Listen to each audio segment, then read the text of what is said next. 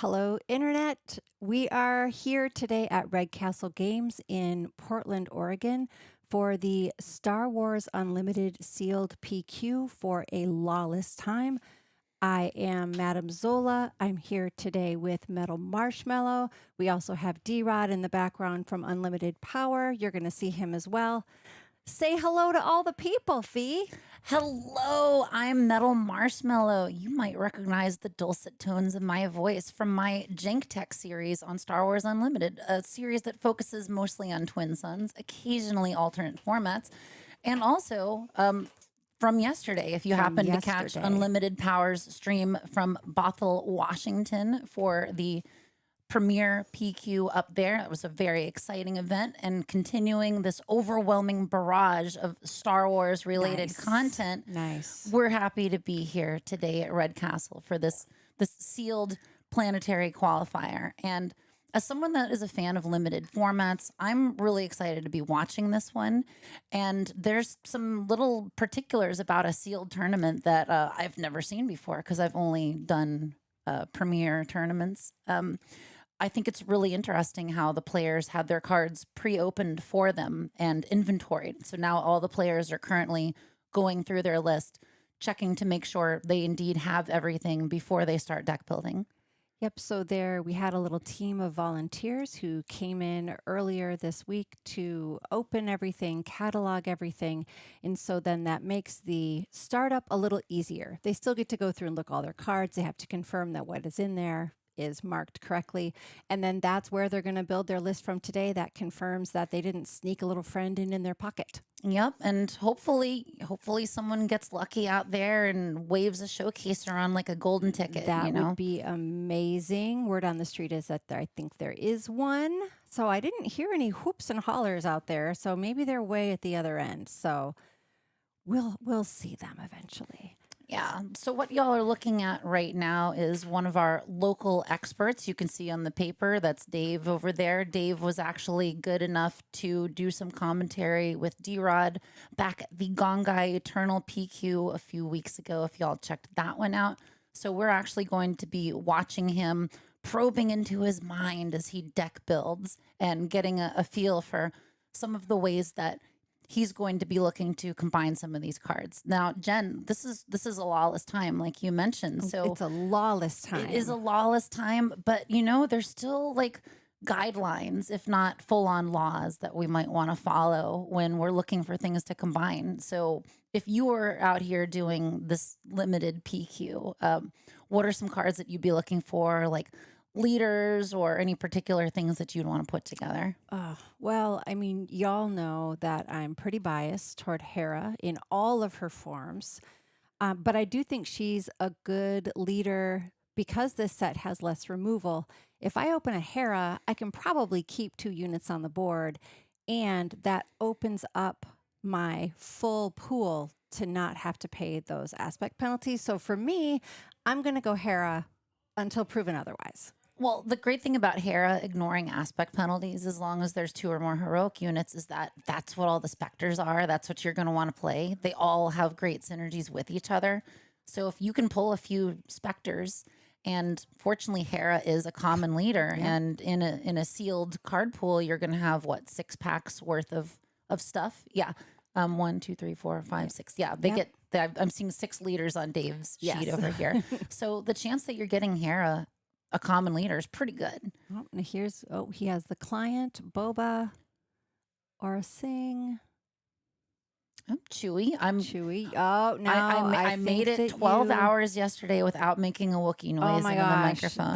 That's impressive. I will see. Oh, and did I see Rick? The door technician. Yep. We love Ricky here. So what Dave is doing here is separating all of his stuff out by aspect. This is really helpful if you're doing sealed deck building in any sort of limited event. Like if you're doing sealed, if you're doing draft, it's good to know what you have so you can at a glance go through that aspect and see, how does this work with what leaders I have? Are there abilities that the leaders have that enable some of these cards? Or maybe I just didn't pull any cards from the aggression aspect that I can use, so I can immediately rule out something that's an aggression leader.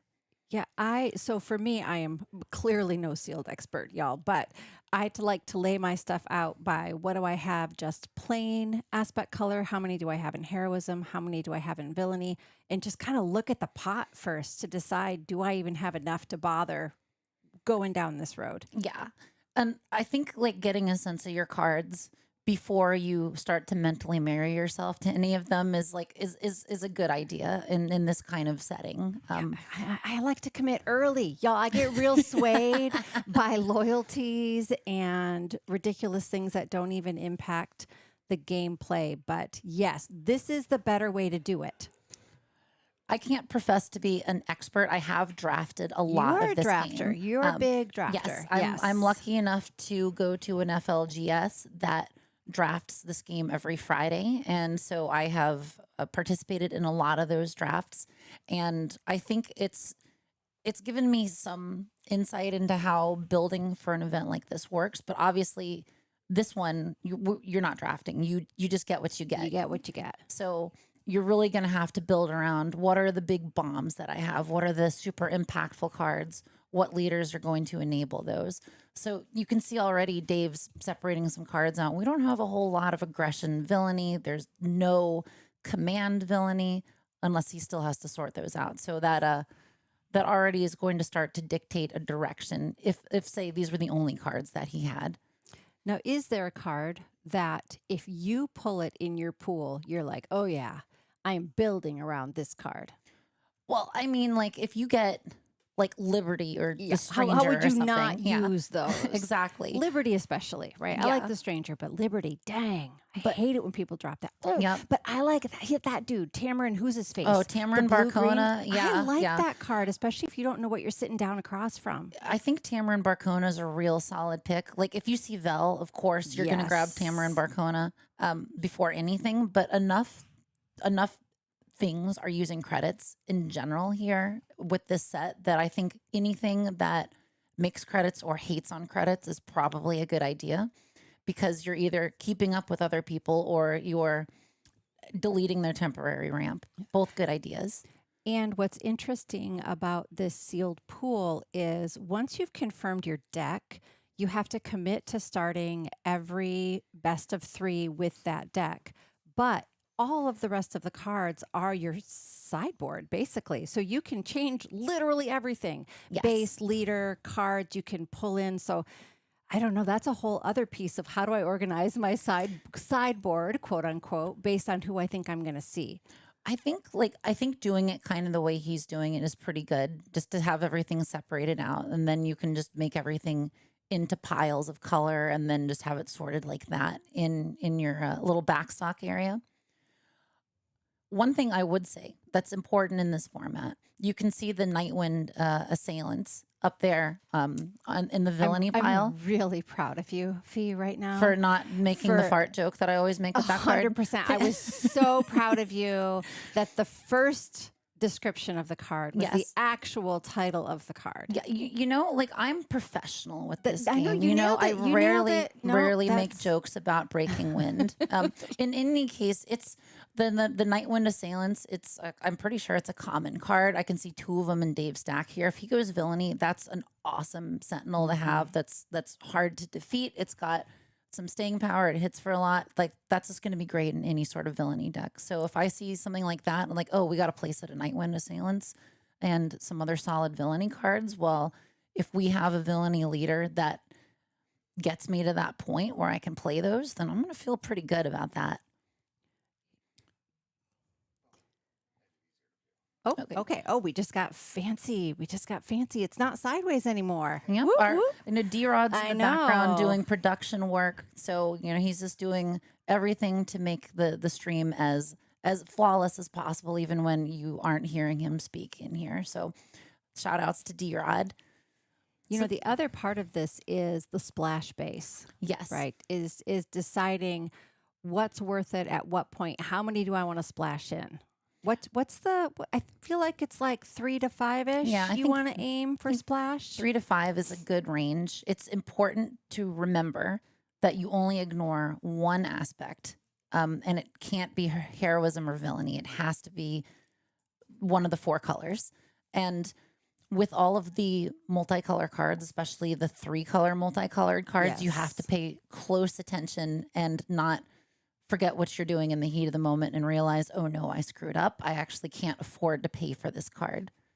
So this set in particular does offer some great flexibility for limited play, and having the splash base as well as that one event that was the thumbnail picture for the stream yesterday. That it's the one cost Putting a team together? it's the one cost colorless event that lets you play a card ignoring Oh, aspect penalties from a certain point of view, I there we think. go. Yes, that's it. So you have options because I believe certain point of view is also a common card. So like this set, more than any other set, encourages pulling a diverse pool of cards together to make your deck work. I think it's interesting the way some of the leaders work in this game with some of the units. Like if you get a lot of bounty hunters, like Boba Fett's a Yep. pretty easy choice as long as the colors work. If you have Aura Singh, you can go in there with her knowing that there's a lot of 1 health units out there, or if you're able to deal any damage to something, Aura Singh can clean Or it up. debuff things down. Yeah. The client is, I think, a solid choice in a limited format as well. Getting a shield if you're creating credit tokens regularly, which the set lets you do, then you can use his exhaust ability. You can force your opponent to attack or otherwise exhaust their units early.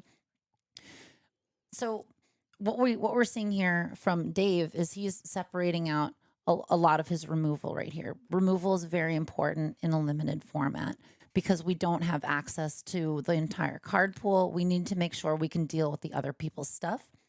And so you see here, he's got the Cutthroat Pod Racer that does damage to something. Axe Forgets, it returns something to hand. Kill Switch and Incapacitate. They debuff. Lost and Forgotten, gets rid of stuff. Like this is already shaping up to be a very good deck for controlling what the other people do.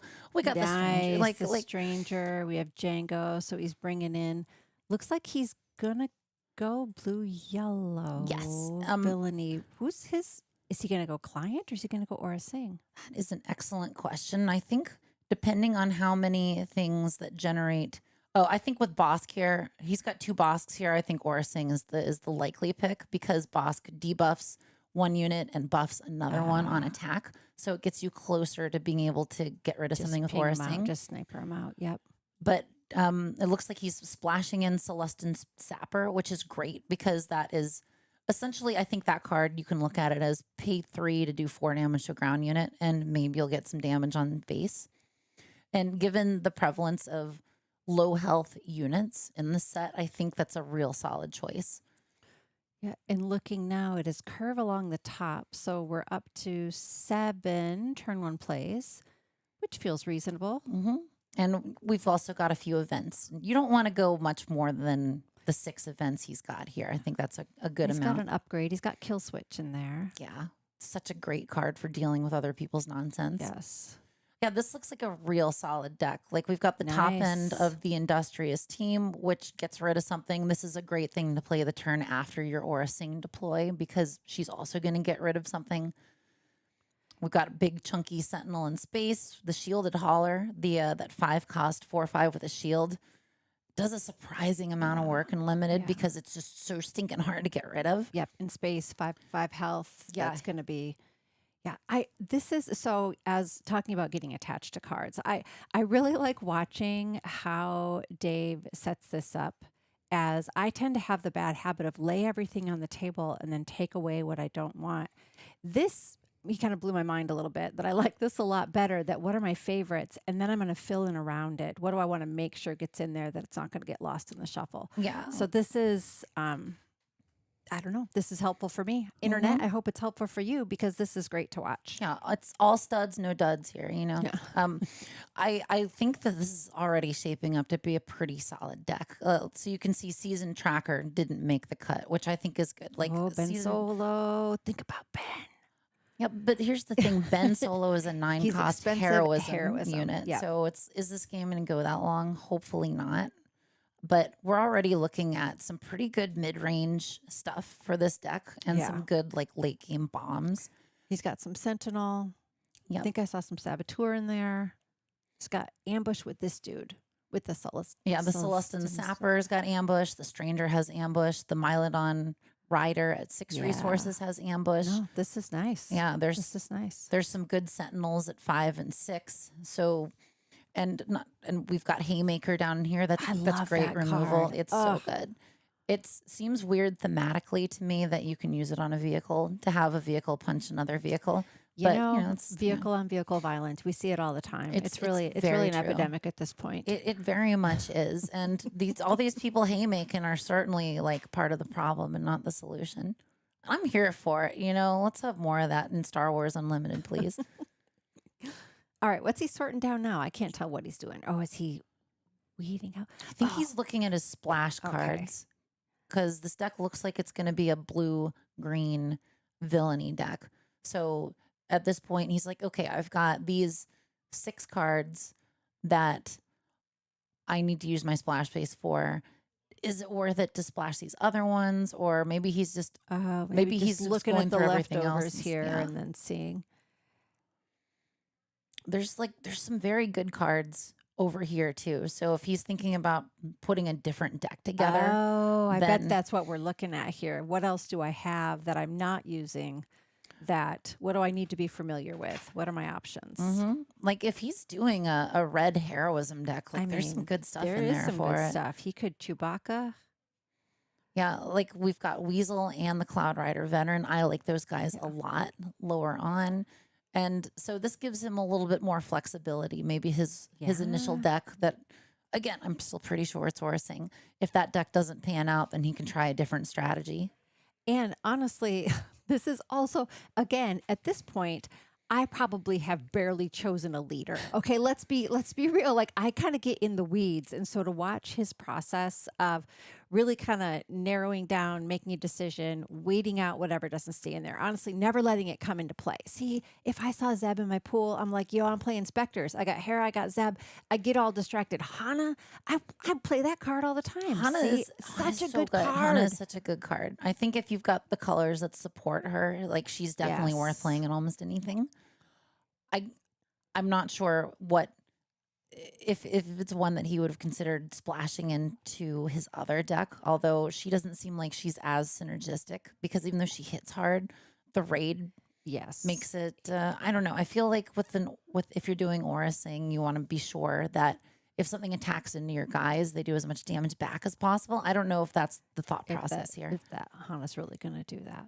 But I can tell you that we will, and correct me if I'm wrong here, D-Rod, we will have an interview with Dave before the game starts, after game one. So he can share some of his deck building tips and some of what's going on in his head over here. Nice. The other thing that I noticed as I was helping to prep cards this week, how many cards I've totally not called by the correct name. Because like Sultan Sapper dude, I can guarantee I never called that dude that. Like I don't know what I was calling it, but I learned a lot about what the cards are actually called. So you just remember he's from Solist. Oh, Yeah. see, I didn't know that. See, I need to know the backstories. Oh, chat. Hello. We've got chat up on our screen here. I'm just saying hi to everybody that's talking here. Hello to Alexis Farts. That's my beautiful, wonderful wife. I was going to say, I feel like that is, Of course, I'm married to somebody that has farts as a name that here. tracks. That tracks. Also, shout outs to Swoo Neff. Love Swoo Neff. He's he's not here today. I guess not. Oh, unless he's double duty and like posting on the stream. I don't think you're allowed to do that, yo. I think we'd know it if Swoo Neff was here. It's always good to see him. And Channel Swoo, I'm happy you're hanging out with us. Thanks for watching the stream. And Keyblade Master, Haymaker is one of those cards that at first I was kind of like, it's like craving power at home. And then I played it and I was like, okay, this is a good card. I love it. Yeah. I love it. It's removal plus a buff, right? Like that feels good. Yep. And with limited removal, like you need that. Exactly. Maybe Tamron's going to make the cut. Yeah, this is an interesting stack of cards here. It looks like what is this stack of cards? I'm not really sure because it seemed like he had his deck more or less ironed out, but this is just I'm not sure. a mix here. Is he just looking at these are my favorite 4 costs, these are my favorite 5 costs, and then like re-examining questioning his life decisions? Possibly. But look at poor rickety quad jumper down there on the bottom.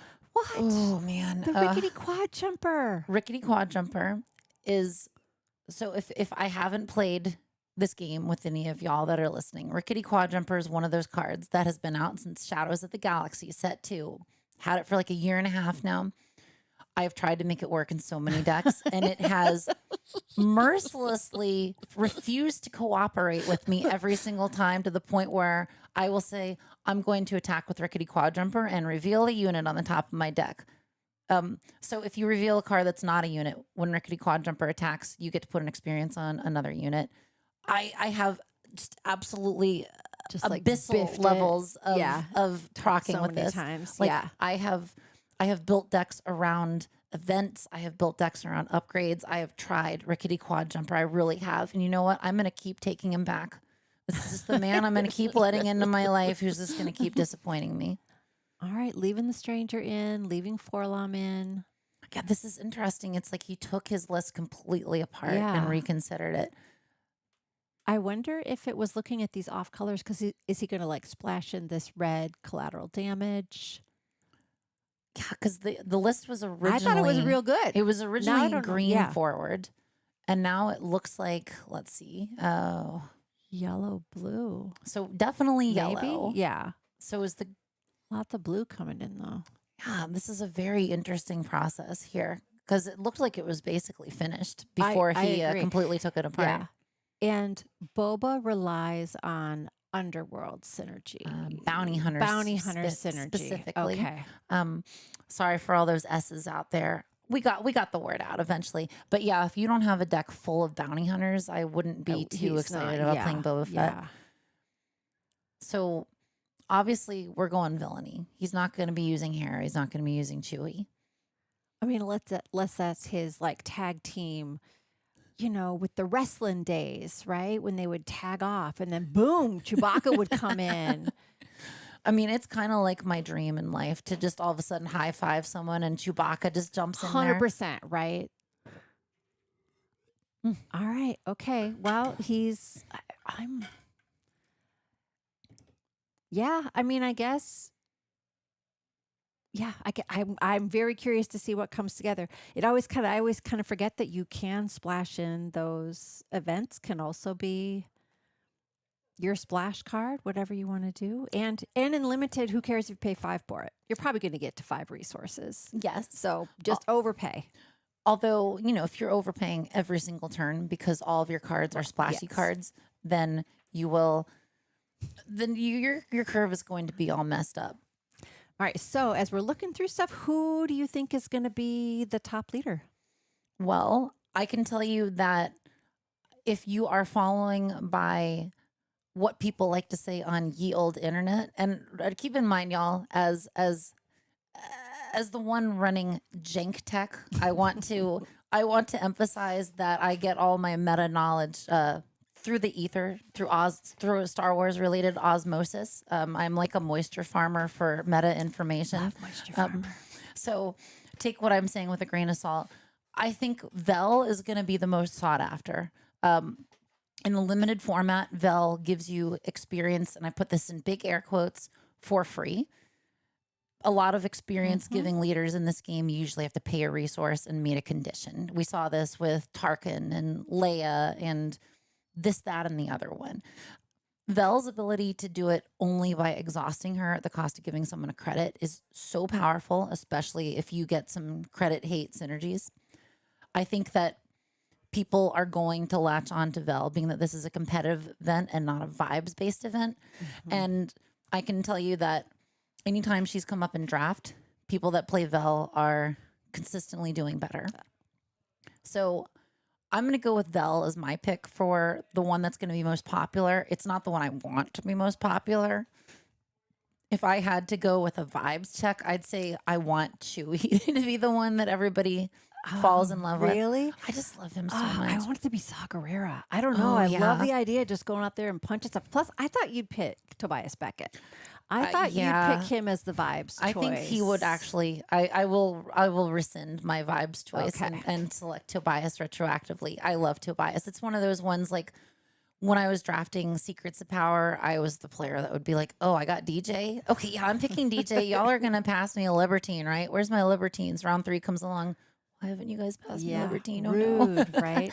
But yeah, like so. What do you think, Madame Zola? What's your pick for most popular leader? I um I actually well uh, I would say Lando, but that relying on the color at the top, there's not enough ways to look at the color on the top, and you because with a limited pool, you got what you got, and you probably don't have 30 of the same color. Hmm. So this maybe isn't logic, but I want it to be Hera. So I'm just gonna pick Hera. I think you're right with Val though. Okay, I think she's Val is the one I think that yeah. if she's in my pool, that feels like that's who I would go with. But like I think Hera is not without her charm. You know, Hera is a good way of making use of many different cards in the pool. And there's so many multicolored cards. As long as you can get some big butt heroism Oh, units out wait a there, minute. Is he going Hera? I'm not Oh, I'm oh, feeling like oh I'm not even no. sure what he's doing at this point. It Oh, seems like he he's this is his he has seen the error of his playing villainy ways. I mean he's seen the Hera of his He's ways. seen that. Oh, nice. That because honestly, he started looking through those other colors, and now he's like got a lot of heroism out there. I think he's looking at his choices. Yeah, like I'm wondering if Hmm. this is part of his process of evaluating his card pool in terms of all of his different leader choices. Ah, and then kind of weighing against which of these is my stronger. I don't know. I thought Yeah, that first one looked pretty sweet. because I know that Dave as a limited player is very cognizant of interactions between cards, of what the entire Yes. available card pool looks like. I have Yes, drafted with absolutely. him before, and he definitely pays a lot of attention to everything that is available to all of his options. Yeah. See, if Defiant Hammerhead is in my pool, I don't know, man. I want to play it. It's such a cool It, looking card. well, Like, and I just feel like, yeah, there's some really grody space stuff in this set yes, that, I love it. yes. All right. Well, I should remind everybody in case you are now like we're so far down the rabbit hole. We are at Red Castle Games in Portland, Oregon for the sealed Star Wars Unlimited PQ for a Lawless time. I am Madamezola here today with Metal Marshmallow from Jank Tech. We're going to see D-Rod from Unlimited Power. He's behind the scenes doing all the fancy stuff for us right now. We're going to have some guest players come in. We'll have some people tag in later. You've had a long day, or yesterday. D-Rod had a long day yesterday, so we'll have a little tag team today. Yep, I think we had 11 or 12 straight hours of commentary at the Yes. Bothell, Washington Zulu's premiere PQ. Yes. One heck of a time. Again, if y'all missed that stream, there are some super cool games on there. That Yeah. video is up on YouTube. Do we do spoiler alert and say who took it? No, I think people should watch You should the do whole the time. the You whole should do the stream time and to find out. see who gets there. And we are right now again because this is a sealed PQ. We are watching Dave. All players have 30 minutes to go build their deck from their available pool, and we are watching him kind of sort through the good, the bad, and the ugly, I guess. And we're not really sure the second sort here, but I think he's going to go Hera. I think you want him to go Hera. Well, I mean, want and is gonna. I mean, I'm, part psychic. I could be sending him psychic Hera vibes. Because I don't think this looks like a Chewy deck. No. And those are his only heroism choices. So if he's looking at heroism, I think it has to be Hera.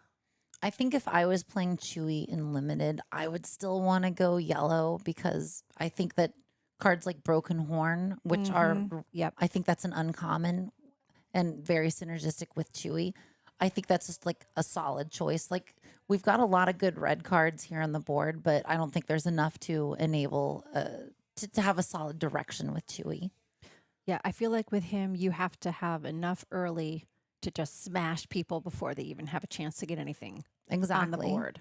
You want to play Chewy like an enraged Wookiee. I think that's just the headspace that deck wants you to be in. All right, 5 minutes left. I can't even wait to have Dave in here after his first game and tell us this. Mm-hmm. We should have mic'd him. Yeah, this is just a very interesting process because my process is essentially what the beginning of what he was doing was. Then I'm just Yes. like, I just throw my Here's cards my on the deck. table. Sleeve them up. Call it good. Oh, I don't even sleeve them. Oh, that's right. I would be riffle shuffling these. I've seen you. I have seen you riffle shuffle many a card that Oh, I've riffle shuffled carbonite packs in a carbonite pack wars before. I'm aware. Probably unsleeved carbonite pack wars riffle shuffle. Yeah. Yep, that all tracks. Like pack wars, you don't. Shout out to the riffle shufflers. Thank you. Thank you. Thank you. Yeah, like I probably shouldn't riffle shuffle everything because in my sweaty Piet deck, I've got like the sector prize wall planetary bombardments and all the expensive triangles and like it's just like, it's my cardboard. I'm not getting rid of it. I do feel like I've sat across from you with a deck, and maybe it was Piet, where you paused a moment and then moved on from the riffle shuffle. I know it's so I've hard. seen it. It's like, once you when you're Just let me point out that's Hera. That's Hera. He's running. Wait, He's Harrison- doing it. Harrison That's Dula? Harrison Dula with a red splash base. Come on, Dave. wait, the Harrison Dula. Oh, maybe it'll happen. Okay, maybe this is like his backup deck. I don't know, or it's his main deck, and because it's clearly better, it's clearly superior. And don't forget, he has to notate what his main deck is. That like is he's true. he's got to take Yep. inventory of all of his decisions. Pen in hand right here. It's carving it in stone. Is this going to be the one? Oh my gosh. Which I have to say is kind of nuts because I can't wait to see what he does with this. And I think we're going to watch his first game, I believe, on stream. So that'll be awesome as well to see what he's thinking. Because I really thought that first spread of cards was pretty sweet. He had the stranger in there. He had some good stuff. Yeah. This one is interesting. And there's not that many heroism aspected cards in here though, which is making me think it might not be Hera. Because look at his twos and his threes Yeah. and his fours. Like those are Because actually you have mostly to neutral. have 2 heroism units on the board in order to ignore aspect penalty. Mhm. Yeah. Huh. All right. I don't know. Maybe he just loves Zeb as much as I do. And he's like, well, I got to play Zeb. Afra's in there. Hana's in there. I love that Afra unit. I mean, 4 for a 4/5 is okay. And her ability of discarding 3 cards from the top of your deck and returning any underworld cards you discarded is cool. If you've got Underworld, which I Yes. mean, I guess we kind of do. There's like We've a got Street few, Gang yeah. Recruiter. Got Street Gang got a Recruiter. little bit. We've got the Hidden Hunters, the Broken Horn. Yeah. There's a smattering, but it's not like a full on No, you're gonna underworld guarantee. tribal Yeah. deck. Yeah. Interesting. All right. So we've nailed it down. Hey, okay. One more question. Who's going to be the least played leader? If you open this leader, you're just going to rip it in half and throw it in the garbage. Who's it going to be? I'm gonna pull up a quick list of leaders from this set on my device over here in front of me Yeah. because I want to look them in the eye when I disappoint When you them. break their hearts. When I judge them and find them wanting. Okay, let's see here. I mean, honestly, I don't mean to say Lando out loud, but I just don't. I think he'd be real hard to build. yeah, I think Callus might be a trap, honestly. I've tried building Callus in limited before and no. Vader is probably another one. What about Sebulba? Are you going to play Sebulba? I think maybe actually, because Sebulba at least enables you to discard cards from your deck to buff things. So like the chance of you milling yourself out is big, but I guess you could Yeah. just have more cards. Emphas. Is anyone going to play her? I think it depends on if you've got any good on attack stuff. I'm still gonna go with Callus. I think Callus is one of those leaders that. Wait, I'm what? sorry, I'm stabbing you in the front here, Jen. I think I disagree because he widens your pool. he widens your pool. I think he gives you a false sense of flexibility.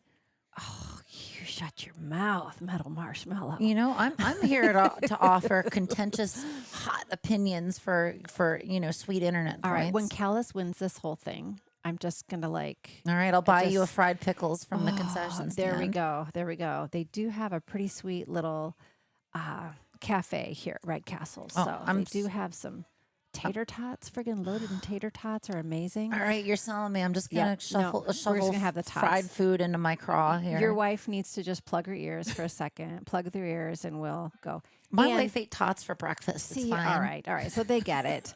All right. And there is a showcase to buy us, which I know internet because I'm the one that opened it when we pre-set up cards. It was me Yo, and went to Ben from the Babu Freaks. nice. Love to see that. Was that Ben that was Nice. on stream yesterday, or a different Ben? Different Ben. Okay. Okay. I'm hearing some yelling from the Yep. other Oh, room. It yep. sounds Time like is we're up. done with We're deck building. gonna sleeve it. Oh, he's going, Hera, this is gonna be amazing. Why do you keep saying sleeve? Like, they're I do know that there are some people who play without sleeves. I mean, like, I will go so far as to cram my unsleeved deck into my pocket during a draft in between So, games. though, let me just say though, sleeves protect your cards, but also just from picking up cards, moving cards around, shuffling cards, I just like them to have the sleeves. It just feels better. I like the raw feeling in the cardboard on my all hands. right, Like, I all wash my hands a lot, and I generally I kind of savor. Like, I've stopped sleeving my board games at this point. All right. Wow. Okay. Oh, okay. If you've never been to Red Castle Games here, typically Matt will kick things off with a together phrase where we all say something together to kick it off. And this was, "I have you now." By the way, I loved this card in Jump to Lightspeed. It almost never got played. It had one of the coolest illustrations, the inside of Vader's cockpit in his TIE Yes. fighter.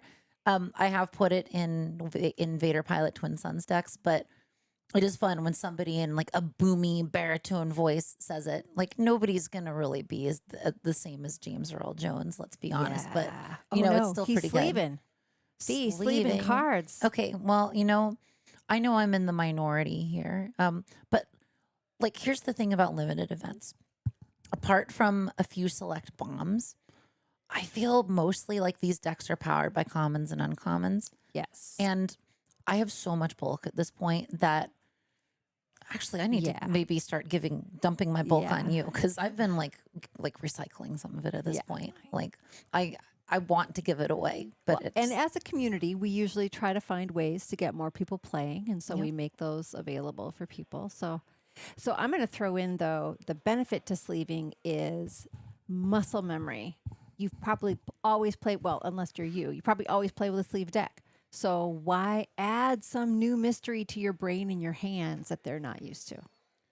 I play Premier and Twin Suns with sealed decks. I play limited with unsleeved decks.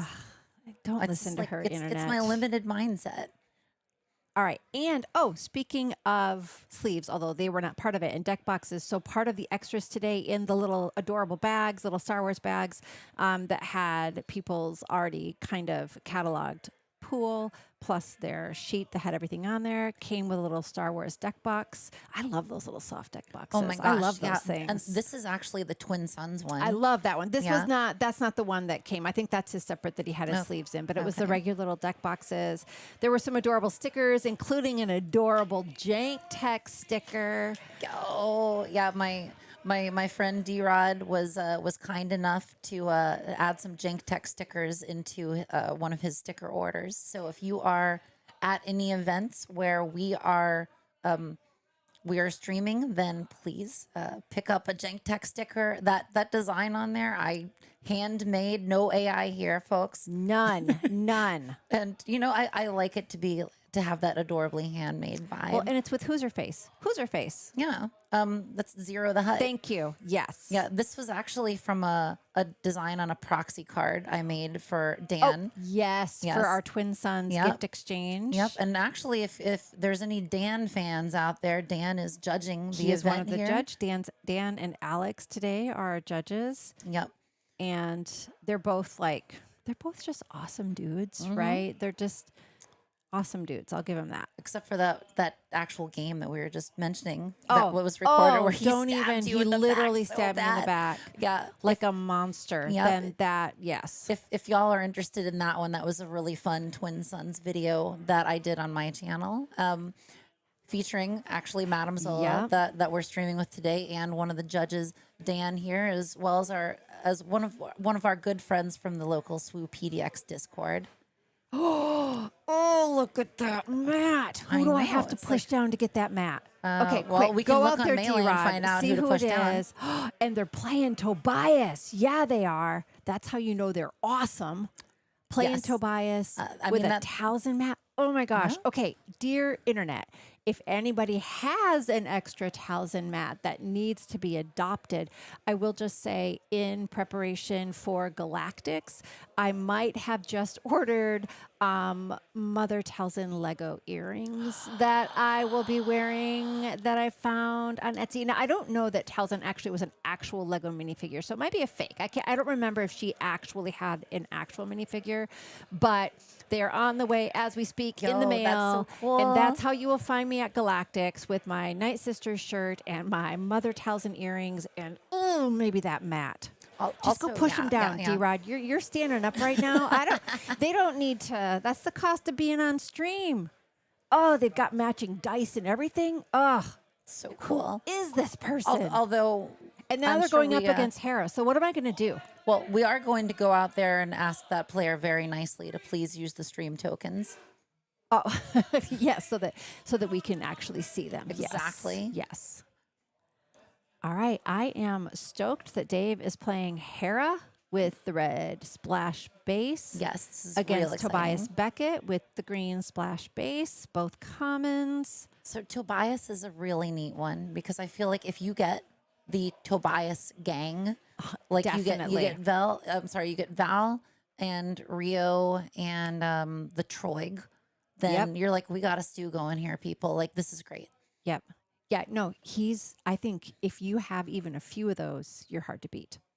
Yes. I wouldn't If you want don't to make have that deck those. without them. Yeah. Exactly. If you don't have those, you're maybe making interesting decisions.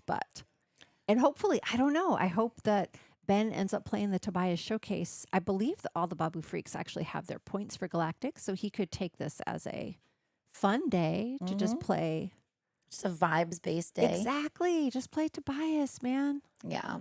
Hopefully we'll get the life puck over there on the Tobias side.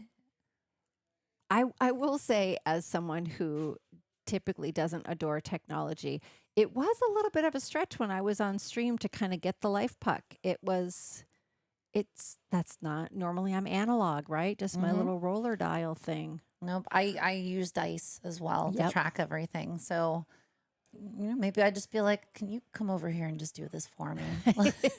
Can you just put this here? Yeah. Judge, can you come over here and do this?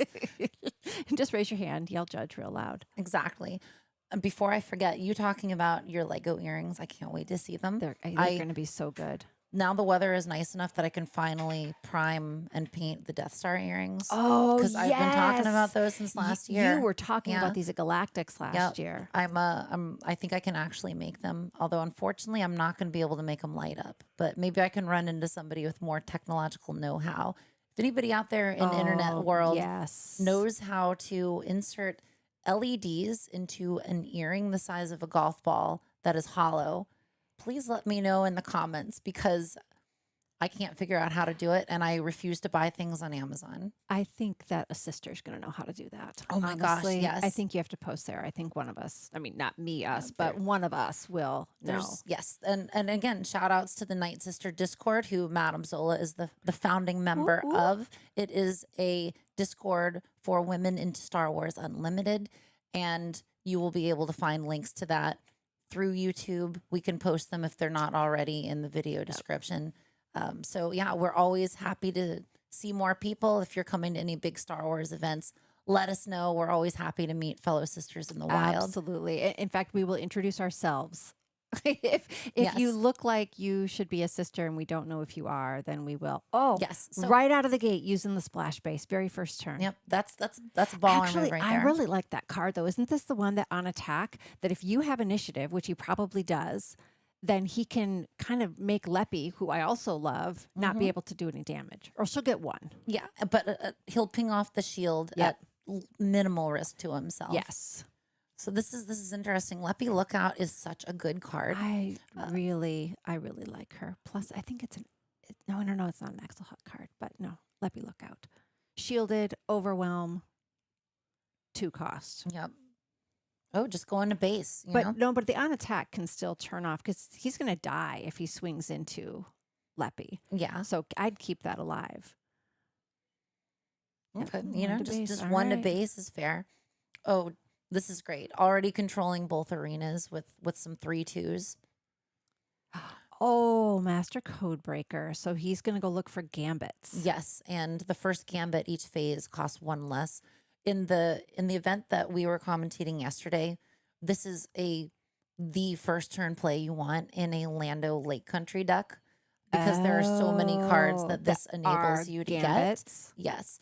I know that Axe Forgets is a gambit that we could very likely see in this. That's excellent, quote unquote, removal for early game in this. That being that Axe Forgets is a 2-cost gambit, a 1-cost gambit with Master Codebreaker that returns a unit that costs 3 or less to owner's hand. And in sealed, I feel like those top 8 cards are much more likely to have a gambit in it with a lower number. Yeah, you've overall. If you've sprinkled some in, you're probably going to hit. Yep, because you're going to have 20 fewer cards in your deck than a premier deck. I'm one of those limited players that I usually have a few more because I'm I hate cutting it down. I'm just like 35. I get too fine. attached. Exactly. I normally play with 50. What's 35? I love them all. Put them in here. But I'm sure you'll have people out here, the professional limited players, giving you some sort of percentage-based statistic. See, this is honestly, this little front runner is one of my favorite first play. Turn 1 plays, because again, now he's turned off Leppy. Well, debuffed her a bit at least. Yeah. Leppy still does have the shield, but... but she can't use her overwhelm because now she's only hitting for 1. So she can't, as long as he keeps doing that. Yep, that stays alive. A 1-power unit is never going to be overwhelming. Not going to do much, no. Yeah, that's not even overwhelming into a battle droid. Oh, he's going to put the damage on the Canyon front runner. See, Okay, because he all sees right. the threat like I do. Right, that Canyon front runner is doing some heavy lifting. Yep, and plus this is a Tobias deck. The Tobias player, Joshua, can just be like, whatever, he's cashed. I'm just going to give him to the other player. Oh, this is great. Corn Contractor, worth the epic Sentinel action here. with grit. With grit. And Yes. also some wonderful art by Aitor Prieto. Oh, nice. Oh, so he gives away the Master Codebreaker because at this point, who cares? He's about to die. Yes. Oh, and he can't even ping the shield off of Leppy because now there's the Sentinel. Yep, and that Sentinel getting debuffed is pretty crucial here too. If Dave swings with the Canyon frontrunner and debuffs the Sentinel, it's only going to hit back for 1 until it starts getting gridded up. But it's going to be gridded up because he's going to hit it for 3, and now it's going to be hitting back for 4. Yes, so that's kind of it's an interesting interplay of cards there. Oh, you know what you need right now? Oh, you know what's my favorite card? Play a card, play another card. Timely intervention. No. Oh my gosh, Rebel Assault. That's what he needs. He needs Rebel Assault. Boom, boom. I mean, none of these are rebels, and it wouldn't even help. But Outflank is the non-rebel there we version. go. Thank you. Yes, we got there. Or we just ambushed into it with that. This is an excellent card. This could be a card that if he saw this in the card pool, that would make him switch to I Hera. was just gonna say that might have been part of what. That was clutch, and it's still alive. All right, so he brings Tobias out, which means he gets the Master Codebreaker is defeated, which gives Joshua a credit and a card in hand. All right, so we didn't get a ton, but got... Wow, so 12-2, Hera's definitely going faster here. Yep, but Tobias has 7 spending power right now if those he 2 wants credits. it. And also because Canyon Frontrunner wasn't first, Leppy Lookout can actually... probably get rid of the speeder that just ambushed in would be my pick here. Yeah, because she's going to keep her shield. Oh, wait. Okay. That was the restore. Droid. Yeah. Yep. That's pretty good too because I always forget Hera deploys at 5. Hera has restore. Yep. So we don't want We don't want Dave to heal, although Dave does have a big lead over Yeah, Joshua yeah, right now. he really came out quick. And honestly, again, I know it's a common, and I know maybe it's not supposed to be my favorite card, but that Canyon Frontrunner does some heavy lifting. Hmm. Yeah, if you have that card in the initiative, you are just going to Yes, get rid of their I earlier think he plays or saved at just, least 6 yeah, damage exactly. with that card. Like Leppy Lookout would have been able Oh, to take it out and then run run rampant it over over there. and then Yeah, exactly. exactly. It would have been like those critical moments in Watership Down, just reenacted on the Star Wars board. If y'all aren't, Oh, I love oh, her. oh, lots Rozzy. Okay, I can see Yes. why he didn't use Leppy Lookout to get rid of that. Lots Okay. Rozzy, even It's going to better. come in and do that. Give it the shield, but only needs to deal the 2 damage. The when played, you can either give her a shield or give her an experience token Yes. and then use her power to do. Oh, oh, suddenly that's going to be Ooh. real hard to get rid of. Yep. Although the Tobias player is going to need to do something about that 3/2 space unit. Giving Tobias mastery is great. And since he's unique, it costs 1 less. Oh, Hera's gone. Oh, There she kills goes. Hera with it. So now he's turned off Restore Mm-hmm. and he can now swing huge with this 3/3 buff on Tobias, who's now a 7/9. Yeah. How do you get rid of that in limited? You run stuff into it until it dies. There's not a whole lot of upgrade I removal. don't think we care as much about upgrade removal. Remember, Dave has a bunch of ambush units that hit for a lot. Even if Okay. he's got to pay extra for Just the run 'em Celestin in Spacer, and there's also the Mylodon Rider, I think, in this deck. So he's got some options if he can afford them. Fortunately, the Canyon Frontrunner still can, there, going to base and yeah. debuffing something. Buys him a little more time. He's at 21. He just has to get to 27. He needs Hmm. 6 more damage. He still has the space unit up here. Yep, and Dave's only got 1 damage on Yeah. base, so like a commanding lead here. But again, the Tobias with the mastery, we still got a credit. That's still, yeah, no. Yeah, so there's He a can lot of stuff. still, oh, 6. Oh, lost and forgotten. Oh, That's great. That and is great for Joshua. So clearing out space, getting some health back. And if Joshua is able to continue to control the board state here, then I think he's got a pretty good chance at taking it. interesting. So that got him 3 health back and took out what would have been now a 1 swing win if he could have swung with that space unit. Mm-hmm. Oh, there we go. What I tell Ambush you, yep, in. Celestin Spacer. And since our bunny buddy was debuffed, actually still alive. Oh, nice. Yes, because the Canyon front runner. There we Mhm. go. Solison Sapper. I don't know what I was calling him, but it wasn't Sapper. I don't remember. I just know, yeah. Oh, And that yeah. overwhelm, none of that overwhelm made it to base because it just took out Leppy. All right. Yeah, well, that's okay. good. All Yeah, right. this was So the now right move here. Tobias really has. But Tobias has only got 3 health left. Another ambush unit is going to get rid of Tobias. This is a real Well, fragile board state. yes. Yeah. And I guess also he doesn't have initiative. Yeah. So if Dave can ambush something out, he can clean up Tobias, and then everybody's kind of starting from a new board. Mm-hmm. Okay. Oh, all right. What are we at? We're at 7 resources plus Tobias has a credit. Oh, no. He got attacked from all sides, every single side. Not just one side. Not just one Attack side. from all the sides. So we were talking during the deck building process about what cards that help you zero in on something that you want. And a lot of that can be if you see like a key piece that's like, I often look at my rares and legendaries first because those are often the most game-changing cards. Lots Rozzy here. Mm-hmm. Definitely a rare that if you see it, you're going to want to Mhm. say, can this fit in my deck? Does this go along with the other things that I want to do?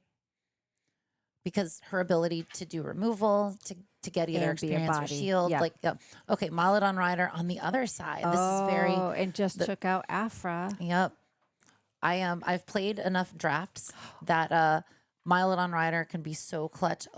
We got the Oh, list. here we do. We have our list. And ding, ding, ding. Metal Marshmallow nails it with the top leader is Vel Yep. with 16. 16 Vel players Or out a there. Sing. I'm actually surprised to see her at number 2. Actually, I don't know. I haven't played much of her. She is oppressive in Really? limited. So, like yeah, that so- Leppy Lookout would have been gone. Oh, yeah, Yeah. that's true because there is a fair amount of even some of the Sentinels that are one Yep. health, or shielded things with one Exactly. health. Yes. Yeah. All right. So Aura Sing, number 2 at 10. Hera, my girl, number Mm-hmm. 3 at 7 Dex. Boba Fett has 4. Oh, wait a minute. Who is the 5th most common leader being played today? I think it's my boyfriend, Agent Callus. Now, didn't you just say He's the second most unpopular leader. Oh my gosh. Oh my gosh. In alphabetical order, based on the tie of 2 copies, Agent Callus makes it in with 2. So Agent Callus, Chewbacca, Emphas Nest, Han, and Tobias are 2 players there. And the client has 1. And Saw has 1. And Saw has 1. And Saw has 1. I hope that's the one. I hope it's the one. I think those Callus players must have tripped and accidentally those Callus, written it on their no. sheet as their deck. No, those Callus people saw the genius of their ways.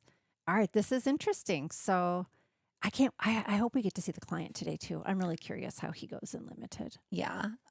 I'm still like amazed at the client deck we saw from Mako last night at the PQ in Washington. It was such a cool aggressive deck. Oh, there's Val. Oh, he did Yep. get Val. Get- When played, give a shield token to another friendly unit, and when defeated, give a shield token to an enemy unit. But if there aren't any enemy units, you don't care.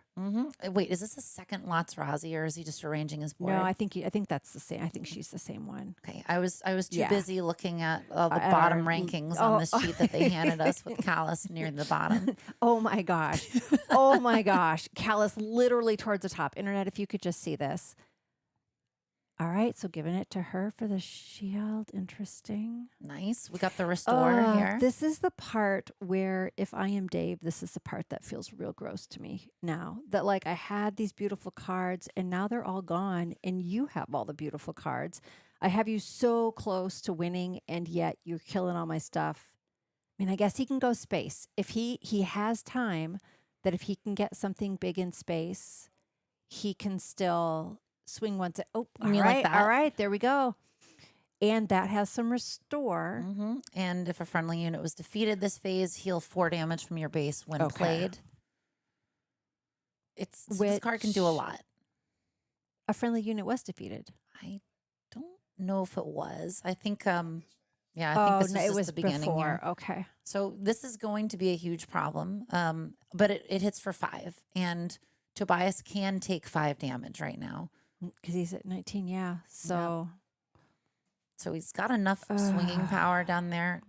Like, oh my gosh, that's a bunch. yeah, so what is that? 5, 6, 6, 7, 8, 7. 9, 10, 11, 12 damage to Yeah, base this in round. one So that's pretty swing. good. So like we're not out of the woods yet with Hera. There's definitely enough. Oh, wow. Oh no. Okay. Well, that's the problem there. Is there anything he can put on that Tantive to swing? I mean, even flashing the vents on it would only do 7 damage, so that's still not going to be enough. And that Beach Patrol AT Act, that or is that card. an at ACT? I'd Whatever probably it go is. at ACT. Okay. AT-ACT, I'm going to say. That I'm just going to nail it. Okay. That's what it is. But that giant Chonkus Walker Yeah. has overwhelm, so even Yeah. if Dave puts up a Sentinel, it's not going to absorb all that Yeah. damage, and the rest of the stuff is still going to get through. And he just has to do 15, 18, 19, 8 damage. Yeah, I mean, they're only apart by 1 at this point. Oh, they're okay. All right. Oh, no. All right. Lost and forgotten. Okay, that's on pretty the big clutch. Chonkus. That buys him some time for sure. Yep. And Speaking it's of, any non-leader, and he gets to heal. yep. So, And and he has some restore up there yep. if he gets to swing. Speaking of Flash, oh, dude, I see Blade Wing. That is so good. That is so good for You can't for Joshua. use a Harrison Dula card against Harrison Dula. I think it just done happened. Ugh. Yeah. That secret, the secret's out. The secret of Shantipole, it's out. We know what's happening, and we got a scoop here by Dave. Dave's just like, that's and all just I got, moving on. man. Yeah, against that big whiteboard. Oh, yeah. Okay. Yeah. So Oh, we're come on, Hera. I mean, I'm not voting for anybody other than Hera. But I mean, okay, I'm not going to lose no matter what. Either Hera wins or the Talzin Matt wins. So either yeah. way, Either way, you're I'm good. coming out a winner Yeah. here. Oh, interesting with Tobias. This is no.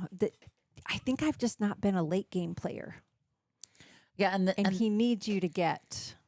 well, the cool thing about Tobias is that you can, in theory, get some of those late game units on your deploy turn if you have enough stuff to give you the credits and the cards to get access to it. So if Tobias could have played that Walker on the Oh, 5 yeah, resource turn, which yeah. assuming that they could give away 2 units and then blow up at least one of them, then that's 3 credits that you have. So that Yeah. means boom, 8 cost unit on the 5 resource turn. So you can get some really cool explosive plays with Tobias, of course, at the expense of not being able to have heroism or villainy. Yes, but I can see how again, the internet just learned with me because this is the speed we are, is how if I am looking at a pool with a bunch of beautiful big bombs at the end, Tobias has the better chance of helping me get there. Possibly, even if they are out of aspect, you might be able to afford to get them. I think it depends on the card and it depends on how it works with the rest of the stuff in your deck. But the way that Tobias incentivizes a play style where you're sort of sacrificing your early game for an explosive mid game, I think if you feel like you can make that work, Yeah. then by all means do it. Like maybe you have putting a team together. Maybe you've got the squad that we talked about earlier. Maybe you've got a unit with a good when played effect that after you play it, it's not good anymore. For example, like the speeder that comes out that gets you a credit. Yes. It doesn't really do Yep, a it's whole done lot its thing. afterwards. Right. And it advances your Tobias game and it's yellow. So that's in Tobias's colors. So if you have something like that, you play it, you give it away, it hits you for a tiny bit of damage. Boo-hoo, you're fine. Well, and also you can also just give them somebody you already swung with. Like that literally hadn't occurred to me. Because Yeah. again, I haven't played them. So there's different, that's a lot of high brain power kind of deck. All right. Okay. Come on, Hera. You can do it. All right. Josh takes the first game with Tobias, who feels like an underdog to take the game. So I guess I'm happy about that. Yep. Oh, don't resource that Yeah. card. So Backed by the Huts is a card that I really like that I could see him thinking about resourcing. That's potentially, oh, you're keeping it. Yeah, let's go. That's potentially a really powerful card in this deck because Backed by the Huts is a card that says That becomes out again. pay 3, get a credit, and then deal damage to a unit equal to the number of friendly credit tokens. If you manage to play your cards right and sequence everything right, you can get a large pile of stuff with Tobias. So not getting decent removal for 3. Mm-hmm. All right. I have it in the Jabba Premier deck that I'm trying to make work because if you can play it after playing Alliance X-Wing. It's a classic. It's such a great card. Reprinted, Rebo still good. band. The Max Rebo is so good for Tobias right here. I did open a pool that had both Max Rebo Band and Max Rebo. Yeah. Nice. It's pretty sweet. All Yeah, right. getting credit token. when Yep. the regroup phase starts is just and like Tobias especially wants that. he's sitting on Back by the Huts. So he's not going to be sad to get a few credits. Yeah. I mean, one more credit means Back by the Huts can just get rid of that Alliance X-Wing. He doesn't even have to go to space. I think Tobias has a pretty strong hand from what I can see in there. We've got the Blade Wing. We've got is that the Bounty Hunter that attacks or I think that's Hidden Hunters in his hand. Yep, it's Hidden Hunters. 4/5 Hunter. It's hidden. Yeah, that's some beef on the board. I mean, they both have Hidden Hunters, so that's pretty good. But Tobias' early game is way ahead of where he was last time. You know why? Canyon Frontrunner. I'm just saying. Yeah, the Canyon Frontrunner was really like causing a thorn in the side there. Yes. So we're on Tobias's deploy turn. So Tobias does have the option of swinging with something like you were saying, and then getting rid of it. Oh, it's your boy Zeb. Zeb. Well, he's not going to be swinging with those Hidden Hunters, that's for sure. And he's now got a sentinel. So his Yep. when played, the deal 3 damage to the ground unit. And does he have, and he has a green, so he can then get the deal 5 damage instead. Yep. I think my move He here. had 2. Oh, yeah, go ahead. I think I would probably play Vel, shield up my bunnies, and then pass Vel along, killer, get a shield on one of my other guys, probably on a Tobias, and then maybe swing bunnies into Zeb and soften him up, or soften Zeb up with something else. He's got incapacitate in his hand. He could totally play incapacitate and Vel and get rid of the stupid sentinel with the Leppy Lookout this turn. Okay, yeah, softening up with that. So right. maybe we're And setting still up for a trade lives. here. Okay. And this is like, it doesn't feel good to put 4 damage from the hidden hunters your- into that. So yeah, I'm interested to see what happens. I still think Vel is where I would go with trying to get rid of Zeb. And now if you're Dave here for the Hera player, you know, initially the first game he was really out of the gate going to base, and it looks like now he's kind of working on cleanup because the Tobias before had such a wide board that he just couldn't do anything. Mm-hmm. This is not the best situation for Tobias right now, honestly, because I think Dave saw the line of play that I was talking about too. So I think putting the shield on Max Reba Band is not quite. It's not quite as exciting as putting it on the Leppy Lookout. Yeah. Well, or on Tobias. Mm-hmm. Oh, yeah. Although, speaking of getting a shield on Tobias, that's likely going to happen soon. And for the when defeated, well, wait a minute. Oh, give a shield to an enemy unit. So you give her away, and now Dave owns her, quote unquote. And so then it's going to give back. I see. Yeah, that's like part of the aforementioned squad. Yes, there we go. Yeah, it's like in the movie. She's sacrificing herself for him. Yes. It's been a good run, babe. Is that what she says? She says something to that effect. Yeah. Oh, double shielding up. Dude, that Max Reba is not going anywhere. Interesting that he didn't put it on Tobias. Dave is the one that gets to pick it. Oh, yeah. Okay. All right, Hera's out. She's got some restore. Tobias has not swung yet, but we have a sentinel. And so really, and he's sitting on, though, how many resources is he sitting on? 8? Backed by the huts right now would obliterate Zeb out of existence. Oh, shut your mouth. It would be so great too. And then he could incapacitate the hidden hunters to clean up the board a little bit.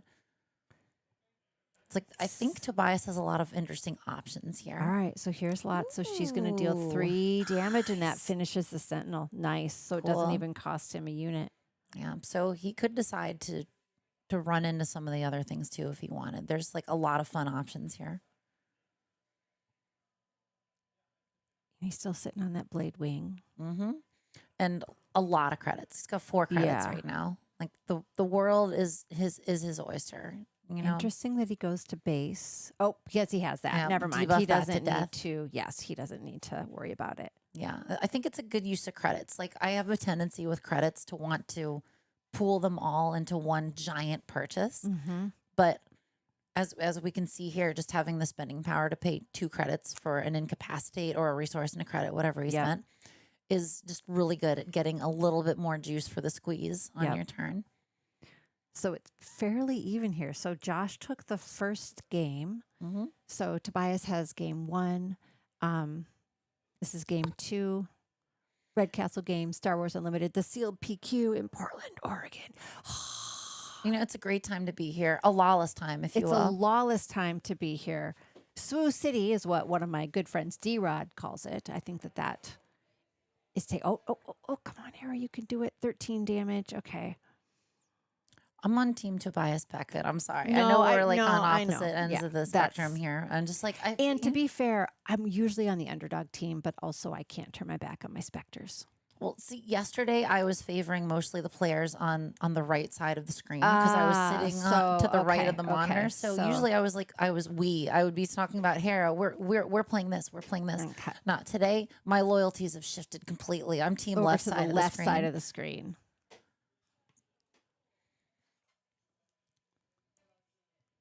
Yeah, All Max right. Rebo 1 to base. Did they get the credit from Max Rebo, from the Max Rebo band? Okay, good. Yeah, I guess that. Yeah. So he's sitting on 9. Yep. And that's enough to get one of those walkers out. But we don't want that walker to be lost and forgotten, you know? Oh. Ooh. Ooh. This card that was just played lets you do 2 damage to a unit and then 2 damage to an I'm sorry, that was attack from all I thought it was the other one that's used in the Boba Fett Lake Country deck. The 2 damage to a thing and then And 2 then 2 to damage to a base. base or another unit. Let's call it war. Yeah. Um, Oh, then it's well, not then that. yeah, it's definitely that one. Okay, Then great. he either Well, snuck something in or okay, yeah. great. Okay. Well, in any case, we got damage directly to Lots Rozzy from the attack from all sides. It's like, gosh, it's one of the coolest illustrations. Like they really they give Enfys players, if nothing else, some very cool artwork with this last set. This last set actually had Collateral some super damage, cool thank you, artwork. Moy. Got chat keeping us honest here. Yes, there we go. There. I knew it was the card. I just couldn't remember what it was called. Oh, the Oh. industrious team is out. That's real good in terms of getting rid of stuff and having a 4/7 body on the field too. And it's when played is You may defeat a unit with, I believe, 4 or less remaining HP. so then taking out space, you don't need to have anything in space. Oh, there we go. Yep. Oh, but all it does is pop a shield. Mm-hmm. But that does make Tobias make some interesting decisions here. I love that shields prevent all damage. So if you've got something that hits for a lot, then you don't need to worry about overwhelm going into that. All right. So they both have things on the board. 15 to 11, not that far apart. No, the industrious team looks like it's got a Celestin there on the left side of the card. Oh, Hopefully, we don't they're see putting any a team Celestin together. on Celestin violence. Yeah, they put the team together. This is what happens. You put the team together. They've arrived. Oh, so if I'm Tobias, what am I doing? Am I just cleaning up the board? Are we just going head to head at this point? What am I doing, Fee? Well, Tobias has 9 damage potentially. I would really want to get rid of Hera at this point because I wouldn't want that restore. But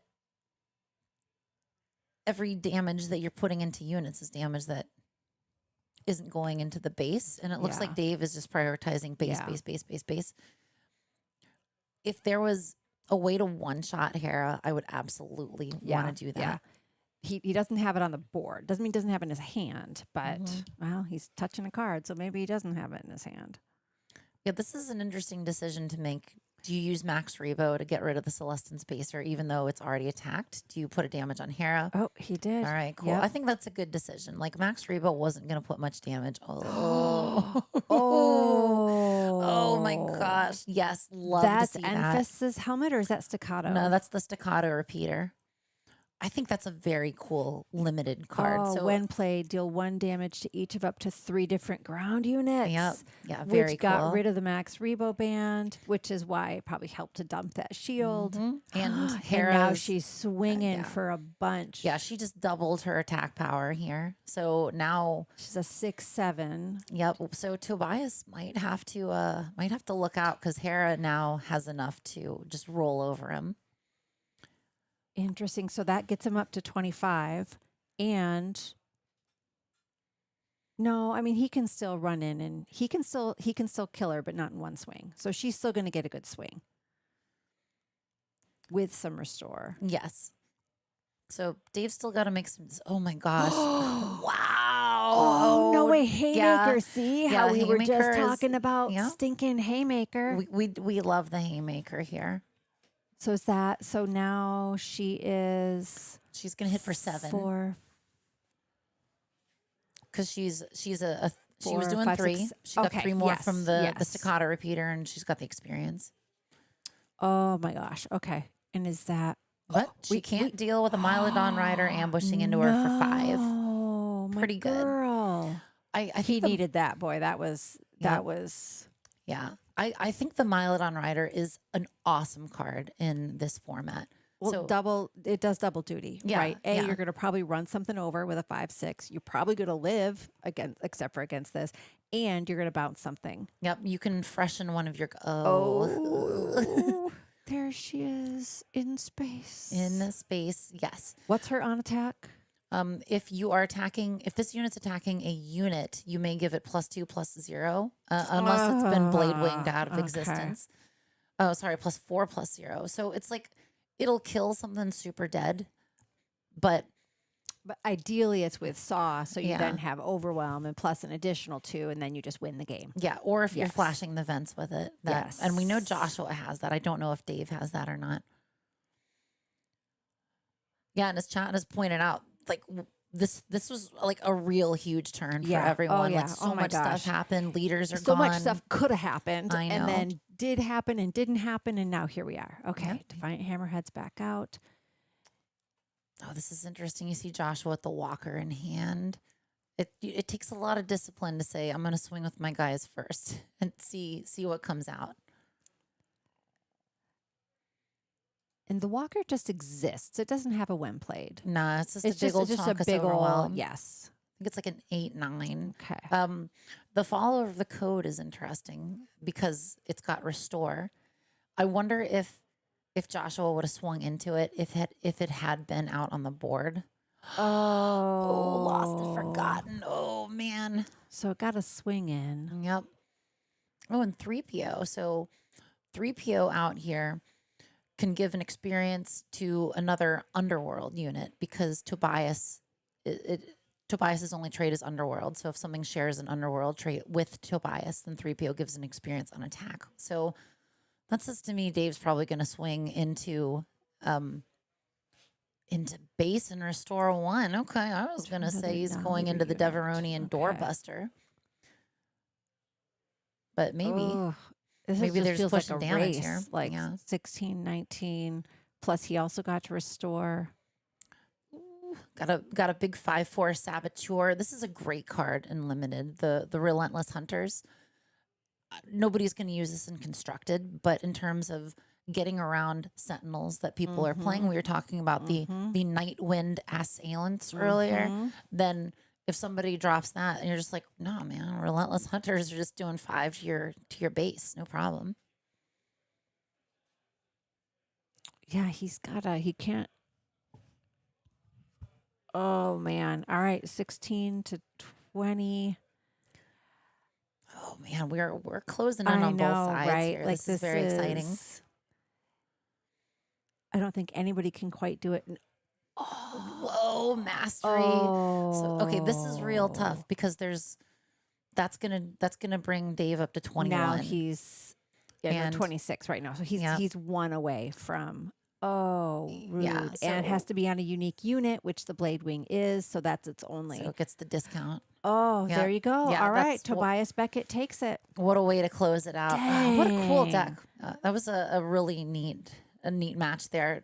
Great strategies on both sides. I think Tobias able to get multiple units per arena was going to ensure that Dave wasn't going to be able to deal with everything at once, no matter what he did. Like Sentinel, no problem. I got lethal on the ground. Interesting removal, interesting upgrades. I'm trying to remember, does this set have space sentinels? I know it's got the 7-cost Kessel Hulk, which is colorless, but I'm trying to think of anything else in space that would be a roadblock that Dave could have thrown up there at the end. Not that it really mattered. There was so much stuff on the ground. He wasn't going to be able to stop him at that point. But What a game. oh, those were good games.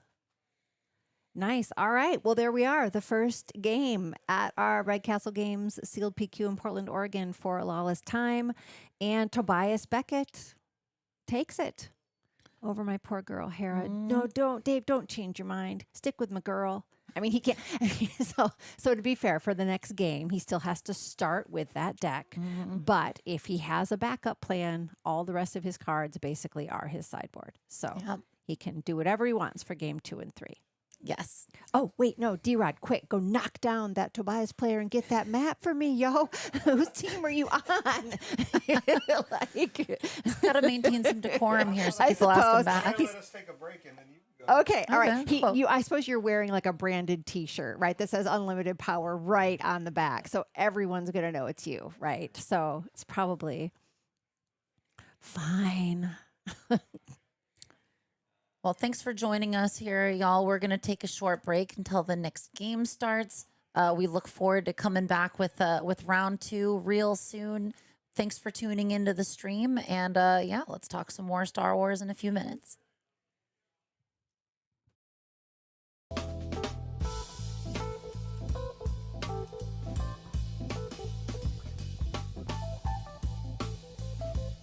Oh, can you grab me my water bottle that's sitting right there? Thank you. There's a little bit in there still. Hello, and we are back with the Red Castle Star Wars Unlimited Sealed PQ in Portland, Oregon. Opening, of course, packs from a Lawless time. I am Metal Marshmallow here, co-hosting this program in general with Unlimited Power, D-Rod and specifically. Although right now I have with me a special guest, Corey from the Holotable Games Network. Corey was so gracious to join us during this round because he found himself, unfortunately, with a bye. Unfortunately, it's my one win I'm going to get today, I think. So I'm not complaining about that. I mean, you know, it'll go on your permanent record. It's points for later events, right? If you're trying to get to Galactics, like every little bit helps. I guess that's how it works. Maybe, yeah, something like that. I don't know, but yeah, we're going into round 2. We've got Philip with Aura Singh Canto Bite going against Ginger Joey with Canto Bite and Velsartha. And Corey, I think you know Ginger Joey, don't you? Yeah, we thought this would be a fun one. Luck of the draw that I got the buy, but Joey is my co-host at Holotable Games Network, so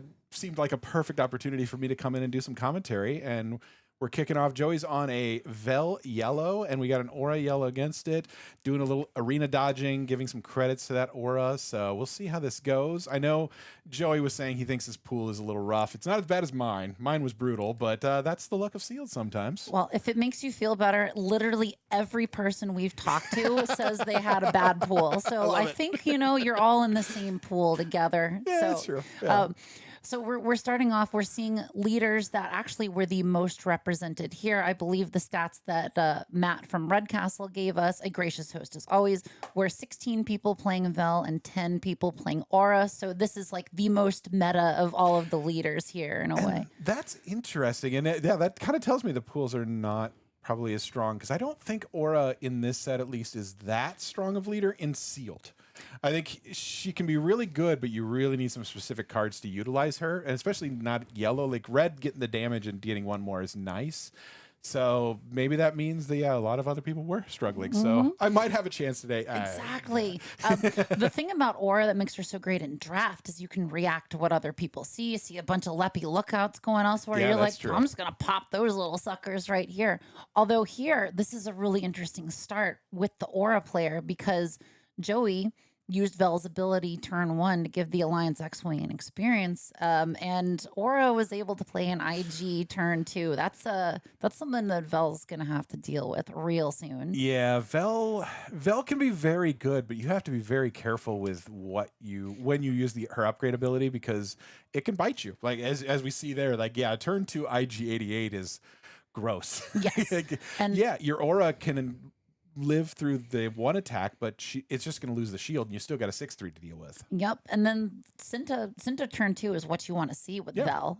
So like, unfortunately for Joey, I mean, hopefully he's got some of the credit hate in there to deal with the expensive part of Vel's ability, because it's a quote unquote free ability as opposed to paying a resource. You're just basically giving the other person a resource. Yep. And I think that's really neat and potentially really strong. But yeah, you've got to really strategize around it. Yeah.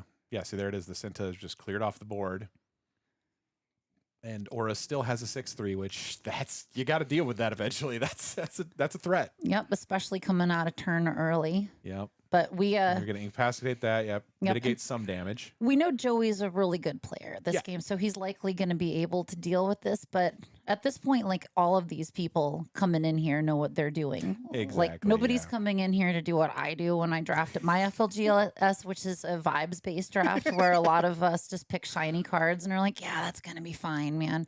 So we've got the Vandor Range Troopers. Yeah. Unfortunately, not the Convex Security Captain. Convex would be would be very good. that would be clutch for Joey right here. But he you know, needs we got a stock 4/6 and a 6/3 on Aura side. This is already like a truckload of beef coming over. Yeah, Aura has threats coming galore, and Joey needs to find answers. Like last turn, he used 2 resources. He did a 2-drop, and that's it for his 4-resource turn. That's tough. That puts you on the back foot.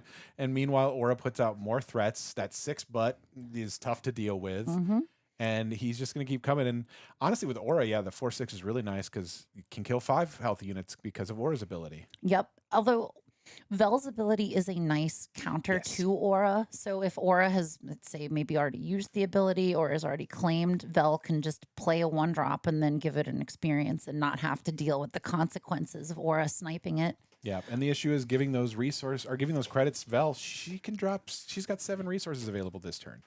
That's a lot, and there could be some threats coming.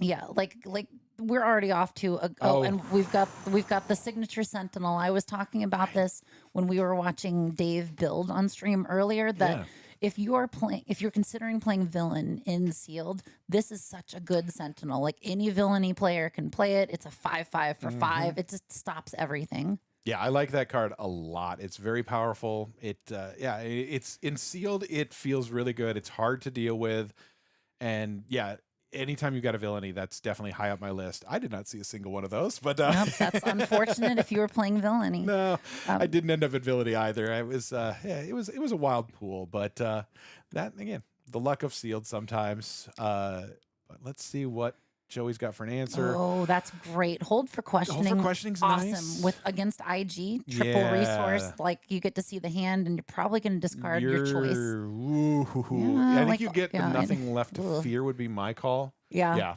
absolutely. Like that's just great removal where our ability to remove things is pretty limited. And like you put that on IG and you're swinging for 8 after you remove something. Yeah, no, thank you. That's worth the epic action. Yeah, that felt good to get rid of. But again, Joey's not establishing a board state. No. And that's the problem because that our Aura player has a huge board state now, and he's just making that bigger, which great, it swings for 5, but Aura's got 1 unit that swings for 5, 1 for 6, 1 for 4. Like, that's not getting you there. It's going to be real rough this next round. We see that Joey does have the 5/4 ambushing bounty hunter in his hand, which will at least take care of the sentinel, but we've still got 10 damage coming even if the sentinel dies. And he's got a Cinta. He could upgrade the Cinta and at least get in the way. Yep. So that is at least some mitigation in there. So there is some potential, but it's gonna be tough at this point with Aura having that much damage out available. Yes, and I feel like Joey might be feeling a little desperate if he's paying 5 for a hold for questioning instead of putting more stuff on the board. But it's not the worst move in the world. No. You know, it's definitely removing a huge threat. No, and you got to look at even the non-splash that you're playing villainous. I'm playing an interrogation droid in my deck, and it saved me actually a couple games because that 4 to exhaust a leader is worth it still. Yeah, that card is so flexible too. Like the way that early game it gets rid of a card because you're likely using it on a turn 1 or turn 2 play, and then late game just to say no leader. Yep, exactly. You gotta take that off the board. You can't leave that out there. Yep, I would have probably swung with the Sentinel first instead of IG. But is there anything that can deal 3 damage straight up to IG? I'm trying to think. There is. There is a couple I think that do 5 damage if I'm remembering off the top of my head, but there's not a lot, and not in blue yellow. Yeah. It's red is where you need to go for the direct damage. So probably would have been better to swing first with it, but I don't know if it's going to matter at this point, honestly. That's the big thing. Yeah, Aura can't flip yet, but Aura's also got a gross flip available. She's got 2 units to do either 6 or 4 damage, and Joey's not going to be able to clear this board. Still, he's got 1 resource left. Yeah, he gets to flip Vel, which will be good. But he's probably going to have to use Vel to kill something. And the other thing here, though, is that Joey has been consistently stacking stuff on the Alliance X-Wing. Yep. So Philip might have to counter that at some point. And that's going to help. Yeah. And just in case the worst thing happens. But and I wanted to address this in chat. Vicetron, if I'm pronouncing your name right. If you don't save up your foils, are you really playing sealed? Like we covered, I'm going to be the deviant that riffle shuffles my unsleeved cards in limited. So, I think that's what limited is for. I'm not playing limited for expensive cards, Yeah.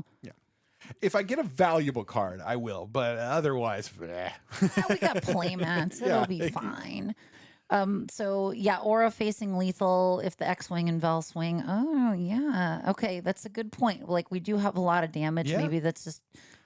It is a lot of damage, potentially. So he might still be able to spike this, but... It's pretty amazing, actually, being able to come back with just building up that one thing. Yeah, that restore from Toydarian helps a lot, though. Yeah, but let's see. We got 5 there. So he does have to stop the Vel. So, yeah, good job, Joey. I can't even believe that. Yeah. I'm down on my co-host. He's gonna hate me when he hears this commentary. I'm like, oh, Joey's in trouble. He's like, nope, Joey got it.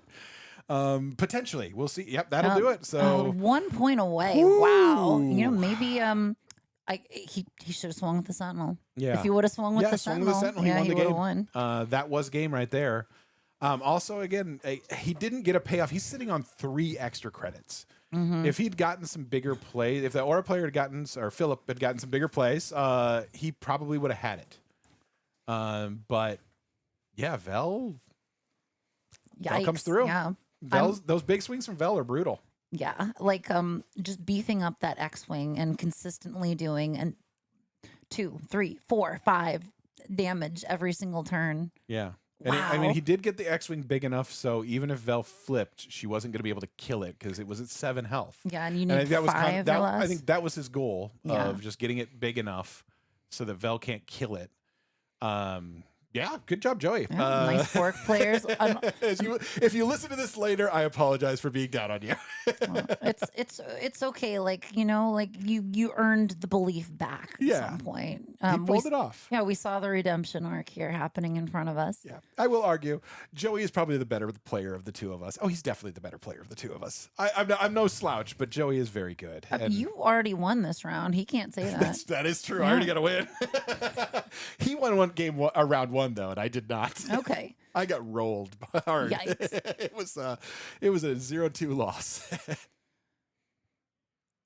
Well, moving on into game 2, Aura's going to have the initiative, which actually is like as an Aura player, you don't always want to start with the initiative. Yeah. Like, I don't think Joey is going to play a 1 health unit. Like, I mean, he's definitely got the awareness of board state that he's not going to like let a play like that come through. Yeah. So, but like Aura, you still want to be able to react to people. I think once we get later on in the day, once people start being sloppy, you might actually be able to tag some 1 health units if people are just like, I've been playing for 8 hours straight. I don't even know what I'm doing anymore. Well, that is the one thing I do really like about Aura and Sealed is she takes care of those droid laser turrets. Yep, which droid are laser just- turrets gone. The assassin droid gone. Leppy Lookout gone. Yep. Han Solo, if you happen to pull a hyperspace or hyperfoil or prestige, one of those also gone. Yeah, she's got some good removal in just her ability of those one health units. I would definitely argue the droid is probably my number one. I want to get rid of. Look at that. There's a droid that she has. Yep, nice. Because that card is so brutal to deal with in Sealed. Yep. I mean, we saw it as a huge thorn in everyone's side in the PQ that we did yesterday in Constructed Premiere. Yep. Like, you stick 2 of those down on the board and if you have to swing into them, that's 8 damage those things are doing back, and they're negating so much that could have gone to base. Yeah. No, that is a very good card.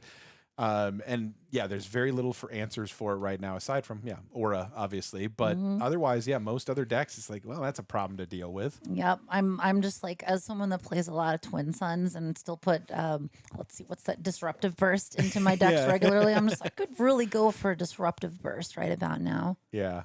I will say, at least in Constructed, System Shock does help with it a bit. That's always a nice one on it. That's super satisfying. Yeah. Just done, It's like, gone. no more shield. 1 damage is dead. Yep. Although there are some good answers in the card pool here. We saw last round somebody playing Incapacitate That's to a good one debuff. against it. Yep. So yeah, would love to see that.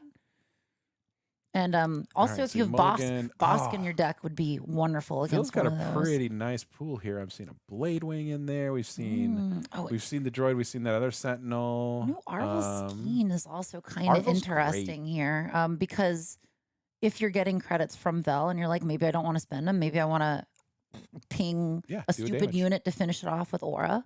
Like, that's maybe not the worst thing in the world. No, So- that does not feel bad at all. So yeah, that is pretty useful. And he swings for 4. Like, it could be, oh geez, here we go again. we got the X-wing, uncontested X-wing. So Aura knows at this point what's going to happen if Vel is able to have an unchecked X-wing. Like, all the stupid droid sentinels in the world aren't going to matter if you've got a roided up space unit. Yeah, but I'll tell you what's going to bite Joey come Vel flip turn is that Blade Wing. Yep. You know That's what? coming. It might not even go that long. That is true. Yeah, it's very possible. We'll see what else Joey's got, but yeah, he's going to be in a spot. I mean, we do have the advantage. So Aura's going to do what she did last game, swing in immediately with 3/2, get 3 damage, give it a -2. Yep. So he's only getting 1 out of turn 1. Joey has to get that Canyon front runner off the board. Yes, 'Cause, and yeah. we saw in the game that we did that we casted last round that someone got one of these with initiative, and it completely shut down a Leppy lookout. Yep. And like you got to answer it. Like Joey has to get rid of that. Yeah, and the problem with Vel is Vel tends to dirtle and doesn't get initiative a lot. If you're going to be doing her upgrading, you're usually going to be second to play, which means he's going to get that -2 most games. Yep. So now we're sitting at Aura. I don't know what Aura's thinking about. Aura's got 1 resource left. I'm wondering if Oh no, Aura hasn't played anything yet. Yeah. So Aura's thinking about if they want to drop their Arville, I'm sure, or what was the other option? Oh, looked the like droid. Bosk. Oh yeah, it's hard to. But You I don't want to wouldn't drop put the droid. Yeah, You've got like, a saboteur. That's not going to take care of it. I mean, you could Aura it to kill it if it swung into the Sentinel, just Yeah. to say I'm clearing the board. But I think Joey would probably just say, I'm just doing 4 to base. Racing you is going to work. That's the thing is, yeah, Joey's gonna throw an upgrade on that, and then it's a 3/4 with raid 2, so it's swinging for 5 into base, and you can't stop it with your Sentinel. So yeah, that is an issue. He's gonna need to get that off the board. So that's I think what Phil is thinking about right now is like, what do I do? Yep, he just claims. Oh, yeah, that's Not- interesting. I mean, it makes sense because you can immediately get that 3 swing in Mm-hmm. and kill it. Well, not kill it now, but it's still gonna only be a 1/4 at that point. Yeah, which I would probably go after the Kage Elite if I was in Philip's shoes right now. Yeah, Philip swings into it, then it forces Joey to give me a credit to put an experience on it, or it dies. Yep. And Philip can play the Blade Wing this turn if he wants to. That is also true. He's got the Blade Wing available because of those credits that Vel is given. Mm-hmm. Forgot the -2 on the X-Wing. They did. Do you want to, David, you want to go tell him it should be 1 damage on Phil's base? Yeah, should be 1, not 3. Thank you so much, Thank you. Moy, keeping Good us honest catch. here in chat. Yeah, appreciate it, Moy. That's a good catch. You should be here judging this event. Let's get those judges out of here. They No, got it I there. know them both. I play actually with one of the judges, and he's a real fun dude. No, I want to actually shout out just the judges, the staff, the team here doing commentary. Like, we got a great team here. I always like to emphasize Portland is such a great SWU city. We just have so many players, and it's so many friendly players. Everybody gets along very well. Everybody's very welcoming for new players and really tries to encourage people to play. Like, I love the community we have around this game here. Yep, it's really cool, especially like when you see people that if you're out at like Galactics or like a Sectors and you're just like, oh, there's still Portland people out here. Yeah. And Speaking of which, y'all, Galactics is coming up pretty soon. So if anybody here is from outside of the PDX area, a lot of us are going to be representing in Vegas. So make sure to say hi if you see us there. Yeah, that'll be fun. I still don't know if I'm going to make it. I'm kind of waiting on, I might have to be on a work trip that same week, and I'm not going to, in the start of that week, and I'm not going to go straight from DC there. That would just be exhausting. Oh, that sounds awful. Yeah, I'm in DC from Monday through Wednesday if I go, and I'm like, that what does not sound fun to go straight to Galactics from. So that's too much travel. We'll see. I should know for sure, hopefully in this next month, and then decide if I don't go, I'll probably be going to Galactics, which should be a great time. I had a lot of fun at Galactics last time. See that? Oh, that's a good play from Phil. That gets that 1 damage. So now, once again, 1 damage is going to kill it. So that means Aura can now take care of that Kage Elite. He's going to, take the Arvel off the board. DC's the writing on the wall. He's just like, that's dead anyway. I may as well get some use out of my unit. Yeah, you need the Arvel gone. That's your biggest issue there. You do not want her using those credits to start just pinging. Because Vel is going to continue to feed Arvel. Yep. And the cool thing about this, too, is that Philip used the epic action to do that. So now Philip doesn't have that flexibility later on. That's nice to kill switch. Yes. Yeah. God, that card's And good. Rodan, that's pretty good. So that'll get a credit for Vel potentially if needed. It's not really essential, but it's still a 2/3. It's a body, and a body that can be made bigger. Yep.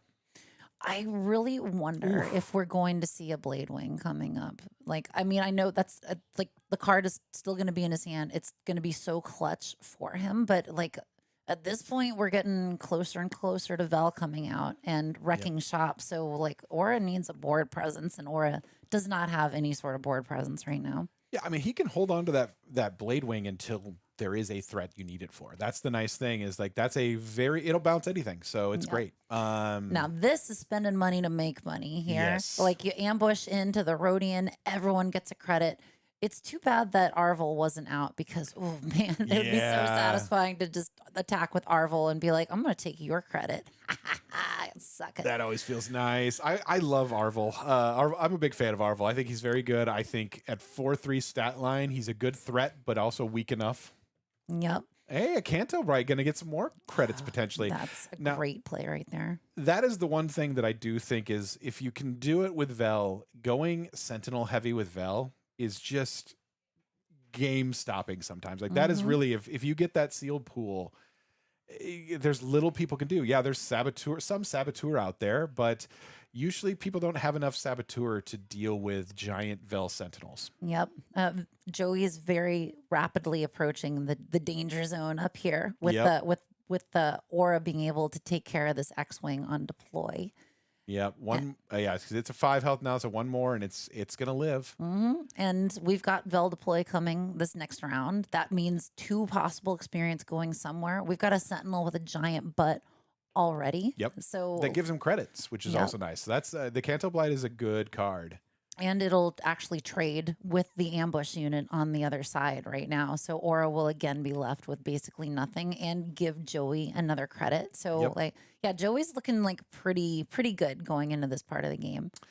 But that's rough because that's an nice. ambush and it's going to live. Yes. That's the biggest thing is it survives and leaves Aura with another good threat that Vel might need to deal with. I mean, he's still pushing a fair bit of damage, and Vel is a dangerous threat when she flips. 1 more credit, and he'll have enough to play the Blade Wing from hand, I believe. Oh, jeez. So, you know, like it's still a viable threat in case Joey wants to get greedy and juice up that X-Wing in preparation for which he's swinging doing. more. And yeah, I think. I mean, he's also got a nothing left to fear in hands. But no, I think he's. Do it.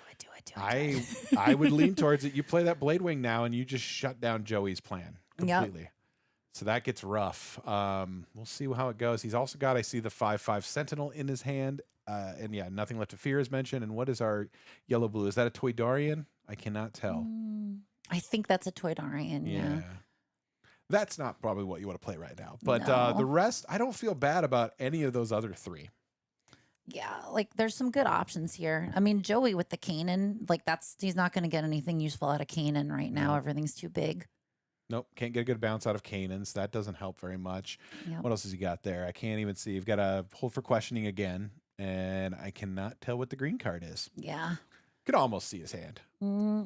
This is like, it looks like Philip is really agonizing over this decision here because it's like he has a few options. It's a tough choice. Like, I mean, the nothing left to fear on the guild is probably one thing he's thinking about because I think, hey, nothing left to fear is the same arena, right? No, so you it's can different kill the arenas, so yeah. X-Wing and then you can swing into Vel. Vel deploys, and because Yeah. Vel's only got only a 7, but and that's going to be enough. Yeah. Okay, Blade Wing. We went Blade Wing. Went with the Blade Wing, though. That also is perfectly viable. I think, I could see either choice being acceptable. That does give him a spot where now if you play that's back, I'm just going to kill it and survive. Mm-hmm. So are we going into Vel? Going into Vel Are we or going stopping the Vel train here? Yeah. Going into base, Yeah, looks I don't like. think Aura can defeat leaders. It's a non-leader unit that's 5 or less, with 5 or less health for Aura. Yep. So yeah, not quite there, but yeah, that Blade Wing, I think I would lean the right call. I think that is it because you're keeping your threats out. Ghost is a threat. Yeah, so that's a shield and an experience on Vel. Yep, that is And on itself. That is it. That was the green yellow. That's a good Yikes. card. Oh man, what a play. Yeah, because that just shuts down your nothing left to fear. Also, Yep. Aura does get rid of the ghost. Yep. Aura does not get rid of the ghost. Yep. Immediately give it the +1, so it's out of Yep. Aura range. Now, you swing the Blade Wing in, you can't get it into Aura range. Yep. Nothing left to fear just pops a shield. No, I think it defeats it, right? Can we get nothing left to fear up on the pull screen? Nothing Left to Fear. I'm trying to remember because I don't play it heavily myself, but I believe it's just does damage. No, it's it's defeat. It is defeat. With less okay. with power equal to or less. So it's at 6, so you could still play it on one of your ambush dudes. Yeah, it could still get the ghost. Which might not be a bad idea. That saves 6 damage coming to base, but you still have Vel's shenanigans, and gosh, she's shielded with an experience. Yeah, Oh my gosh. Vel's gonna get gross quickly. So Philip has to get an answer for Vel soon because Vel's gonna do a lot of damage to base. Like that's 5 this turn. Maybe 6 this turn. Yeah, and like once you get to this point in the game, I don't think you feel as bad about giving the other person credits. It's like, whatever, dude. Like, I don't care. Have them. Yeah, at this point in time, the credits don't make as huge a difference. Like the Blade Wing play, it was huge, but all right, so he's going to do that, defeat the ghost. That makes sense. You need to clear that off the board. Yeah, I went with the one with slightly more damage. I think that's the right call there, too. Yeah, and that puts Aura at 15 damage showing on board as well. That's a significant swing. And then also Aura, so 18 total in this turn if Joey does not do anything about it. That's an issue. Joey does have all of his resources. He does have all his resources still. And Phil should have tapped 5 or 7, actually, because he's already used the base. So he should be tapped out. So he does have that Joey's got all his resources. Yeah, but Phil's tapped out. But Aura can kill that X-Wing immediately. So if you don't swing with it, it's gonna die. Hold for questioning. That's a good big. card. I mean, even spending 5 for it. Yep. Oh yeah. You don't hate that. You get rid of the Sentinel probably. Django's dangerous, but not as dangerous. Doesn't have an immediate impact. Yeah. I definitely would get rid of the Sentinel and Yeah, be like, hey, buddy, you don't have any resources left. What are you trying to do here? Yeah, you can't get a Sentinel in the way. That's the one you got to take out of the hand there. Wait, no, you can't get rid of the Sentinel because it's, it's not villainous. heroic. It's not villainous. I was thinking villainous. So yeah, that's tough because now you know that's their next turn. So that's going to slow you down. Yeah, thanks, Moy. Keep us on accurate. What am I saying? What am I saying?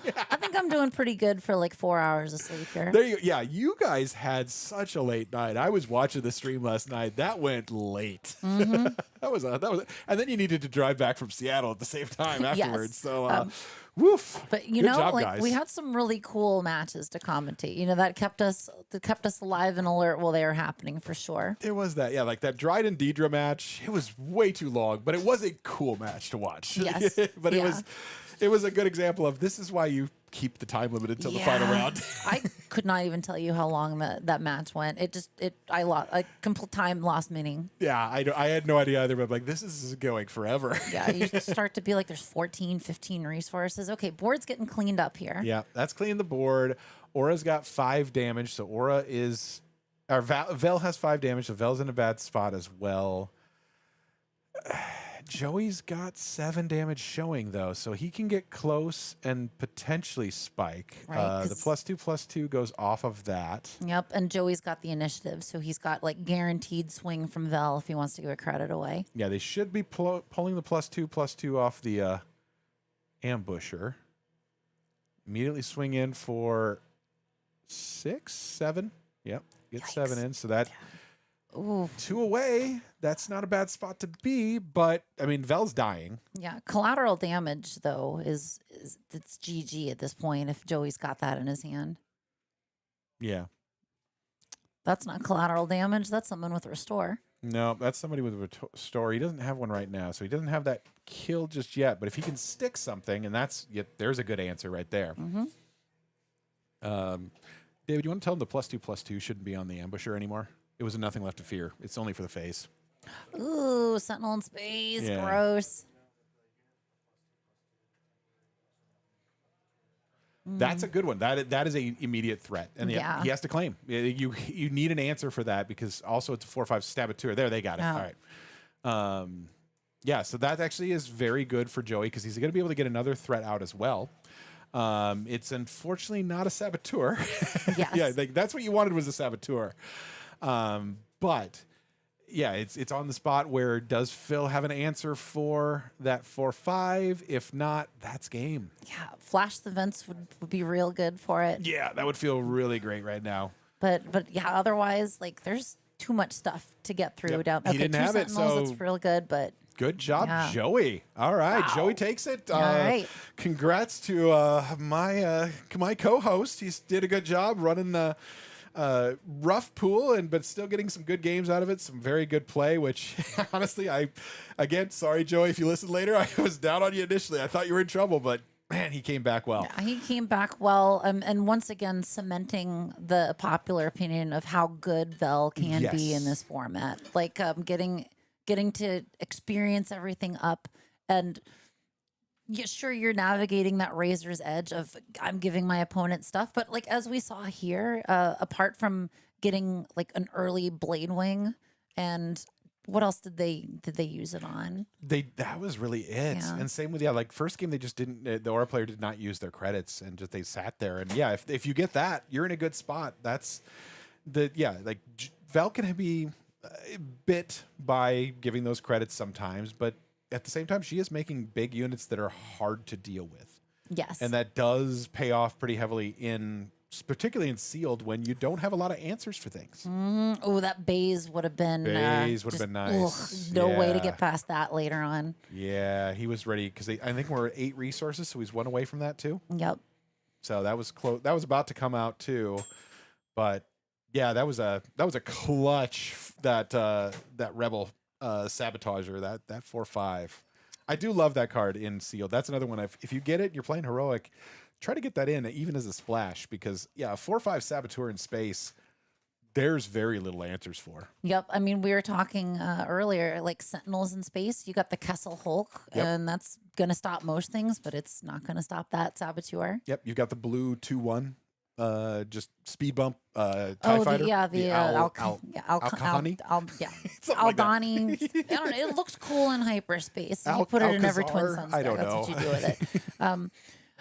Yeah, this Yes, Vel Prince guy Ali. is pretty good. Again, the Vel player Ginger Joey is part of the Hollow Table Games Network, another local content creator group. Make sure to like, follow, subscribe, etc. with some of their stuff. They do deck brews, they do board game content.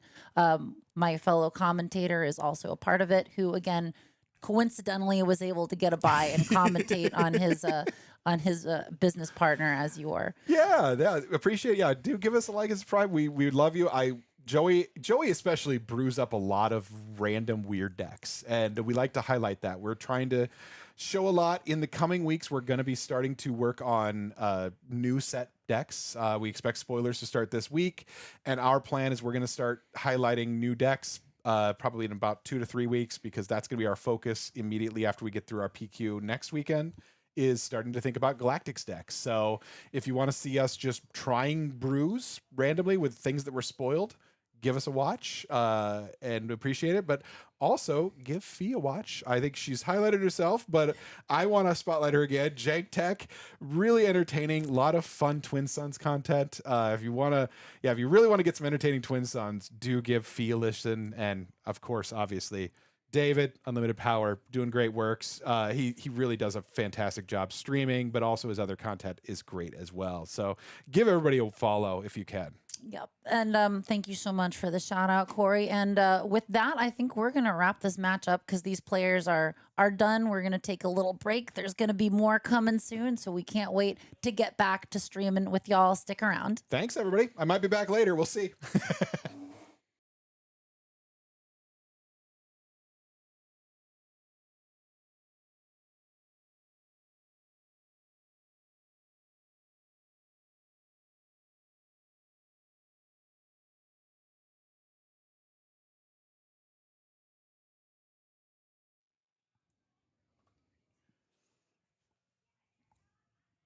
All right, welcome back. Round 3 at Red Castle Games, the sealed PQ for Star Wars Unlimited in Portland, Oregon for a Lawless time.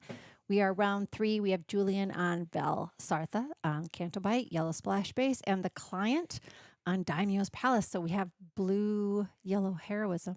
I can't V wait. blue-yellow villainy. It's going to be great. And by the way, y'all, in case you aren't familiar with our voices, I am Metal Marshmallow of Jank Tech fame. I normally do Twin Sons content, but I have been working with Unlimited Power recently to do some commentary, and I am joined here with Madamezola of Nightsisters fame. So we've played a lot of games with each other, so we just also enjoy bouncing stuff back and forth, talking about Star Wars. So we're back here.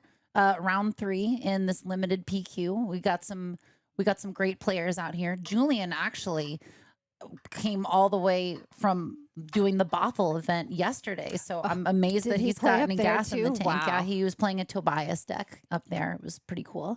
Nice.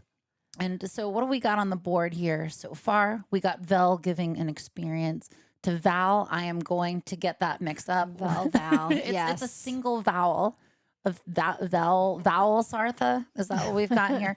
And then we've got the Axe Forget. So sorry, client, your turn 1 play is out of here.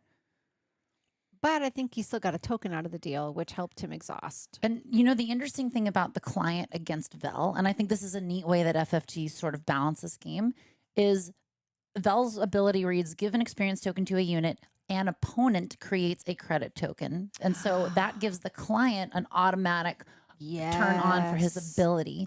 So this is something that Julian's going to have to take into consideration with Kurt, because if Julian doesn't sequence his turn right, then that gives Kurt fodder for immediately exhausting his units. But that's unfortunate because Vel wants to get experience on units before swinging in order to get the most juice for the squeeze. If I'm going to keep using this phrase today, because apparently I want some juice.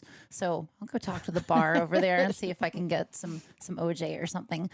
But here we've already got quite a board presence with the client. We've got the shield coming in from the shield technician that you pay extra to get a shield from, which anytime you have shielded units in a client deck, that's a shield token that you're creating that gives you the ability to turn on the client's ability.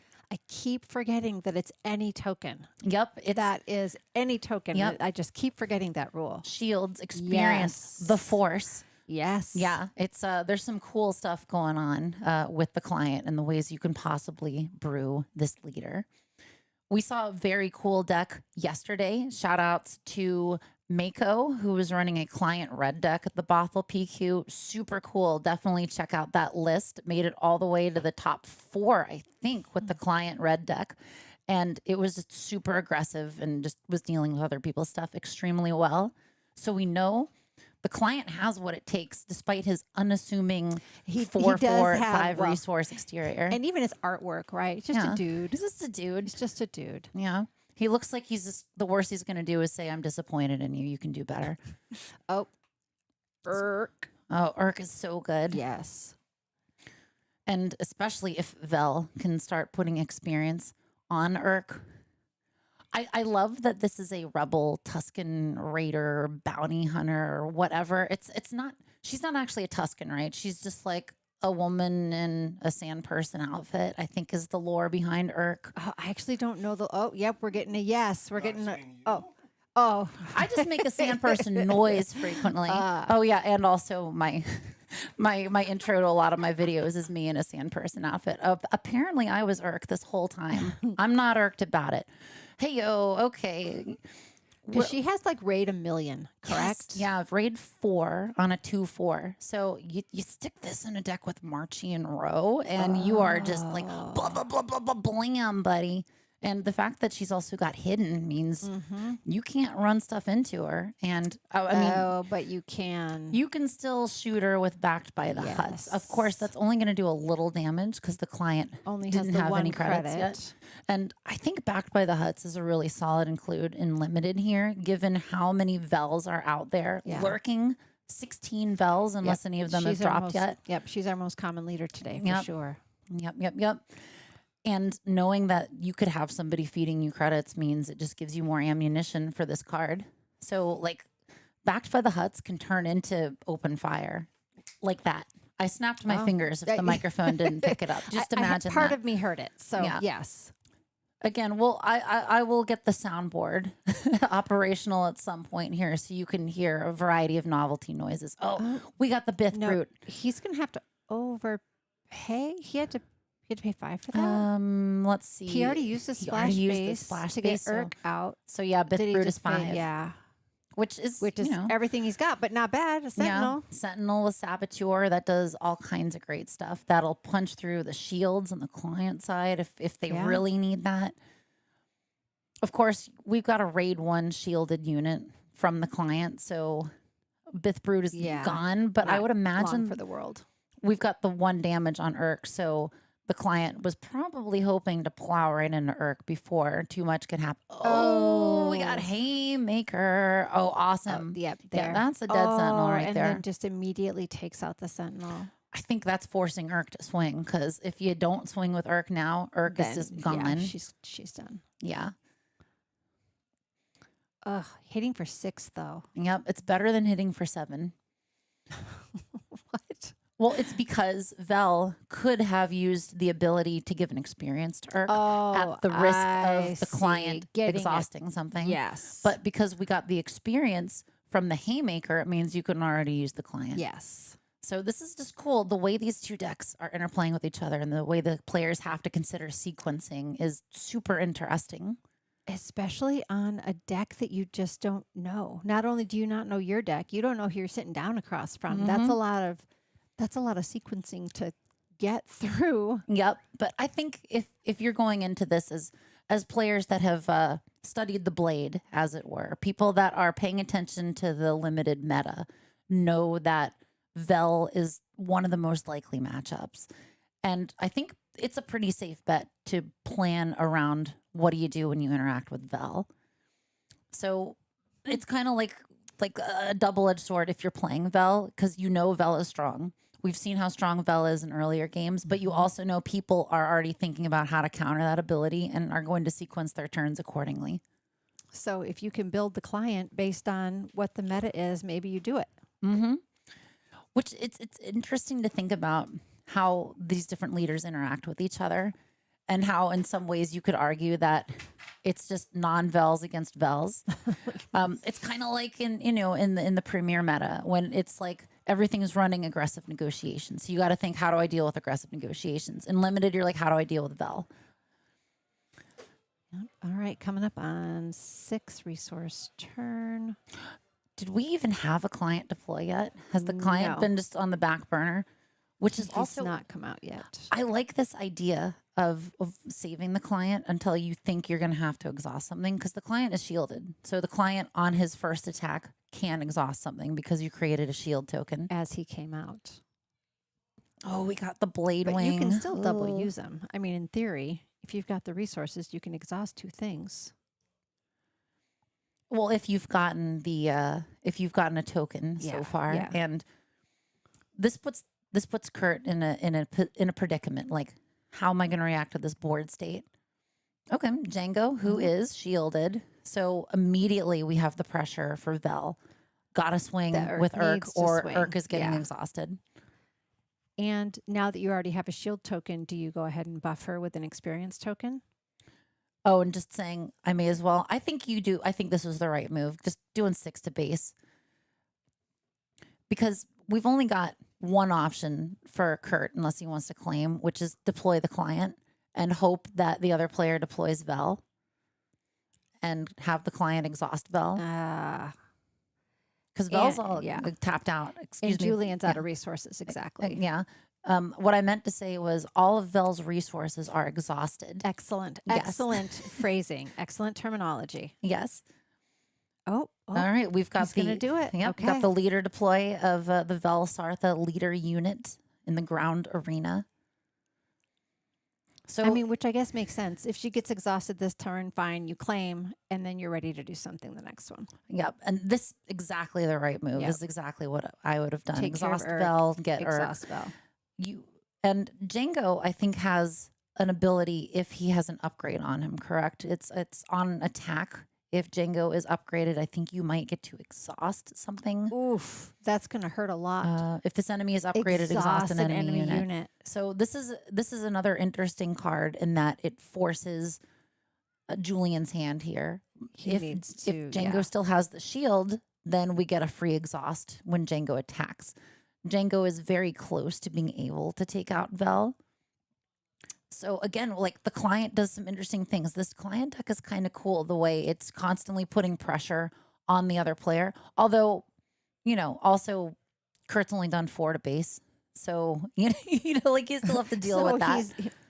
Yeah. Well, and Vel has gotten in some good swings. Exactly. Like it's, as we saw from the last matchup where Ginger Joey was playing Vel doesn't need that many units on the board. You just keep on putting love into the ones that you already have and cultivating them and experiencing them on up. And after a while, you can be like, I don't care if you have credits. I'm just going to be strong enough to stomp over everything. Just go directly to base with just ever increasing amounts of damage every single turn. And do you think you care more or less in limited about giving those about giving those credit tokens? I think early game, you have to be very considerate of what you think your opponent is going to do. I don't think it's bad to be a bit parsimonious with your credit giving away. Because if somebody can play something like a turn ahead, you're playing a 3 resource card, they're playing a 4 resource card. Like that's super impactful.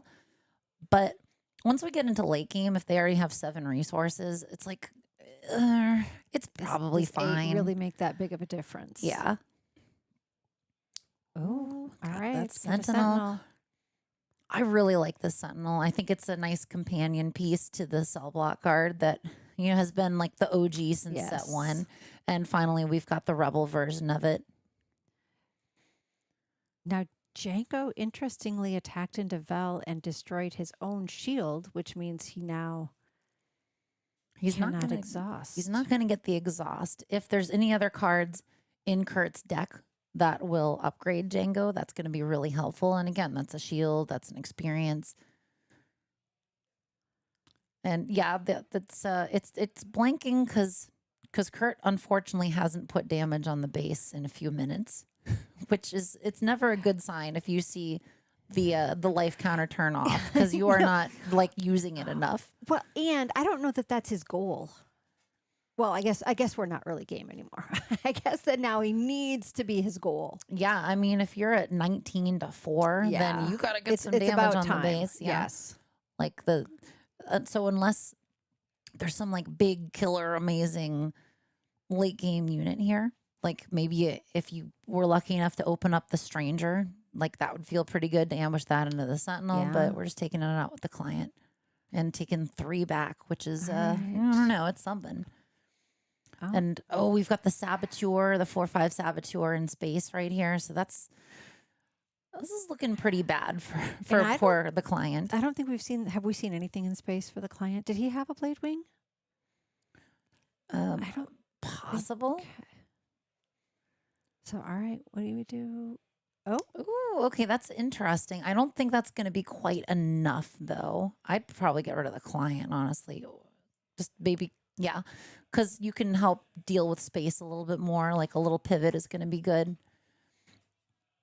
And maybe if you've got something else to help you deal with the other space unit, then maybe you can mop up Vel a little bit later on.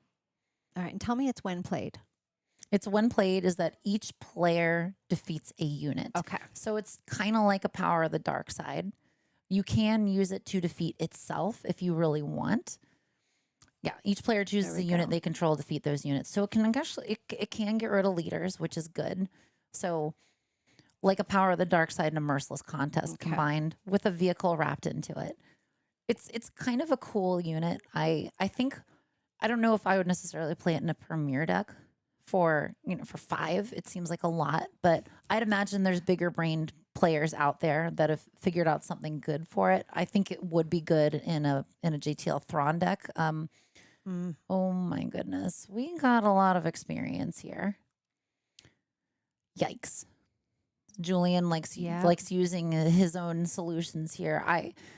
I also like using the cards personally, but for those of you watching at home or on the go on your mobile device, those are 2 experience tokens on the Velsartha leader unit, 1 shield token on the Velsartha leader unit, and 1 experience token on the Rebel blockade runner in space. Well, not anymore. That's got nothing on it because it's lost and forgotten, and baby. a little bit of restore. Yeah, the ghost giving the shield and the experience and stuff, so good. Lost and Forgotten is such a good piece of removal here. Yep. And we saw this actually. Like, this card's not just good as removal in sealed; it's just good in general. Yeah. I feel like the ghost. We were talking earlier about cards that I think about building around. I actually kind of feel like the ghost is one of them. It's such a clutch card to play. It's Shadow of Stygian Prime. Oh my gosh. This was speaking of the client deck that was played at the PQ yesterday, Shadow of Stygian Prime was a critical card for the success of that deck. So it's an upgrade. You attach it to a non-leader unit, attached unit can't ready, and it gains when the regroup phase starts, deal 2 damage to your base. And the fun thing about this is we watched the client player yesterday play this on the only ship a Boba player had to deploy on before the deployment and forced Boba Fett to be on the ground. It was awesome. It was such a cool move. We're seeing in chat, are there any deck lists from this tournament? Are you talking about the Bothell PQ from yesterday, or do you mean people's deck lists from the sealed event today? I think also the client should get extra credit for playing a hyperspace version of the Governor Shuttle. Yeah, obviously. Yeah. I think that looks better with the color adjust there. Yeah. And, I'm mad if I'm Vel now, dude. Now I got to literally kill my own dude. Or pop off the upgrade, but there is not. Is there any upgrade removal in this set? I feel like I've already asked you that once. I don't know that there's a way to pop off an upgrade in here. Actually, the one that would get rid of Shadow of Stygian Prime is if they played it's like the overcharged shuttle or the overclocked shuttle. It's a 4-cost red space unit that's only aggression that defeats an upgrade attached to a space unit. So that would do it. Yeah. Overcharged transport. Oh, yep.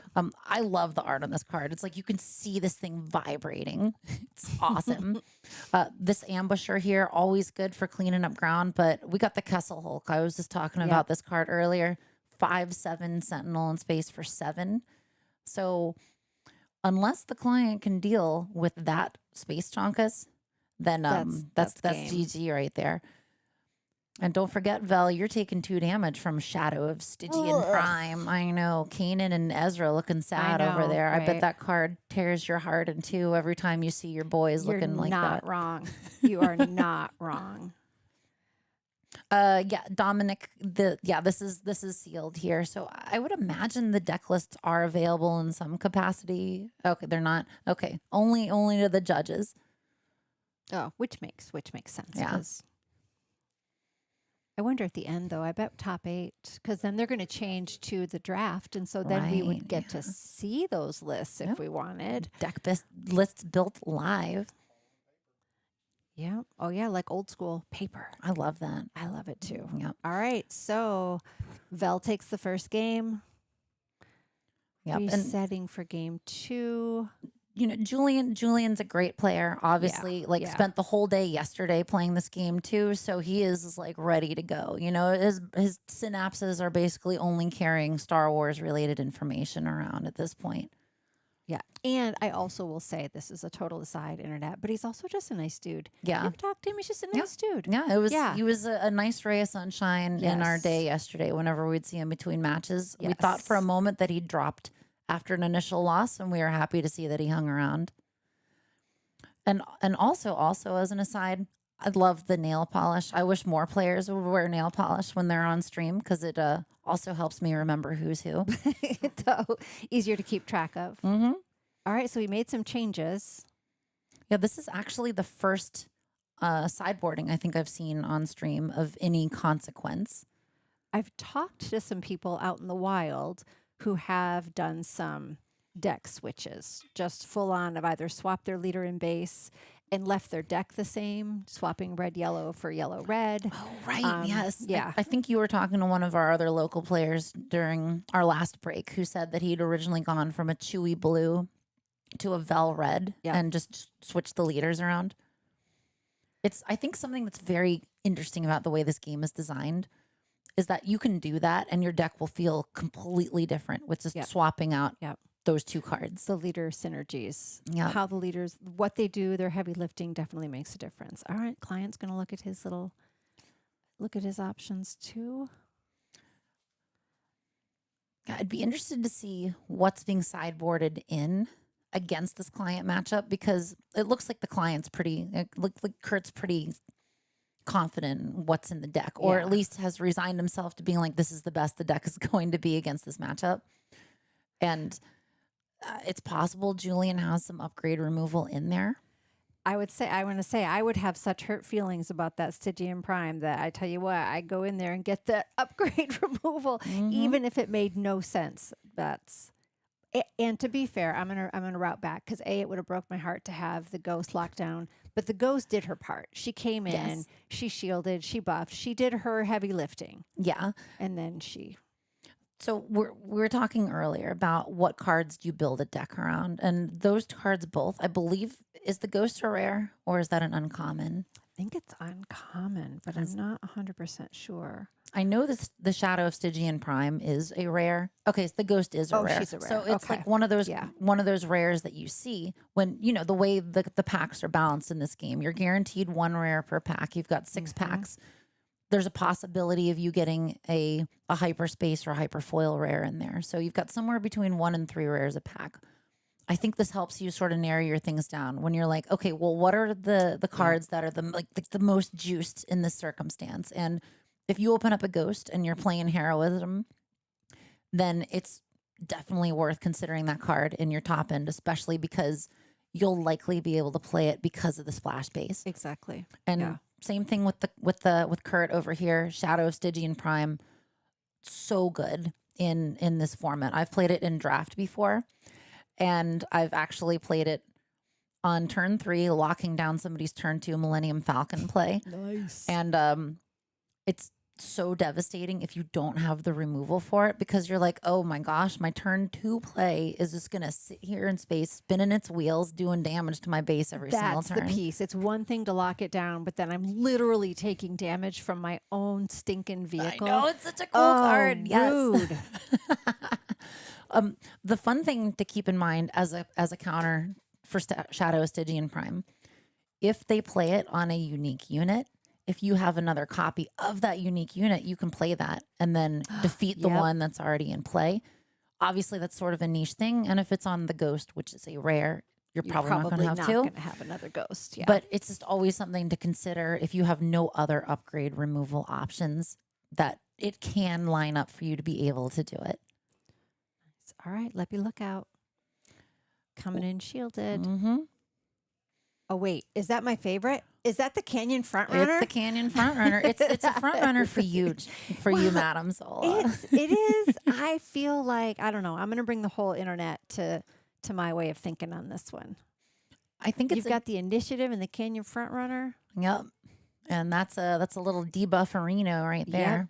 Little craft So you cheese just and keep yourself debufferoni. alive. Oh wait, oh no, oh my That's a gosh. credit, yeah. Oh, I thought it was Canyon Frontrunner v Canyon Frontrunner, and I was going to get real excited, but that's not. That's a okay.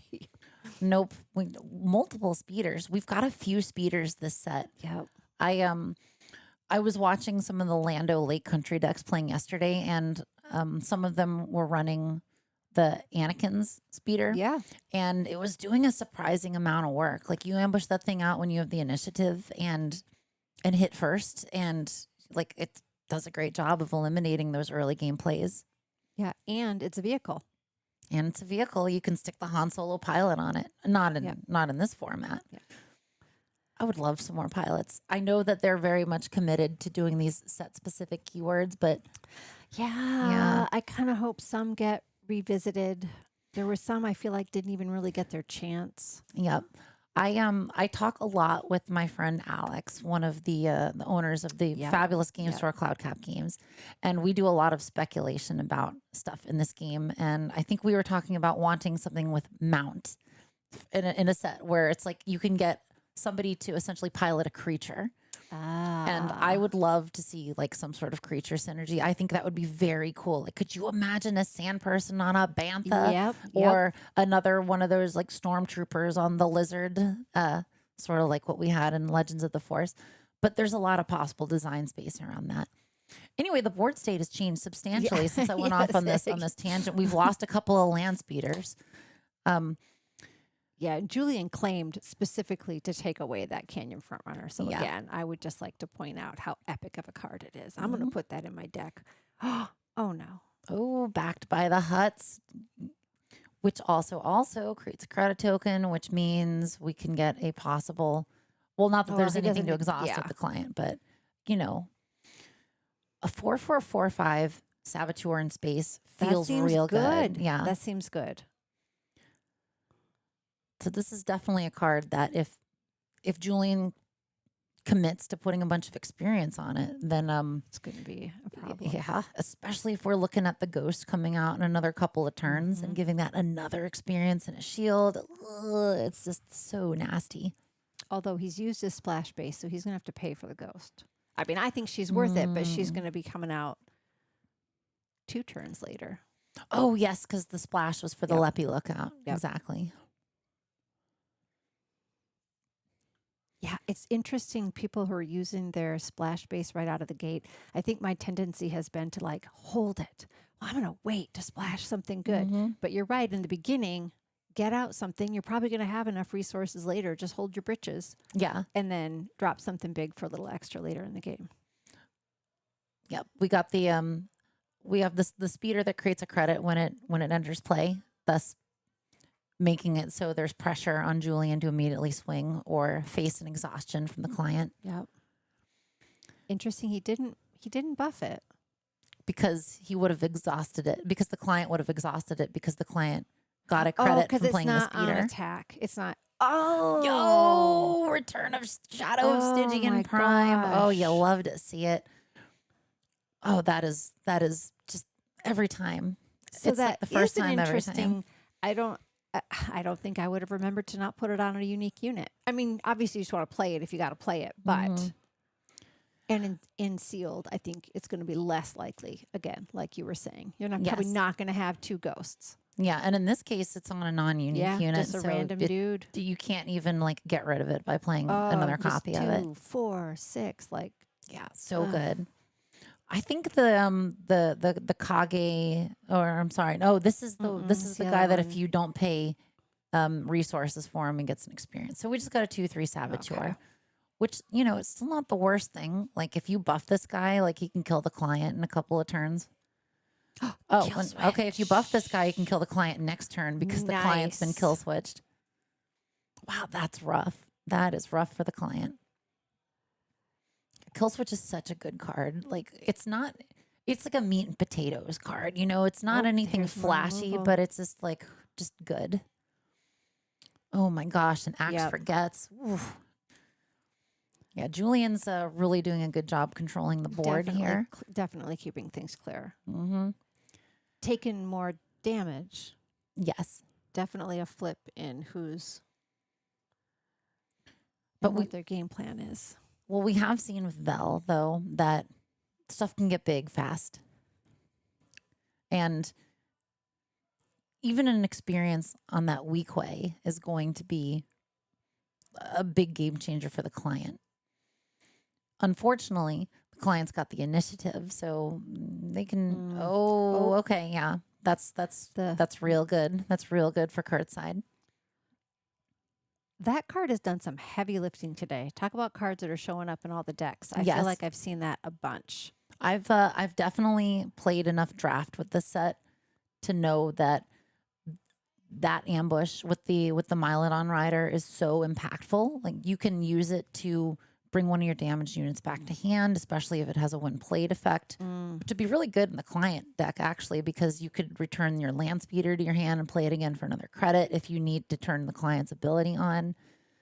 And also it hits for 5 and has a 6 size butt. So like this does a lot of stuff that you want at this point in the game. Yeah, absolutely. So for a common, this is absolutely a like you see this, you feel good about putting it in a yellow deck in sealed here. Are those the dudes that were underground chasing baby Boba when he was on the plane or on the train? Is that what that creature is? Yeah, I think it is. There you go. I don't know the lore as well. I'm so sorry. I can't remember who they're there. Ventress is there though, right? It's just the time that okay. Yes. Yes. Ooh. Yes. Love and a then I won't heist. spoil the ending because there is a little bit of just a little twist there. I'm sure there's other people besides me that haven't seen all the shows. Yes. So we're gonna save the spoiler. Yeah. I have my guilt about not watching enough Star Wars content. I'm sorry, y'all. I do love Star Wars. I've just been reading Dungeon Crawler Carl on repeat recently, and it's just so incredibly good.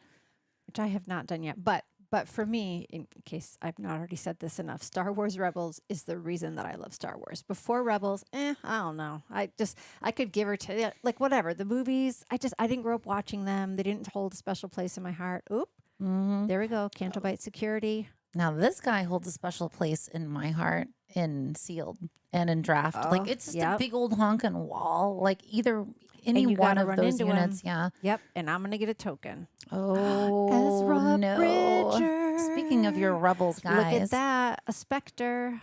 Yep. Oh, and pointing out that we do in fact have Yes. a cunning unit there in space, even though it is, completely not doing anything because of the shadow of Stygian Prime. You know, Ezra goes from 0 to hero. Here we got sad Yep. Ezra and I don't know, confident All Ezra. right. Do you take out the client or do you where did they put the 4 damage?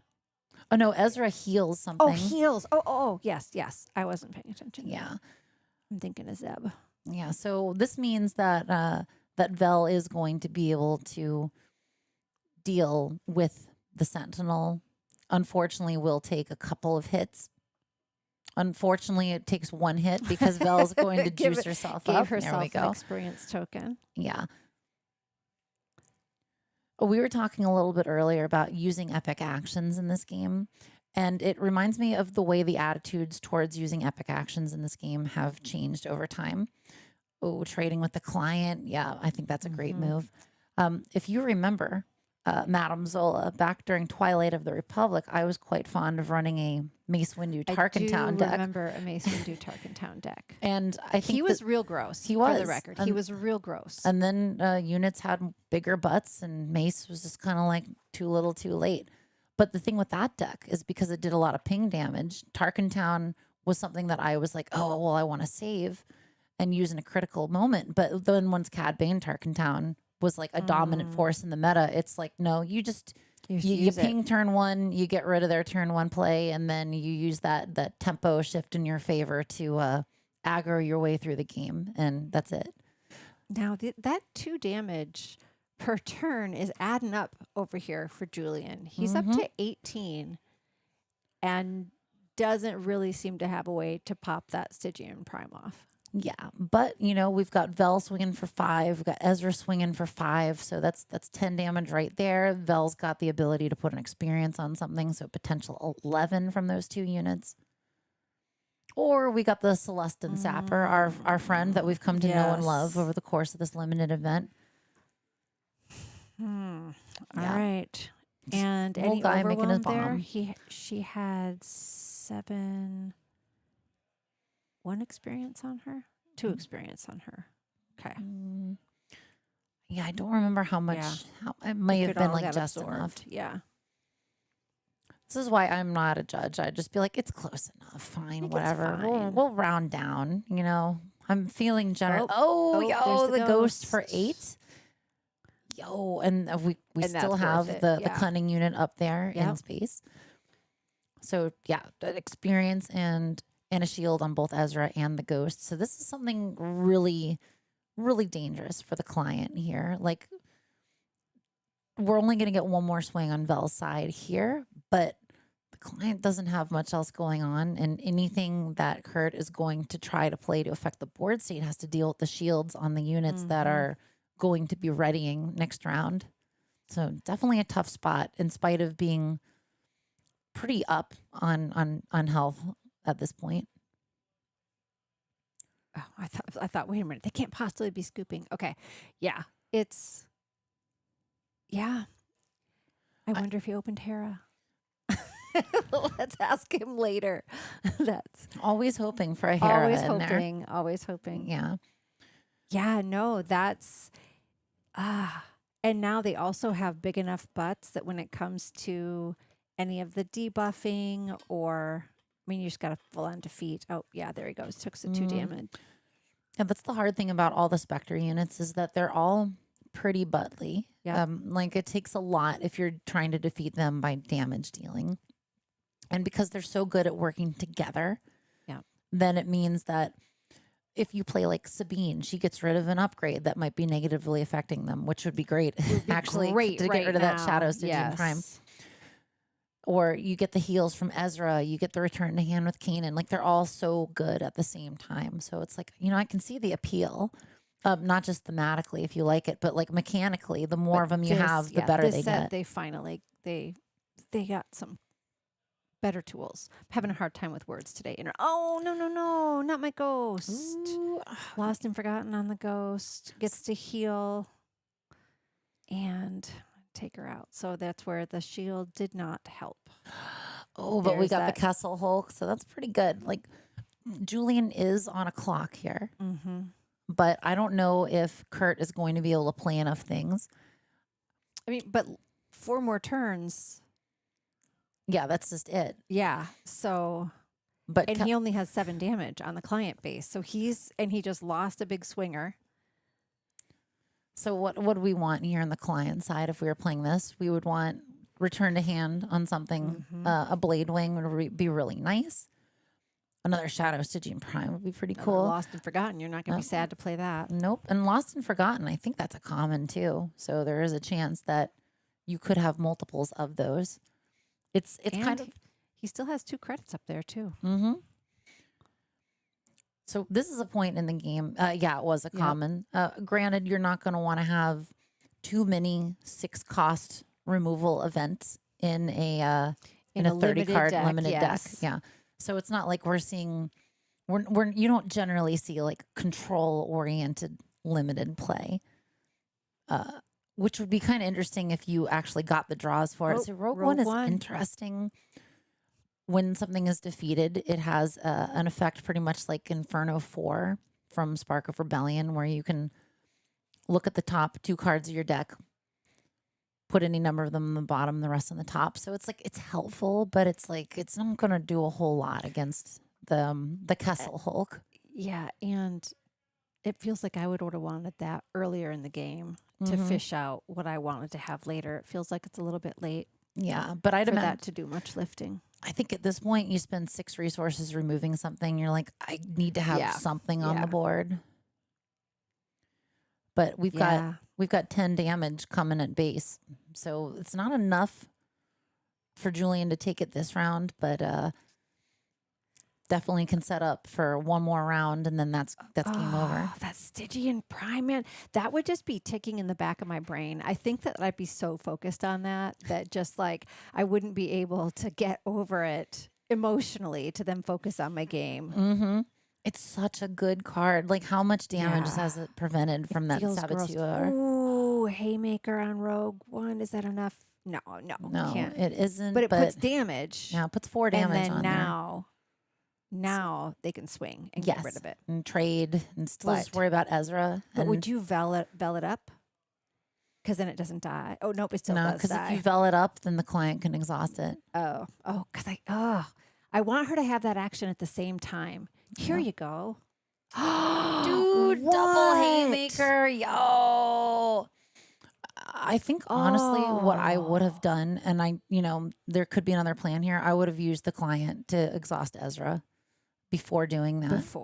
Because it had already swung. Yeah. Yeah. I mean, there is a chance that Vel is paying for a Haymaker out of aspect and could do it, but... 5. Nope. Because we got 5 damage swing from Rogue. Wow, what a game. Like, clawing it back from Julian. Holy moly. But they're going to have to play quick because they got 15 minutes left, because that second game was real long. That was a cool one. I think Shadow of Stygian Prime absolutely clutched there. Definitely. I just don't like the ones that also make me feel bad. I don't mind losing. I don't want to feel bad. I don't want to feel bad about how it happened. But I mean, what happened there at Stygian Prime? Okay, valid. All right, yeah, no, it wasn't any fun. But doesn't he battle an Inquisitor? Is that the Stygian Prime where they're up against the Inquisitor? Yeah. Yeah. So not good things, but. All right, so nobody looks like they're going to sideboard. They've made their choices. Mm-hmm. Moving fast. Yeah, I mean, both players are just like, we got to get this done. Do it. Like, you're going to start to see people finishing their games around you, hearing the hubbub of conversation, the smell of tacos in the air. Yeah. Yep. Yeah, and I mean, I do like that it's no longer double loss for draw. Oh, it's just a draw. Yeah. Nice. You can tell how serious I am with these kinds of events. The problem for me is that, like, I know it's now just a draw, but I do not understand matching math. I don't understand. I mean, I know Melee just does everything now, but there are people who know in their head how to do the math. Mm-hmm. I assume you're one of them, having done. I don't care that much. Okay, no, I'm just right. like, I'm here for the vibes, man. All right. Yeah, I had the Swiss math. I've never learned that. Yeah, it's I guess if I cared about learning it, I would learn it, but I don't. I'm just like, the machine will put me somewhere. Great first turn. Oh, nice. Oh, so that means the first one awesome. is going to be able to get rid of the second one, though. But honestly, the problem here is that Kurtz is better because it's the hyperspace one. Obviously. Like, I think it's clearly the superior version. Yeah, like, I think it does 50% more damage. These are the rules. Raid 1, restore 1. So, yeah. And with but you don't die. Torpedo art. Yes. Oh, is it really? Yeah. Oh, okay. Nice. It's like he's played the Star Wars trademark Unlimited before. All right. Do we have any updates yet on what artists, or will there still be artists at Galactics this year? Have you heard anything? I have not. Although I can tell you, I will 100% harass Aitor Prieto every single day again if he's there. So if I haven't mentioned it enough, if y'all aren't familiar with my content, Aitor Prieto, one of my favorite artists in this game, probably my favorite artist. He does like all the goopy, weird aliens with weird noses. Board wipe. Yep. And he was at Galactics last year, and I got him to sign cards every single time. He did the artwork on the Jabba the Hutt leader from Shadows of the Galaxy.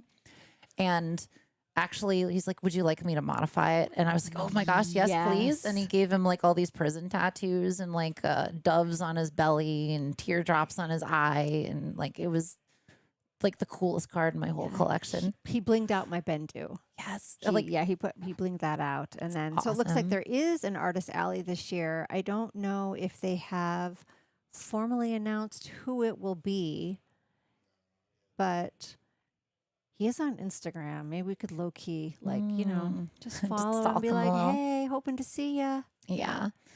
So we've seen a couple of plays hit the board since our board wipe happened. We got Vowel Sartha over here with Vowel. And the unfortunate thing about Vowel is that she gives a shield to another friendly unit when she comes into play, but there weren't any other friendly units on Vowel Sartha's side. We also got the shielded hauler for the client, which is such a good unit. Look at that double shield because of Val there.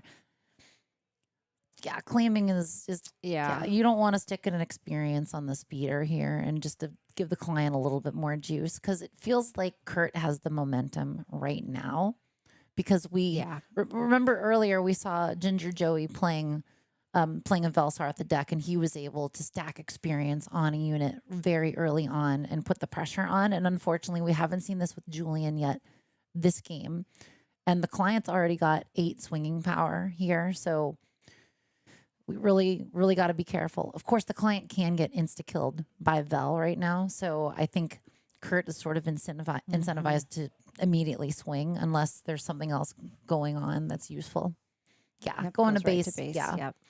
I think prioritizing damage on base instead of saying maybe I can exhaust something if Vel uses her ability and doesn't hit the client. That shielded hauler up there in space, that thing, problem. it's going to be a problem. It's going to be really hard to get rid of. Yeah. Like as a deck that's playing blue, I don't remember if I've seen any lost and forgottens from Julian. I know that he at least has the kill switch, which will make it a little less bad. Takes one hit away and then debuffs it, but it's still a big problem. Yeah, and you're not going to be able to just run into it.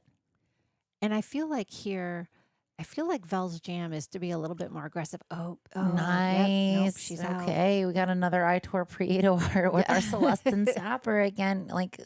Like seriously, you need like an alien dude. Like this guy's got it. He did the Max Rebo legendary unit as well, which is one of my favorite arts from this set.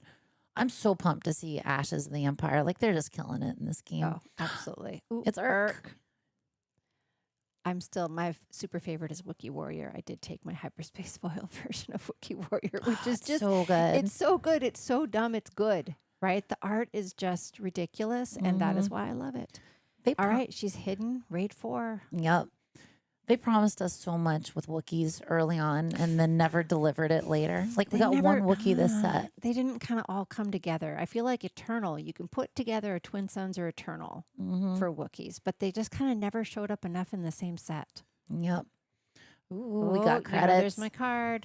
That's not the one, unfortunately. Okay. All right. This is the 2/3, not the 3/2. The pod thingy. Fine. I think this is a good card in a client deck. It's like a great include in there.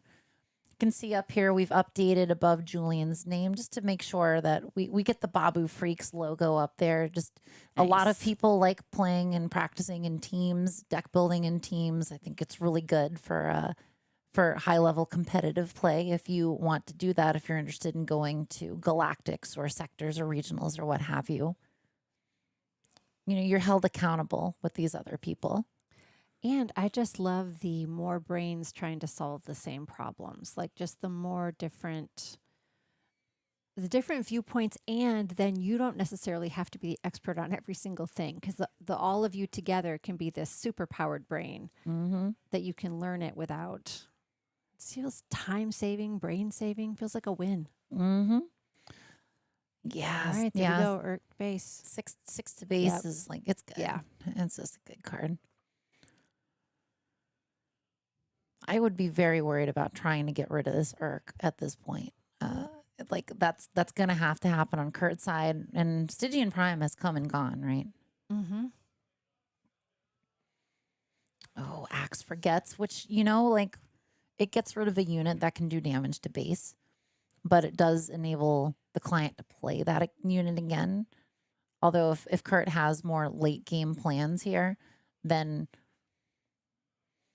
it's probably just going to stay in the hand and be a resource. Plus, that keeps, I mean, there wasn't much that wouldn't have killed his Urk anyway, Mhm. but it makes her harder to get rid of. Yeah.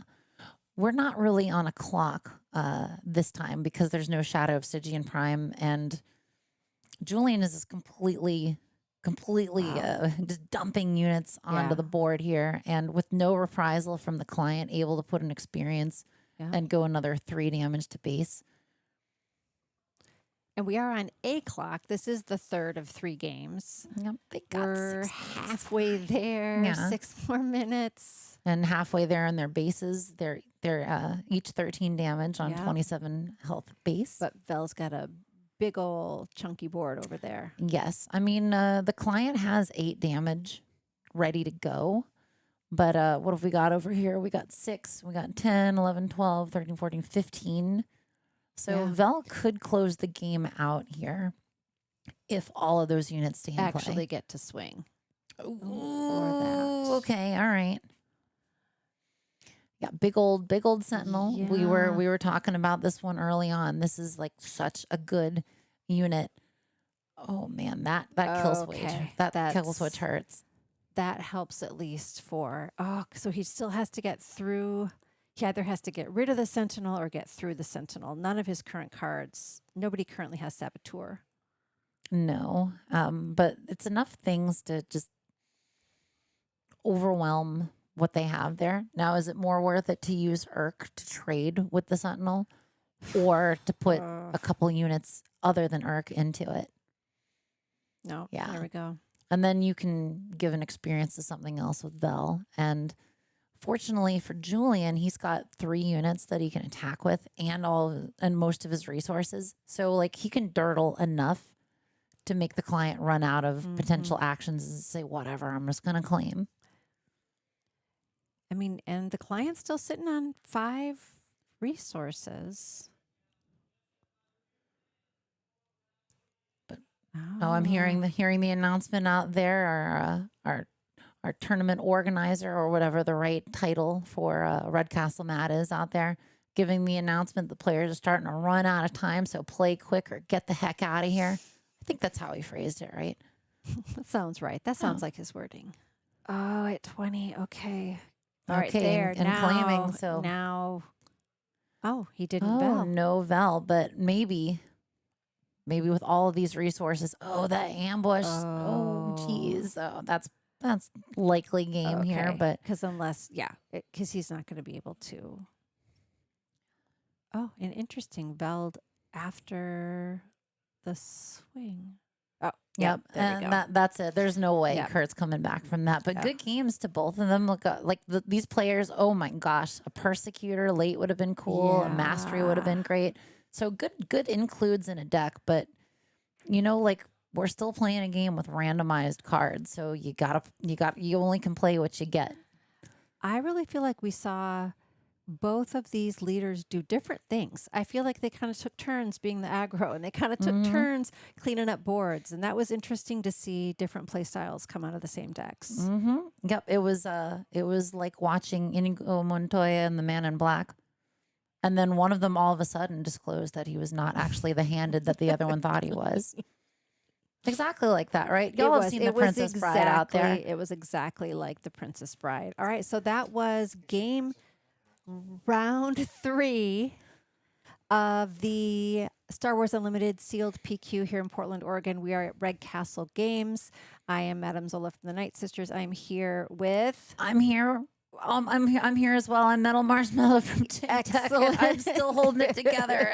Excellent. I think we're going to take a little break while we have some lunch, and I think lunch break is 30 minutes. So hang around. Why don't you go take a little lunch break, get some snacks, and we'll meet you back in about 30 minutes.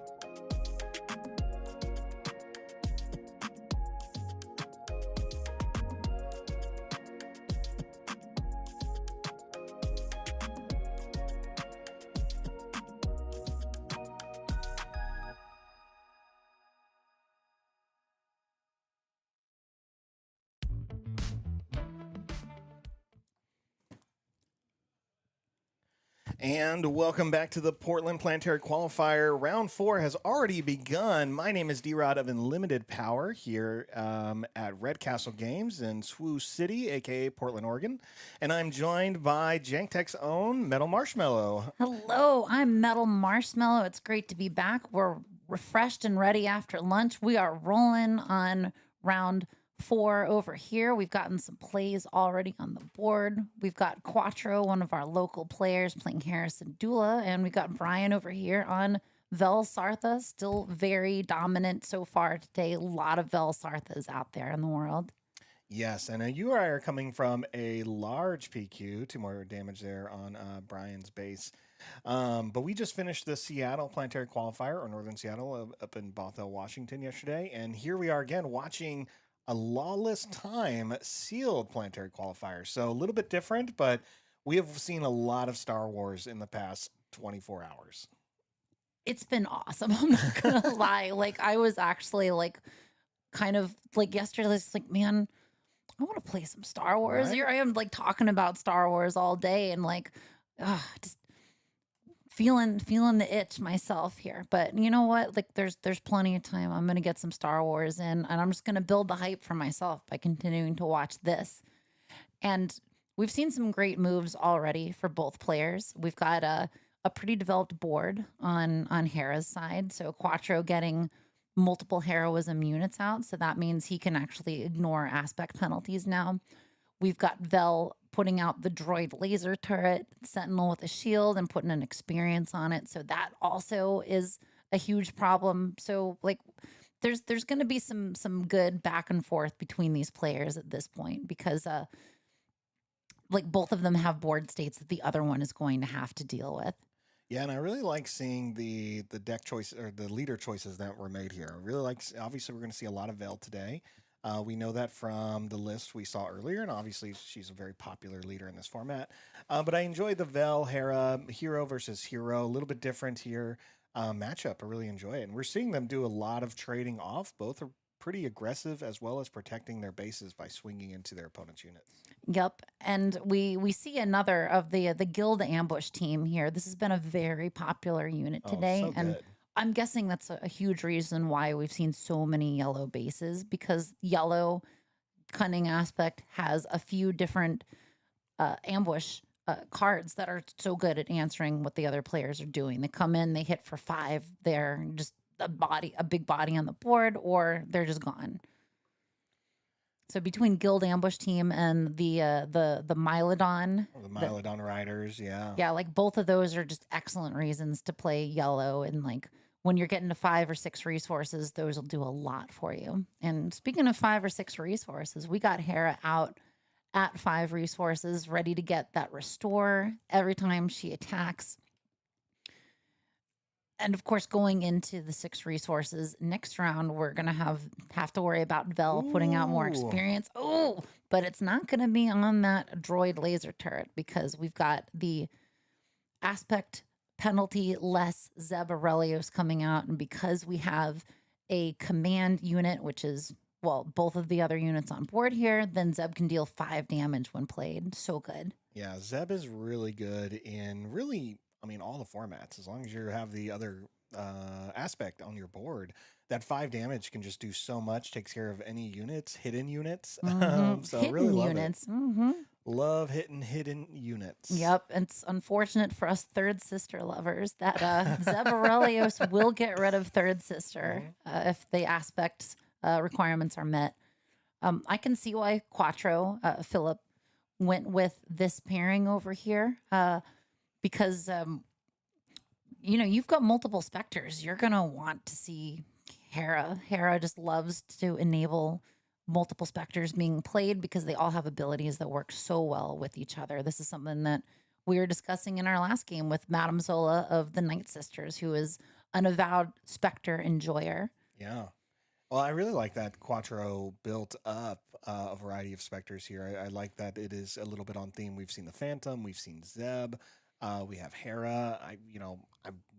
It's in limited. You don't see the full deck list, just the way it's done, and we didn't grab the list that gets filled out about what they could play and chose to play. So it's a little bit different because it's all physical. But I'm really hoping to be surprised with maybe a ghost or a Kanan or something else that's fun here.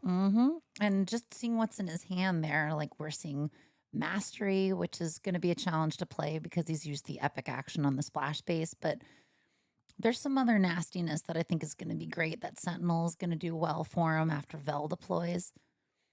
I really like the inclusion of the Phantom in a Hera deck too. That's very good at immediately turning on Hera's ability and making sure that you can immediately play a second heroism unit when you play the Phantom to say, okay, well, now I can start ignoring aspects. And thanks to Quattro's board presence early on, he's managed to get Brian halfway down.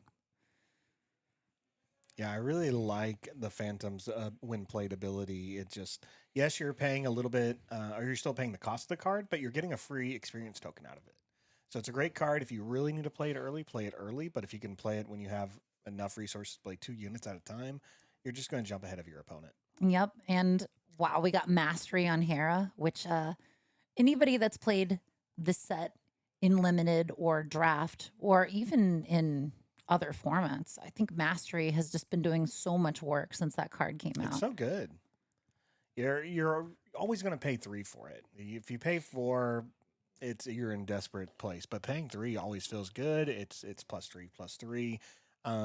It's as good as like a lot of the stronger lightsabers that have some restrictions.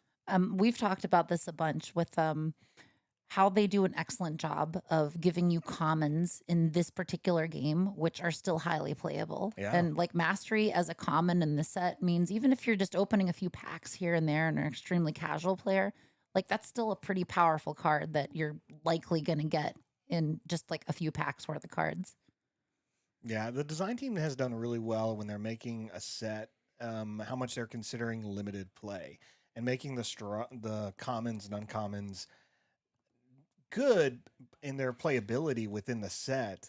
But obviously they may not take over, a whole meta shift, right? We're not going to see a whole set come out where it's just like this common replaced X and X and X, and this uncommon replaced these things. We won't see something like that, a complete overhaul. But when you get into the set, you really do realize, wow, a lot of these cards are really strong in this limited format. Exactly. Like you're going to see lots of people playing Kill Switch. You're going to see lots of people playing Lost and Forgotten. These are commons that do so much work. Yeah, I mean, I feel like those are 2 great cards I'd put into a meta deck. Maybe not Kill Switch too much, but it does solve a lot of problems. Yes. But you think of, as we were talking about, like the Mylodin Rider. Like, you're not going to see that in a... we didn't see that yesterday in a whole Premier tournament at all. Nope. We saw some Guild Ambush team, and that made sense, but no one wants to pay as much as you'd pay for the Mylodin Rider, where there were just better options.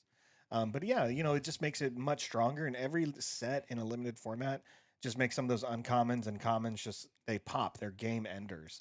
It's just really great, and it's super fun. We talked about this on a Twin Sun stream the other day about the ambushing giant scrap trawler, and how it just really wrecked in the last set in a limited format. But it's just a 7 for 7 uncommon. There's nothing too special about it. There's better units in Premier play, but in limited, it's king. Yeah, as someone that plays a lot of pack wars where you just take 2 packs and shuffle them together and play what you get, I also love how some of these cards function in a format that's that limited. So this is an interesting board state here. Hera's got lethal damage on base, but Vel still has all of the resources. So there's a lot of stuff that could potentially come out to mess with that, especially if there's like a Sentinel coming out. Yeah, we're at 25 to 22. Both players only sitting with 2 health or 27 health bases. So Quattro only has 2 health remaining. And Phantom doesn't have enough, even if there's something like a Flash the Vents. So a big Sentinel for Brian could seal the deal here. Okay, get rid of a credit. Yeah. And still not going to do it. So it's like, what else is he going to pull out here? That's also a great unit, but again, it's not going to do much for Hera swinging 6 to base. I really like the Rebel Blockade Runner as one of the people that was working with the team to get everything set up. It's definitely a very common card to pick up. It's a Yes. great 4 cost. Yes, you're going to play in it goes in the cunning aspect, but I mean, it has Saboteur, which is great in case you run into anyone playing that Kessel Hulk, which I think is the only Space Sentinel. But Kessel Hulk is one of those cards. You plunk that thing down at 7 resources and nothing is going to get through that. Like you're pretty much good for the rest of the game at that point if you can get that out. At least in space, like nothing's getting through it in space. Well, game 1 went to Quattro, who did really well at Store Showdown. We played at one of the local stores this week. He was my only loss. Great deck builder. What was he playing? He was playing. I don't know. I played a lot of people playing Aura Sing that day, and I think he was the only one not playing. Oh, he was playing Kazuda. Oh, nice. He's still doing Kazuda. Yeah. I played against him doing Kazuda a good amount, I think a couple of sets ago. And it was great watching that deck develop. He was also doing his best to make the Han pilot work with red. Because when Secrets of Power came out, plotting with the Han pilot was a pretty good huge burst if you were Yeah. able to get it to work. So I enjoyed that he was trying to do that deck. I think he was actually playing Piet for a little bit too. So that's always going to get a seal of approval from me. Yeah, his Kazuda deck was rough. It was I did not have the good amount of space support that I would need against it. So I was just kind of watching Blue Ace and all and all these other ships just run straight into me. And I'm over here just using Thrawn abilities and units that are not going to be defeated at all because we're just in different arenas the whole time. And Kazuda, like if you don't answer Kazuda in space very quickly, it's game over. I thought I had an answer in space against Kazuda because I had Condemn in my opening hand. If people watch the event we did yesterday, the PQ we were covering up in Seattle area, Condemn was just the game winner for everyone, right? It just locked everything down. It stalled out what everyone needed. People just didn't have enough answers. Kazuda doesn't care about Condemn. Nope. Did you know that? I learned. I think that ability is so cool. Like you don't really think of it in that context sometimes, but yeah, anything that it completely blanks the box of the card, right? Blanks all the text box. So Condemn no longer applies to the unit. And I was like, okay, great. Yeah, I'm going to get hit for, I don't know, 6, 8, something like that. And I was like, cool. Well, I'm glad I spent 3 resources on this. Let's move on. And, but yeah, again, Quattro's a great player. We see him throughout so many stores. One of the Star Wars Unlimited players that makes it out to almost every store within a few months. Yep, I've had the pleasure of drafting with him numerous times at the store that I frequent. So yeah, it's a pleasure coming to these events and seeing all these familiar faces in our scene. I think we're so lucky in this area to have so many people committed to this game. And I know we've been saying that over and over, but it's just real nice having such a great community of people that we're constantly running into here. Yeah, it's definitely something we appreciate. And, for a lot of us being transplants, we kind of know that there is something special here in the gaming community that you don't find other places. And there's even more special, something even more special within the Star Wars group itself. Just really great. It's one of those things I haven't seen anywhere else, and I probably won't. Quattro sleeves matching the mats. I love that. Nice. We need to get more players on board with re-sleeving their decks to complement your mats here. Ooh, Tori Darian, technician, and an experience on it immediately. And did we see no turn 1 play for Quattro here? That is correct. Yeah, Quattro just takes the initiative. So I think he got the Phantom in his hand after regrouping. Not that you would want to play that turn 1 unless you had no choice, but I guess a unit's better than nothing. This is a rough start for him. I mean, he's got the credit. And I didn't see what else is in his hand, but this could be an uphill battle against Vel already putting an experience on a unit that has raid 1. Well, we have Haymaker, we have the Partisan U-Wing, I believe we have, there's a Blade, and then we have the Jaunty Light Freighter. Oh, the Jaunty Light Freighter is a light freighter. It's a light freighter. I mean, it comes in essentially with 2 experience on it if it's the only unit that you have because it has 2 different aspects. Yeah, for each different aspect among units you control. Yep. It was kind of cool when they showed this deck in the context of the Leia Spotlight deck when they first announced that, because that deck is obviously like we want to have lots and lots of different aspects. And there was always that part of me that was just like, oh man, there's so much potential in this jaunty light freighter. I gotta wait and make it absolutely huge. But like if you're desperate, paying 4 for a 3/3 in space, if there's nothing else in space, it's something. Yeah, I mean, in this format, in any format, a lot of times, things that aren't your typical unit, and by that I mean like in Star Wars, there's always fewer space units in a set than there are ground units. In other games, you could look at different abilities like flight, or anything like that, just the way different things attack. Having units that can do this, whether they're in different lanes or special attacking abilities, that usually closes out a lot of games for people because there's nothing they can do to stop it. And Mhm. so in Star Wars, if you didn't get enough spaceships, especially ones on curve, um, you can find yourself in this position where it's very like, hey, I'm going to play on this side of the board. You're going to play on this side of the board. It's not that Quattro is limiting himself just to space either. Again, like space is always, there are fewer space units in a set. So we know he has the ground units, and we see that there. We even see Haymaker, which can just fight around arenas.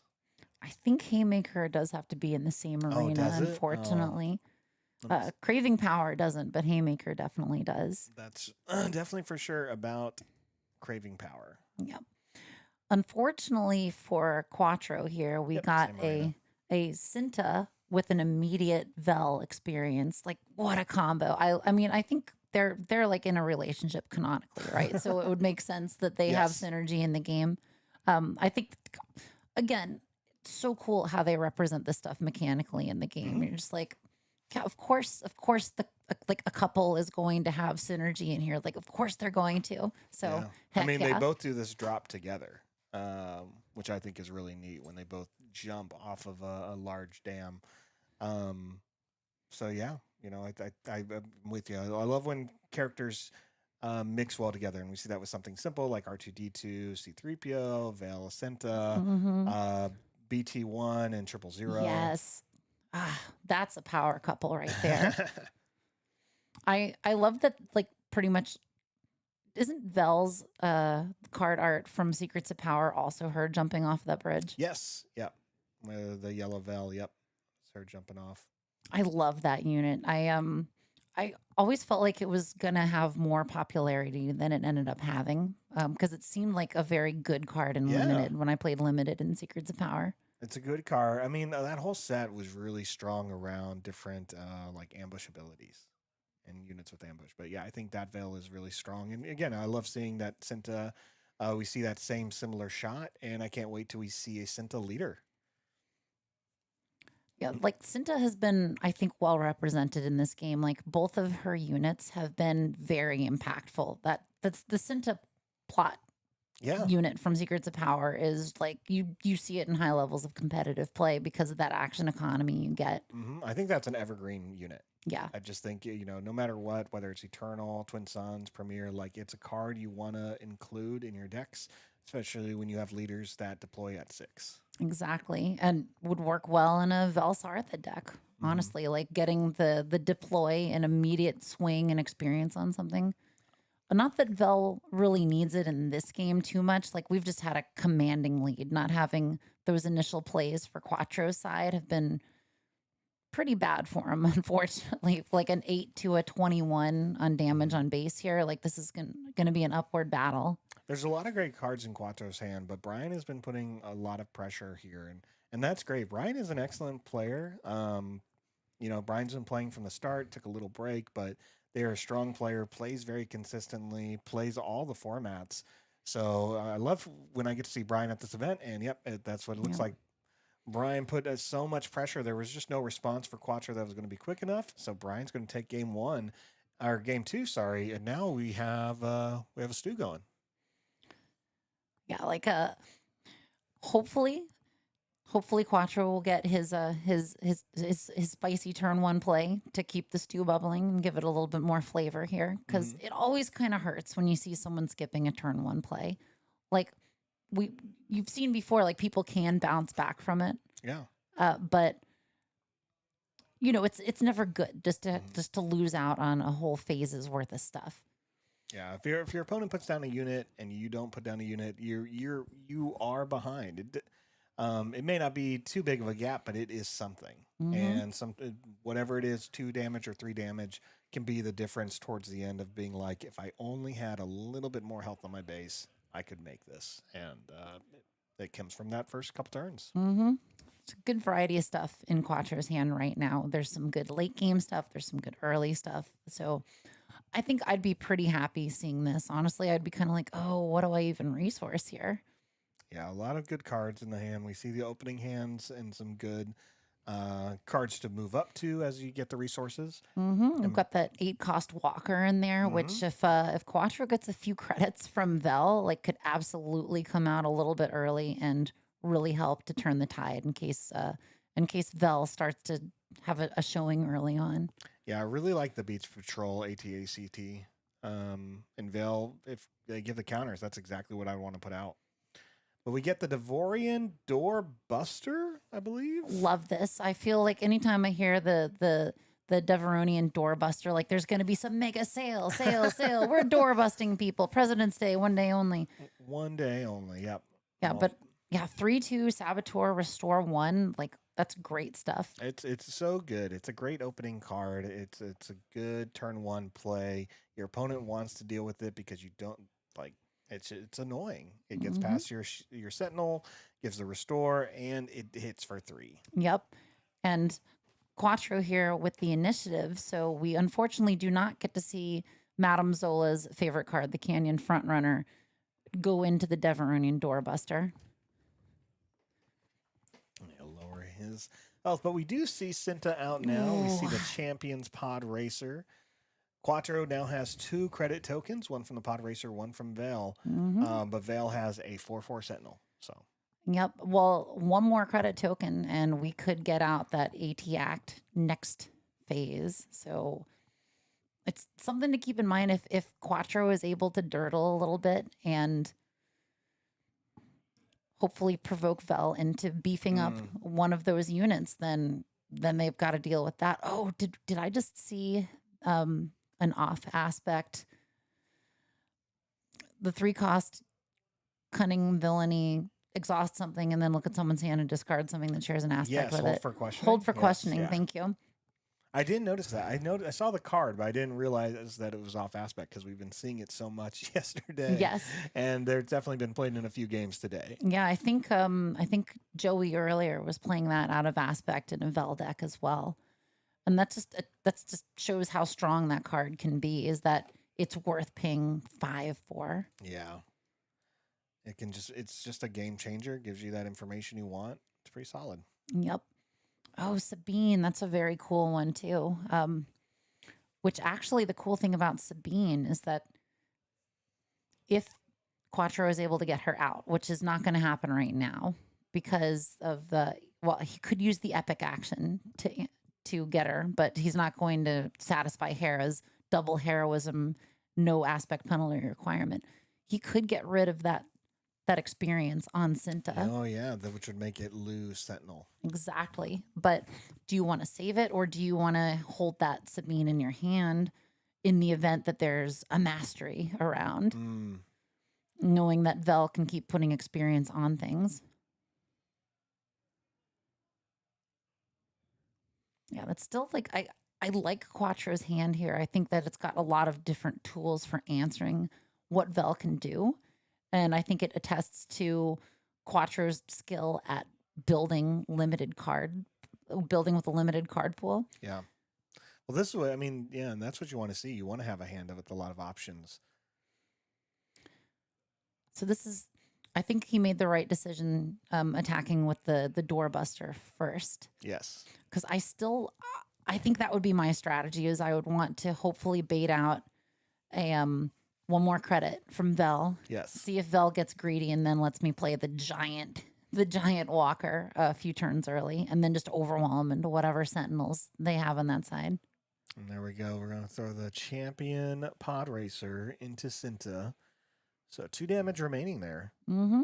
Yeah, I don't feel bad about the pod racer dying, honestly. Like, it comes in, it gets a credit, it does a little damage on the way out. That's fine. Yeah, definitely it's doing its job. It looks like Quattro's going to, yep, there you go. Using the epic action of the base for exactly what you Mm. predicted. Yep. Yep, we get rid of the experience. We take care of the difference here. Yep, I think that's pretty good. And then the ambush in. Like, obviously, it feels better to be able to bring her out without having to worry about aspect penalties. I think it was a great play because you were going to just take the initiative and be set up for the next turn. Unfortunately, that Kanan came into play, and which allows him to return a non-leader card to the opponent's hand. Oh, looks like he chose not to. Okay. No, the Deveronian Doorbuster went back to hand, Oh, and and then then he played it. Quattro used a resource and a credit to play it. Got it. That's what happens when I turn away from the monitor. I mean, when the action is this blisteringly hot, you gotta like pay very close attention. Oh, are they regrouping without deploying Hera? Okay. Mhm. That could be a good call. Like, Hera, she's not huge. She's a 3/6 with restore 1 Right. and her cool aspect ability. Yeah, and you can still use it to stall if you really want to, if you want that the beach AT, Mhm. or if you're trying to play. What did I just see? You can even stall a little bit more because you have the Sentinel. But yeah, looks like we're just going to take some damage. So Yep. We do have enough for the walker here. Although, because we're at 6 resources, we are playing against someone that's playing vigilance. So Lost and Forgotten is a very real threat here. Definitely getting the Sentinel out. Stalwart Fleet Trooper. I think this is going to be a staple for a very long time. 6. Okay. Yeah, Lost and Forgotten. It's like if Vel wants to use everything. And yeah, you can't forget about this ambushing speeder. This is such a good card. One of those cards that if you see it, you're like, oh, maybe I should run heroism. I really love Brian and Quattro's pool here. Super solid. I love seeing these pod racers and specters. I know they're playing with what they have, and obviously they had some good stuff, made some good choices. But it's great that their pools included a lot of fun, like similar and thematic cards. Mm-hmm. And it's been pretty back and forth with these games. And what are we at here? We're at 12 to 11. Yeah, thanks, Quattro, cleaning it up a little bit for us. I think we're at 15. There we go. Yeah. With Hera out, getting that restore. I mean, but again, now Vel's going to come out, and that's another experience token that they can play with. Okay, nice. I like the Hidden Hunters. They're one of those ones that kind of had to grow on me because I initially sort of was a hater with this card. I was just like, Hidden Hunters, it's a bounty hunter, it's hidden. Okay, we're done here, guys. It just seemed like a low effort kind of design. Yeah. Like they're just ready to go to lunch. But in terms of what it actually does, like hidden is so powerful. Like we've been saying this, we even said this match. Like the fact that in a limited format, when you don't have as much hard removal, like something that can't be attacked into the first turn it comes out is more likely to survive to do damage to base. Yeah. Well, one of the cards we've been seeing a lot is that Guild Ambush team, right? Yes. It hits for 5. It does not care about the Hidden Hunters, or can't see the Hidden Hunters. So you get a 4 or 5 out. No one has an ambush response. No ambush can see it. So it's really great in this format where we've seen Cunning, Yellow, do so well with all these ambush cards. We see the Melodian Rider right there. Yep. In the hand, and that's another one of the strong ones. But Hidden Hunters is protected, at least when it comes out. And speaking of the rider, that's ambushing out. That's taking care of the Kanan threat right there. Option of returning something to hand that Quattro is not taking. I do think it's interesting if you had like swung with the Hidden Hunters and wanted to replay it again on another turn hidden, or again, if you wanted to play the land speeder that generates a credit, or maybe if you had a bunch of cool specters in your Hera deck and you'd already gotten Zeb out, then returning Zeb back to your hand isn't the worst thing either. No, that definitely wouldn't be. I'd love having a Sentinel unit back to my hand that deals damage when it comes into play. Yep, seeing the epic action here with Vel. Oh, for an Ezra, Wow. yikes, healing up the ambush speeder over here. That's going to be a big problem because that thing has a 5-size butt. hmm And again, another strong Spectre. Love it. Love this set. Love what these people put into the decks here. Mhm. Yeah, visually for me, this is a fun time. I wonder if Quattro is setting up to get rid of the speeder with the Hidden Hunters, because even though the Hidden Hunters is debuffed, he did put 3 into the speeder with the doorbuster, Yeah. knowing that it's such a large threat. Yeah, I think he had a plan to deal with the speeder because he's taking too much damage too quickly. Yep. Like, great board presence. Unfortunately, Brian has pushed so much damage, which is great. Yeah, Brian's doing a solid job, and Brian still hasn't deployed Vel. And Vel is very close. Oh, that's oof. Vel is very close to being able to close the game out. Because Vel's going to be able to do, let's see, she comes out as a 4/7. She can swing for 5, essentially, if she gives herself the experience. Yeah, and I think you do it. I think you go for the 5, give the credit token to Quattro, because now Quattro's at 26. It's just like you're in check at this point. Mhm. Like, and if you don't have a Sentinel or something to clear off 3 healthy and buffed up units, then the game's going to go to Brian. Mhm. Looks like that's Yep. what happens there. Wow, what a great and fun game from two great Portland players, Swoo City players. These two play all over. Been playing the game since day one. Yeah, I love that we got to capture this match. Oh, Chewy in there, Mercenary Fleet, Kanan, like those would have been some great cards for Hera to have gotten out. But I think Quattro was a bit hampered by the fact that he never got to see 2 heroism units in play most of the time Yeah. here. Brian was just too good at controlling what was there. But of course, you're still held hostage by your draws in this game. Yeah. Well, I really enjoyed this match. I'm glad people got to watch this one with us and let us showcase some great Portland talent. We're going to go ahead and take a quick break. There's 22 minutes. And before we go into the final round of Swiss, 5 rounds, which is great considering yesterday we had 7. So I'm excited for that. And then that means there's going to be a little bit of a longer break after round 5 where it will have, they'll be drafting. So we won't come back for some time after round 5 until the final round starts. So thanks for everyone for following along. We'll be back here in the 20 to probably 25 minutes with the final match in the Swiss rounds of the sealed Portland Planetary Qualifier.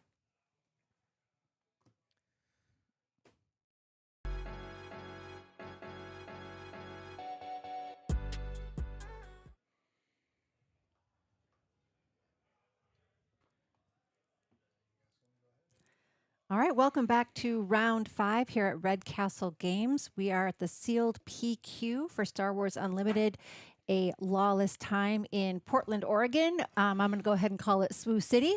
I'm Madamezola here today with Metal Marshmallow from Jank Tech. If you love yourself some sweaty twin suns, I think this is the girl you want to talk to. Wait, sweaty. What are Sweaty you twin talking sons. about? You play, Oh my gosh. You play. I'm just a little baby, and then I've played plenty of games against you to know. So internet, if she ever tries to say, "Well, I'm just a wee little baby," yeah, she's about to like smash you directly in the face. So Look, when I gaslight people, I do it with all the love in my heart. that is true. That is true. Also, to be fair, internet, she has a lot of love in her heart. It's so that part true. is true. I refer to this as the Jank Tech School of Psychological Manipulation. Yes. Anything that you can do to wage war against the other person during your game, any means necessary. You're not going to call them names or anything, but I believe that it's not just about the cards that you play; it's about how you play them. Politicking 100%. Which is the reason that unfortunately that skill set does not really translate to this format. to here. All right. Oh, but hello. Oh, yeah. Now it's the Canyon Frontrunner. Yep. Okay. And speaking of this format, what There do we got go. going on Well, here? So Oh my gosh. I'm excited Whoa. about this because I actually have not seen an Aura Singh match today yet, and I have not seen a Boba Fett match yet Yeah. today. So I'm excited to see both of these. Yep. And also no Vel Sartha in No here. Vel, can you believe it? It seems a little bit weird, but I'm sure we'll get one at some point. So we've got Philip and Luis here playing. Luis on Boba Fett, Philip on Aura Singh. Both players using Canto Bite. I feel like this has been the most used base so far Canto Bite's today. been quite popular. Cunning cards so strong. A lot of Yes. ambush used as removal. Canyon Frontrunner, excellent first turn play. And I do feel like when I'm opening packs, there always tends to be a color that there's just a little more of. And this set, I really felt like it was yellow. I felt like as I'm weeding stuff out, the yellow stack has always been bigger. Mm-hmm. You know, it feels good to be the player that represents cunning. I was going to say, Yep. I've seen your hat. Are you wearing it today? I'm you not are wearing not it wearing today. it today. I You're did- incognito today. I You mean, didn't want to literally, show any bias. I'm wearing camouflage. You yeah, can barely yeah. tell I'm Yes, wearing exactly. it. No, today I was Hidden. going exactly. I'm hidden in Star Wars parlance. Oh, we got the Vandor Nice. range troopers All out. right. It's just a 4/6. It's big. It's hard to deal with. They're kind of cool looking. But okay. Haymaker feels real nice. It does feel it nice. It doesn't, I mean, that has a, speaking of big old booties, that 6 health on a 4-drop. Yep. So That's real hard to get. this does put it within range of being defeated by the follower of the code. Yes. Or okay, so we get the debuff. That's So it's not going to be some able to take out the damage. follower There of the it code goes. because of the debuff from your boy, the Canyon Frontrunner. And Oh, yes. Yep. See, I'm telling everybody. yeah, Y'all been sleeping on this card. I have been sleeping on this card. I'm a big girl enough. I can admit this. I've come around on the Canyon Frontrunner. It's pretty cool. Now, I will say, I feel like Boba's ability in Sealed feels real good, but you have to have the synergy, which is going to be harder to do with your limited Yes. pool. Fortunately for Luis, he got an early bounty hunter out. We're going into Boba's flip turn, so there's the possibility of up to 2 credits being generated this turn Nice. by if the follower of the code can run into something, and then if Boba Fett can run into something. So there's some good possible acceleration here. I don't know what to expect with late game for Luis. In terms of bounty hunters that we might want to see, what's good in a Boba Fett deck that we could possibly see. Oh my gosh, wait a minute. I know what he has. Oh, did you open this I one? opened his and I talked to him earlier out there. I know what bounty hunters he has. Oh my gosh, internet. I don't think I'm allowed to tell you. Am I allowed to tell? I mean, nobody I knows mean, but nobody us from the chickens. internet, Okay, right, can yeah. like Yeah, chat. Don't say message it. anyone. Yeah, chat, zip it. Your secret's safe. I don't think I should say. Okay, fine. I'm just going to wait till one or of them couple to have been played, and then I'm going to be like, "That's one." Okay. Oh, this is exciting, because he did say, "Hey, I opened X blah blah blah blah," and said, "Well, I got to play Boba Fett." Okay, that's So- cool. Oh, Oh no, follower of the way. Should have just swung with the little droid.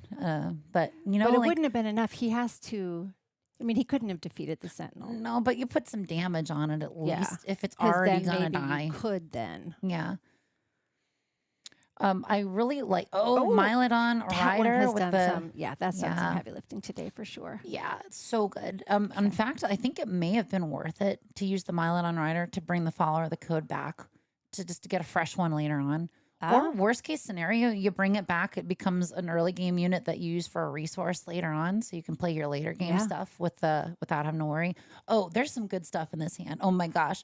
So we've got the target tagger. We've got got 4 LOM I knew he and was in there. Zuckus. I knew both of them were there. Dude, that this was the is- one. Those were the two that this he is told great. me. This is a- I know. This is. Did you just make this deck for I this didn't. person? I swear to you, I shuffled all of the unopened ones together. Ooh, I promise you it was, yeah. That's some hot stuff. So, Yeah, so yeah. Aura is going to be hard pressed here. I mean, obviously, Aura is going to immediately yeet the Ping Mylodon off our- Rider. yeah. I think that the official terminology by Fantasy Flight is yeet. Is yeet, We'll that's check. the- We'll that's the check this word. at Galactics. Anybody under the age of 30 just died a little inside when I said that. But you know what? This is what happens when you're middle aged, y'all. All right. So this is, I think, the first time I've seen Aura snipe somebody. That was good. Oh, nice. Oh, target tagger in Boba Fett Yeah. is real good because he doesn't ordinarily hit that hard. But when you get the bonus from the target tagger, and You can you get get a that. nice swing. Yep. Oh my gosh. And he's already, is that 18? No. Does he 18? That could be an 18. We might have to move the puck a little bit or adjust some of the camera settings. Just that, yeah, that Can't glares. be that's a nice copy of that card. Yeah. Hyperspace foil. That looks real pretty. Remember, kids, hyperspace does 50% more damage. I don't make the Obviously. rules. So yeah, target tagger's basically, who's his face? Oh my gosh. Help me out. He's a rebel. Yeah, it's Fleet a fleet lieutenant. lieutenant. Yes. Yes. But for bounty hunters. Yes. Everybody deserves their own fleet lieutenant. I mean, you know, It's true. there's Imperial has one. Does Underworld have one?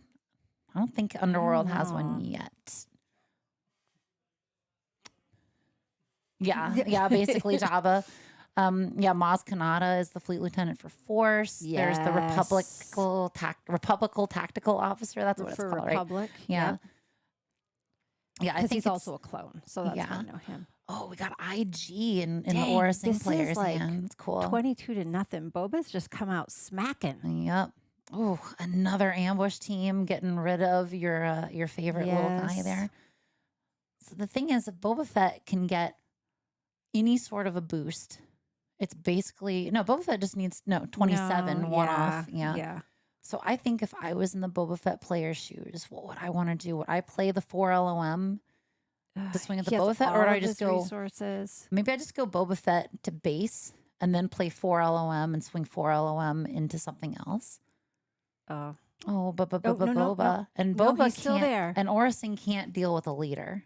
So we're pretty so safe there. specifically, no. Oh, Qui-Gon, so good. I mean, he's going to go digging for some cards. I love that Qui-Gon unit. Whoa, we got a Fett's Fire Spray Prestige in here. Oh my gosh. Oh, yeah. No, I'm remembering this one. Yeah, this is because cool. I feel like We're looking for the Lawless the time Lawless Qui-Gon. time Qui-Gon. He's, although, Dude, that Qui-Gon that Making we a just saw special on appearance. screen was Yeah. in so many of those Lando Lake Country decks that Yes. we saw last night. There we there go. he is. That's a more neutral kind of Qui-Gon. He's more he's morally and ethically ambiguous. He plays by nobody's rules but his own. He's the original bad boy of the Star Wars universe. All right, so it looks like he discarded the card that lets him generate a credit.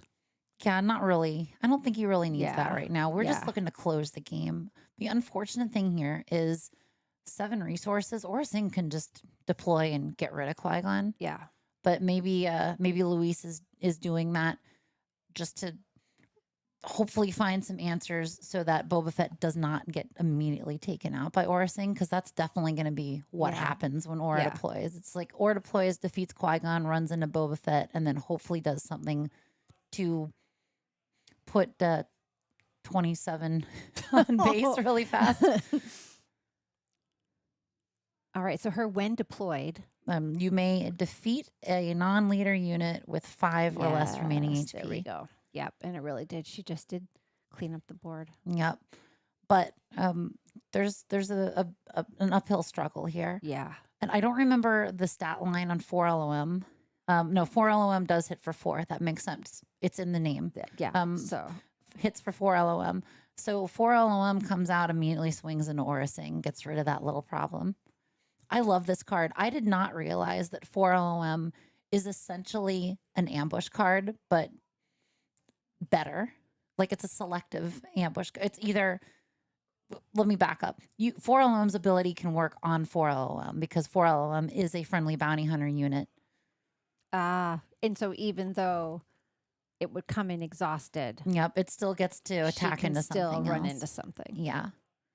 We love this. I love 4 LOM. Like that's another example of these thematic cards. Like we were talking last time about Vel. Oh, we get to see another one of these speeders. These speeders have all been like absolutely clutch in here. I really like the Cutthroat Pod Racer. I actually put it in my Vader Pilot Arinda Price Twin Suns deck because I like giving Vader some piloting options on the ground. All right, there's Zuckuss. Love Zuckuss. I think Zuckuss is such a cool addition to this Boba Fett deck, especially if you can use Haymaker to make him a little bit more powerful because he deals damage equal to his power on attack. Or if you use the target tagger to swing with a bonus, then you can deal more absolutely. damage. Not to mention Zuckus's like being saboteurs, the one in Shadows of the Galaxy was. Scooping and going on to game 2. Yeah, you can't That, beat a that's too Zuckus, uphill. you know? Well, and there was Aura coming out and just like pew pew, just cleared the board. Yes, but unfortunately, it is not quite enough. Also, like, can we just talk about Zuckus for a moment? Like, whatever happened to people playing the Legends of the Force Zuckus, the double yellow one? It's such a cool unit, but it's just like it never quite amounted to anything. You know, that's an example of I wish that I could push pause on time, on the passage of time, Yeah. and spend like more time playing this stuff. That like the new rotation comes through, and it's awesome to see the new stuff. But then I feel like so much kind of cool stuff that maybe would have had it today if we just gave it some more time. It just kind of gets put on the back burner. Mm-hmm. The one thing that rotation did too, though, is we switched from a time when double aspect decks were at least somewhat viable to now it's just like nobody's playing them. Yep. Like those cool signature double aspect cards, command, vigilance, cunning, the other one. Aggression. Thank you.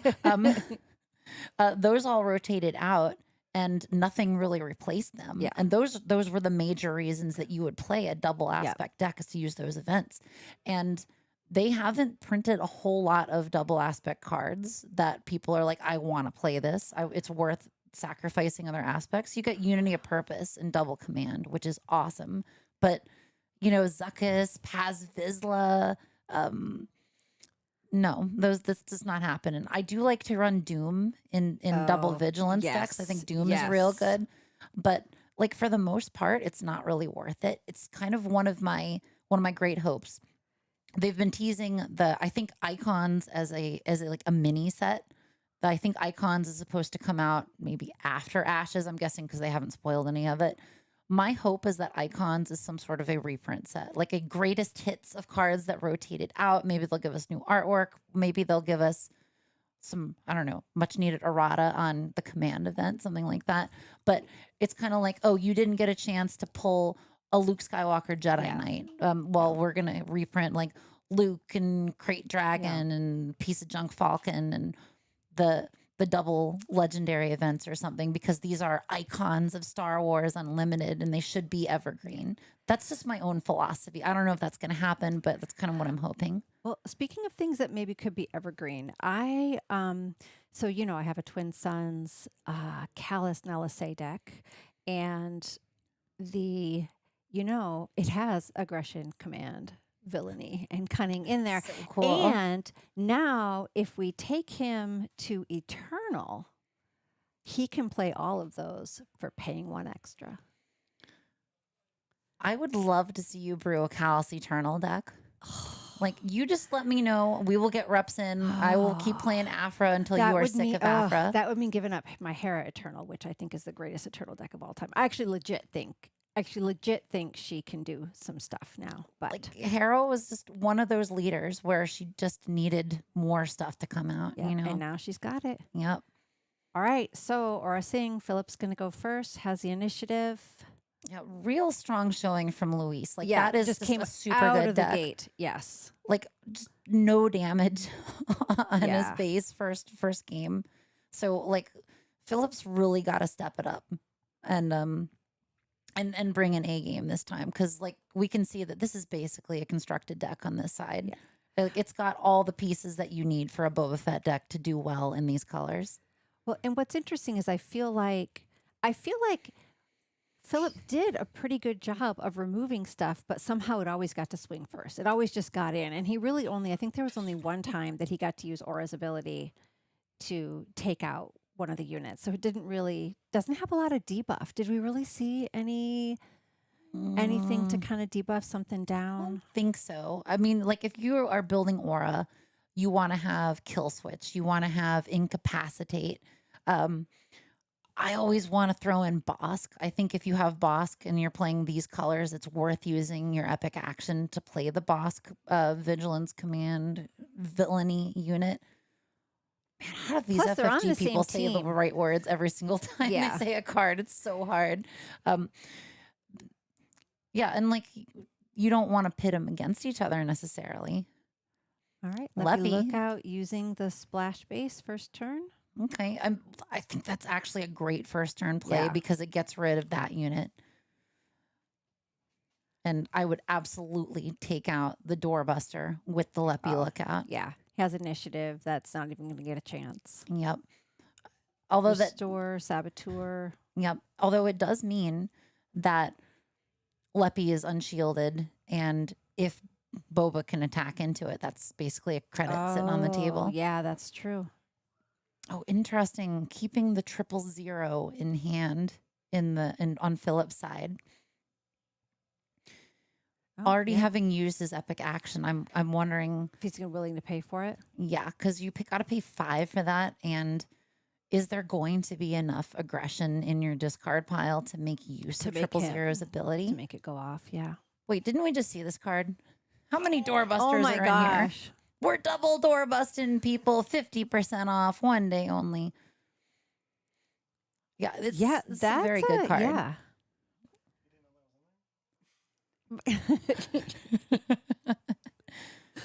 Okay, so we're starting off It's a with the Weequay doorbuster pirate, I this time. think. Yikes. Yep.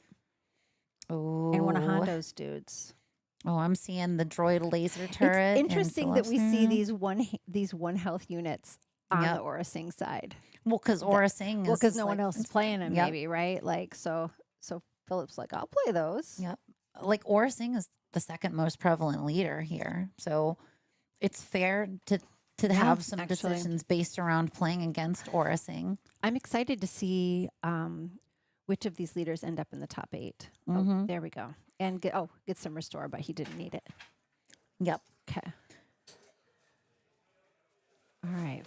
Yeah, Paying 2. Ooh, we got the follower of the code. Nice. Getting a bounty hunter always feels good. Oh, yikes. Comes right back when.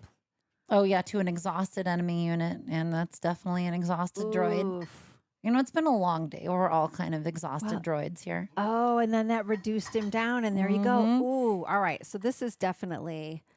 I feel like Philip's got a better handle on this game. Yes. And just showing you how quickly you can get to a point where you can use Aura Sing's Yes. ability on something.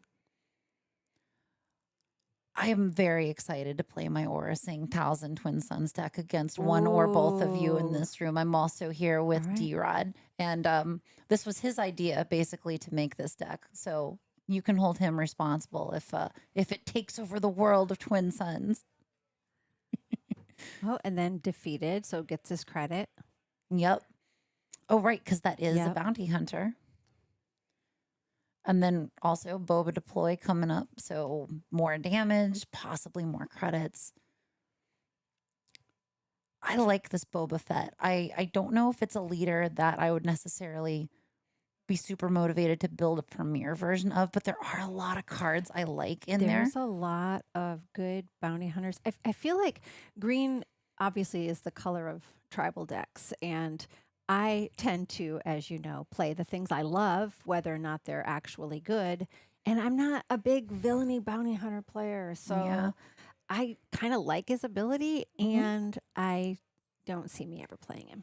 But you Plus, and he's I a both, dude. You know, I don't Yeah. like to play the dudes. But you know, he's wearing this get up here. Like anything could be under that helmet. no, You he never looks know. cool, and I do feel like this might not be true, but I feel like the artwork from both of these comes from that same episode where they're on the train. That might not be true, but this feels like with the same Muladin, whatever guy. I think this is all from that same episode. But you and I each have this showcase too, so like we owe it to Yes. the world to make these to decks. play him, yes. Oh gosh, 4 into Boba Fett. This is definitely not really going Luis's way compared to the last game. It's tough for Boba Fett if you can't consistently have bounty hunters out there. Yeah, and I think Philip's done a much better job of keeping the board clear, of just like pinging down his guys, taking them out. Oh, there he gets a credit though. All right, Use so Boba Fett. yep, just Oh, trading but he's into it. gone. Yeah.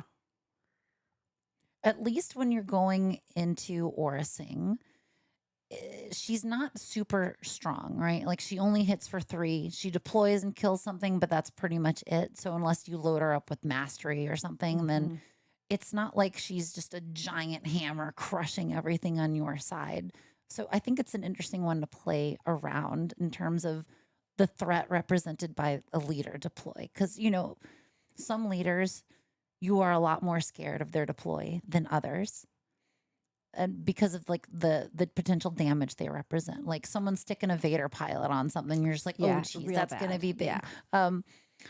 Orsing, not as scary, but it definitely forces you to have your board ready to react to it. Definitely, because she has the chance to, again, just wipe your board. Because she's done, even in a sealed deck, I feel like he's done a pretty good job this time of keeping just a little ping damage that when she comes out, she could just clear it out. Yeah.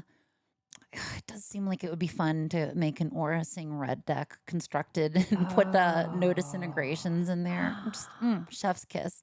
I'm sure that's what the pros are doing. Okay, yeah. Well, Yeah. okay. That I don't know, but you should cook that for me.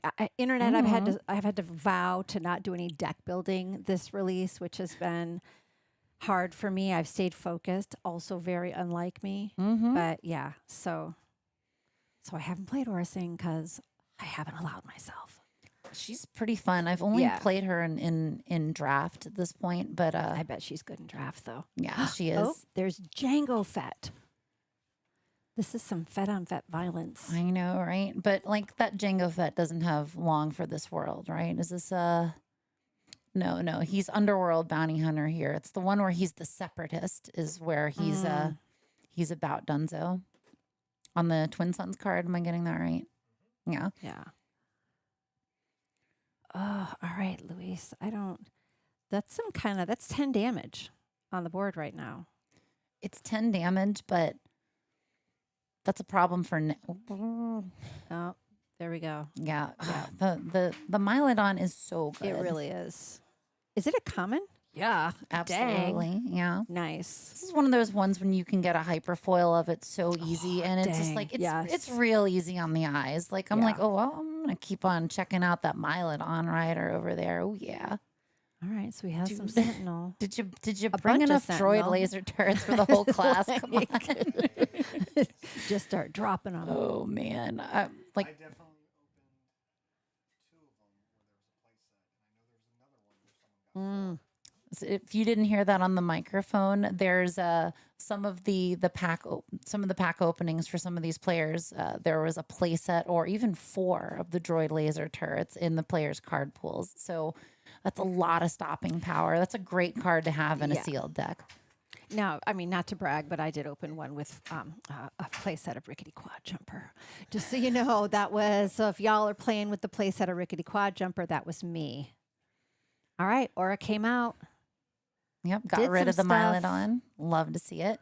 Nothing has attacked yet. So, Canyon Frontrunner can probably the best move with the Canyon Frontrunner is to run it into Django, take off the shield, and debuff one of them, probably. So putting okay, damage all right. there. I mean, that works too. And it's an on attack, so he's only going to take 1 back because it's happening at the same time. Yes. I guess it's a 6 of one, half dozen of the other kind of thing. Like either one that gets debuffed here, it's all Still going to you're base saving probably. 2, yeah. But it keeps him alive. So by Yeah. going into Aura Sing, Yeah, I think that's the right keeps call. that card alive, and then he would have died going into Django. Yeah, finally getting Oh, damage 6 on base damage. with Philip over here. This is interesting. It's like I don't think you want to be in this position with Boba Fett. I think Boba Fett functions really nice as like a bursty, like late aggro, early mid range sort of leader. That's just my own take on Boba Fett. I feel like you want to get early bounty hunters, early credits, play something ahead of curve early, and then just boom, boom, boom. Okay, so are we gonna use 4 LOMs, fake ambush on 4 LOM, or just have a 4/5 bounty hunter? I think it might. Like, would it be worth it to get rid of Aura Singh? Oh, maybe because she's debuffed, so Forlom stays alive. It only that on attack only debuffs the power, not the health, and so it can't. I was thinking, like, could he have gotten rid of Django, and he wouldn't have had enough. Oh, so he never did. He didn't do it. Nope. Interesting. So the interesting thing about Aura Singh is she more of a threat on her leader? Oh gosh. Oh no. Big Sentinel. Yikes. So this board state is looking more and more frightening over here on the Aura Singh side. So yeah, we've got our 5/5 Nightwing Oh, Nightwing there they are. assailants There's here. all three of them right Oh there. my Right there. gosh. What is happening over here? What are these That card is pools? awesome. y'all? Oh my gosh. How many resources is he at right now? Can he drop all three? And then just like, oh my gosh, this is going to be amazing. You drop all 3 droids and then the mic because like what else are you gonna do? Oh, that's real gross. Wow. Yeah. Just, the internet needs to see this. Oh my gosh. Okay. All right. I agree with you. You were saying that maybe Aura isn't such a big deal when she's out. Maybe just leave her there. Maybe she's more of a threat when she's pinging people off Yeah, on because her non-deployed side. you really have to watch the remaining health on your units with Yeah. Aura, just knowing that it's kind of free for her to get rid of them if they're down to 1. Yeah, well, literally free. So yeah, just take an action. Okay, which one's coming out? None of them. Oh, clearing the All board. right. I mean, like Boba That having doesn't units. hurt either. Yeah. Yikes. Oh. Okay. All Qui-Gon, I mean, right. Qui-Gon's good, but I mean, really, he's really only good if he can pull something he needs. yeah, I don't know what that is, but I think some it's- big space chunkus would be amazing. that would be great. But Yeah. like, I think we're seeing over here Philip's life puck turning off. Yeah. Which again is the sign that Luis hasn't hit Philip's base in a while. And Luis has not used his splash base yet, so he could have some giant spaceship situation. Yeah. Well, we know he has Fet's fire spray. I haven't seen it in his hands, but we know it's in his deck. Mm-hmm. Oh, I think that was it. I think that was the it. prestige. Yep. Oh, that's a big board. Yeah. I mean, especially when you have a little board. Oh, are they scooping? Yeah. yeah. So he I don't must have think been you can come looking for back from that. something and didn't see it and just said nope.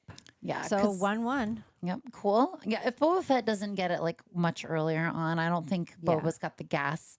Yeah. Because like you're looking at a leader that on your leader side, I think late game it's not going to do as well because you're swinging into progressively bigger things Yeah. usually with the way things Yeah. curve out. Yeah. And a lot of these bounty hunters don't really take a whole lot of damage before they are gone. So he really needs to use his ability early while Yeah. he still can get things off, get those credits, and then just have some big end game. Yep. So, but this is good. Boba Fett is advantaged in round 3 here by having the initiative. Yeah. I don't know why I'm pronouncing it initiative. I don't know. It's a new thing. It's you know, it I- might catch on. It might, I don't know. I think I'm just proud of myself for being able to string together syllables and form words. Right. at this The point. things all in a row that made sense. Totally. Yes. But if you have initiative as Boba Fett, there we go. I'm saying it properly. You play a turn 1 bounty hunter. You play the follower of the code. That's a great one to start with. Turn 2, play target tagger, kill something, get rid of their turn 1 Immediately play, get get your a credit, credit. and then you're looking Yep. pretty good for your 4th resource. Yeah. And I don't think I've seen either of these go to their sideboard to go snag anything. So Although you're saying that, it looks like Luis is Okay. going through the deck right now. yeah. I was saying this in when Julian was playing. I want more players to have fingernail polish. Yes. Like I'm right? like, nope, It's that's the- definitely Luis. That's definitely not Luis. We can tell who is who over Yep. here. Maybe that should start to be a prerequisite. Mhm. D-Rod, you need to pick from now on. If somebody ain't got no nail polish, they're not coming on stream. Yeah. I You know feel what like this else? could catch on. Right? I mean, like, really, you should do the thing that a lot of players do more in Magic, I think, than Star Wars Unlimited, where you, a lot of Magic players like matching their sleeves to the color of their decks. Oh, So, we get people here, if you're playing like this combination of aspects, you should be alternating green, black, and yellow on your fingernails. to be fair, they would have had to show up, build their deck, bust out their nail polish, and do it in that deck building time. They wouldn't have had any extra time to plan ahead for their colors. You got to make certain sacrifices for well, beauty in this yeah, life. No, it's Yeah, Oh, there you go. stickers, Oh, yeah. well, I actually legit have Star Wars nail stickers, but whatever. They're Nice. super cool. I probably see them at Galactics. You know. Oh my gosh, that opening hand. Did you see all the sentinels in there? Gross. Also, like the nail polish would have to dry, so you'd have to bring a hair dryer or something with you. Yeah, Just be it'd like, be a whole thing. It'd be a whole, yeah. All right, all right. I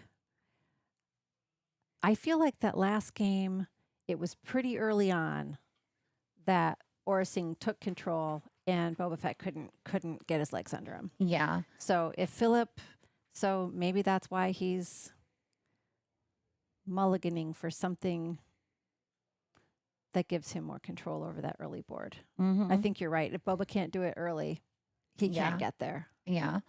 So, like that first game, it was just big bursts Mhm. of damage right out of the gate. And the problem with this matchup with Boba Fett into Orising is that, Well, first off, they're on the same team, so it doesn't Yeah. even make any sense. And So- for a while, they work together. yeah, so they're going to be morally conflicted about what they're Exactly. So doing. there's the here. obvious Yeah. thing. Hard feelings being had, Yes. people working through emotions, growing, that kind of thing. It's never easy. But secondly, to maximize the use of Boba Fett's leader ability, you're attacking into other units, which means you're taking damage, which means it's more likely you will have 1 Oh. HP on your unit, which means that Orising can get Yes. it. So you have it's to think a lot yeah. more about who am I going to run into? Is it worth the credit? Then I'm then going to lose my dude. Mhm. Is it? Yeah.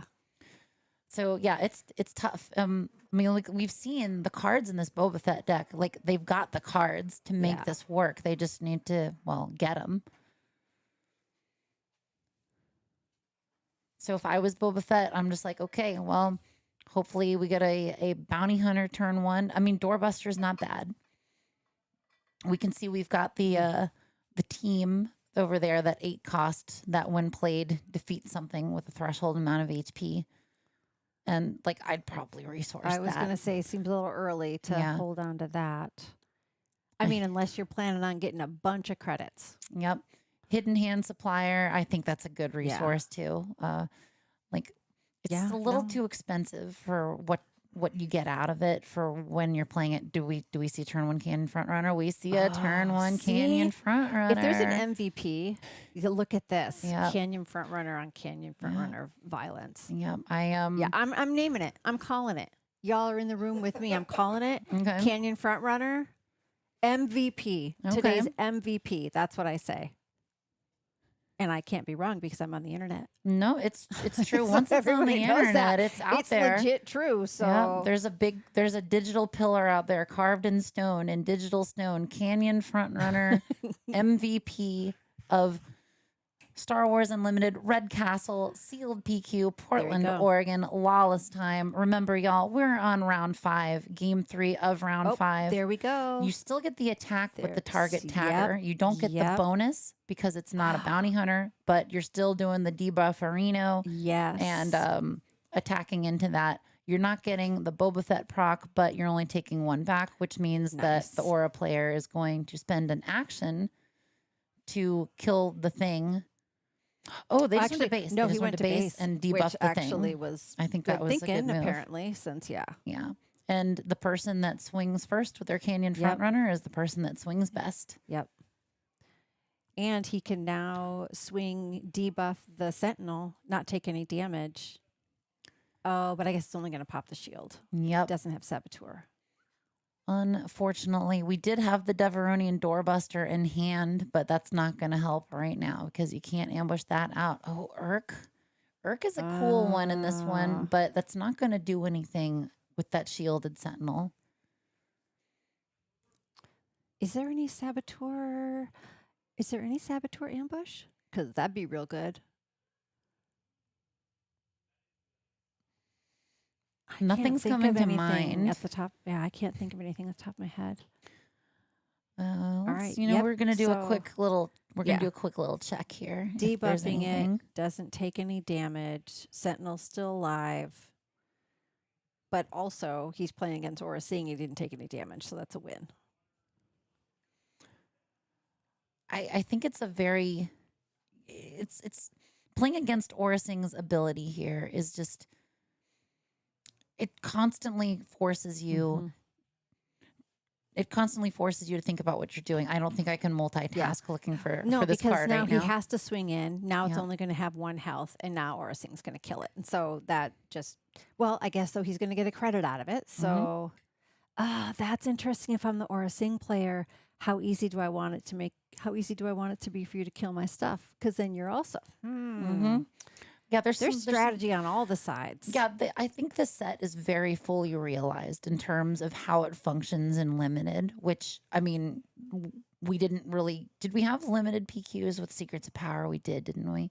Yes. But still, we're only 2 sets into having these limited PQs. And I think that the design of this set and also Secrets of Power reflects that. It just seems like these were made very much with limited in mind. And so I Wait, very much that's like that. debuff. That's the, So he he debuffed the droid. I think that should have had damage put on it from swinging into something. So, okay, no ambush saboteur in this set.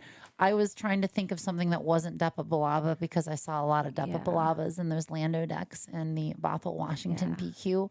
Once again, y'all, if you want to check out the Bothell Washington PQ video we did yesterday, that is also up on Unlimited Powers stream, Unlimited Powers YouTube. 12 full hours of thrills, chills, and spills with progressively more interesting commentary as the day goes by. As the day really cool progresses. games there. And thanks y'all so far for checking out the stream today. I know that there's lots of ways you can spend your time. We appreciate you spending your time with us here at Red Castle. That was a really nice. Did y'all hear how nice that was? Good work, Fee. That was nice. Thanks, That was real Madamezola. professional. Oh, Like Blade Wing. Yeah, Blade Wing I is... have that's number 2 MVP. I'm gonna say. I feel like that's also. Oh wait, but what the? Okay, you all know I can't make decisions, so now I want the Milodon, the Murder Runner. That one. I want the that one. Murder Runner, yeah. Yeah, I mean, it's better to call the Galloping Milodon... Murder. Yeah, the Galloping Murder Yeah. Runner. That's a better name than me calling all the Star Destroyers in the set the Bedwetter. And the problem is I opened packs with you. And so then every pack then that I opened after that was, that's just what I called it. Ooh, any pretty things out of those 2 carbonite boxes? Yeah. Spit it. If you want to, maybe you got some bling. Yeah, we always love to see pretty shiny things. I do love pretty shiny things. Okay, Boba's coming out. Here he is. The Boba Fett. Yeah, and I feel he's already used a splash base. Poor Urk got killed, I think, before she even got to swing. Yeah, which really hurts, you Yeah. know? Like you want using your epic action on your base to have some sort of impact. And unfortunately Urk is one of those units that it's a 2/4 unless it's attacking. And if she doesn't get that chance to attack, then she's not really worth much. Exactly. Oh, here we go. The Night Wind Assailants again. Oh my gosh. Ugh. It's going to take. Oh, okay. Maybe he's got like Haymaker. Oh, we're seeing a lot of Haymaker resources here. could- A Haymaker would be really good, but it Yes. wouldn't be enough to get rid of the Sentinel. Oh, and he doesn't have Aura Sing, so that's not going to help him. Yeah. so we'd still have to swing. I'm seeing a Mylodon in yep, hand. So he has enough to do it with the credit. Yeah, that looks like what the thought Yeah. process is. Yep. Yep. Boom. Okay, Nightwind. And I was going to say, and it's still alive with 1 health. Yeah, you're right. When it comes to like how these sets, how these different leaders and cards interact with each other. Oh, so we got Prestige Foil, Ooh. Jocasta, Qui-Gon, Bosk, the Father. I freaking love the father.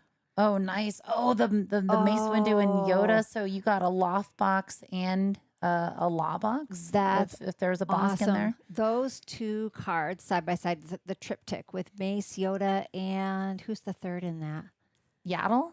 Is it Yaddle I that's think in the it is. triptych? It looks really cool. That art is so cool. Yeah, I love those 3 prestiges in particular. I only have the Yoda one, but I feel like if you got to have one, that's one. Ooh, hyperspace foil Oh, I bet that constructed looks lightsaber. awesome. Let's go. Yeah, those are some great pulls in a carbo box. hearing that we got 10 minutes left in the round, as y'all All can see at right. home with our timer on screen, but we can And also we hear are 1-1. Yep. So this is they got to play fast Yep. and play good. Time favors the Fet right here. yeah. Like we've got a little bit of an advantage. We still got the MVP over here. And it looks Yeah. like at this point in the round, nobody has attacked yet. So, Oh. that's unfortunate. Well, it's unfortunate for the boba player. Yes. Yeah, that turns into a 6 power for the phase, which means Canyon Frontrunner is gone, which means Boba Fett's got to swing and enjoy his last few fleeting Yeah. moments on this mortal coil. And it's only for the phase, but honestly, it's all he needs Mhm. because he's gonna.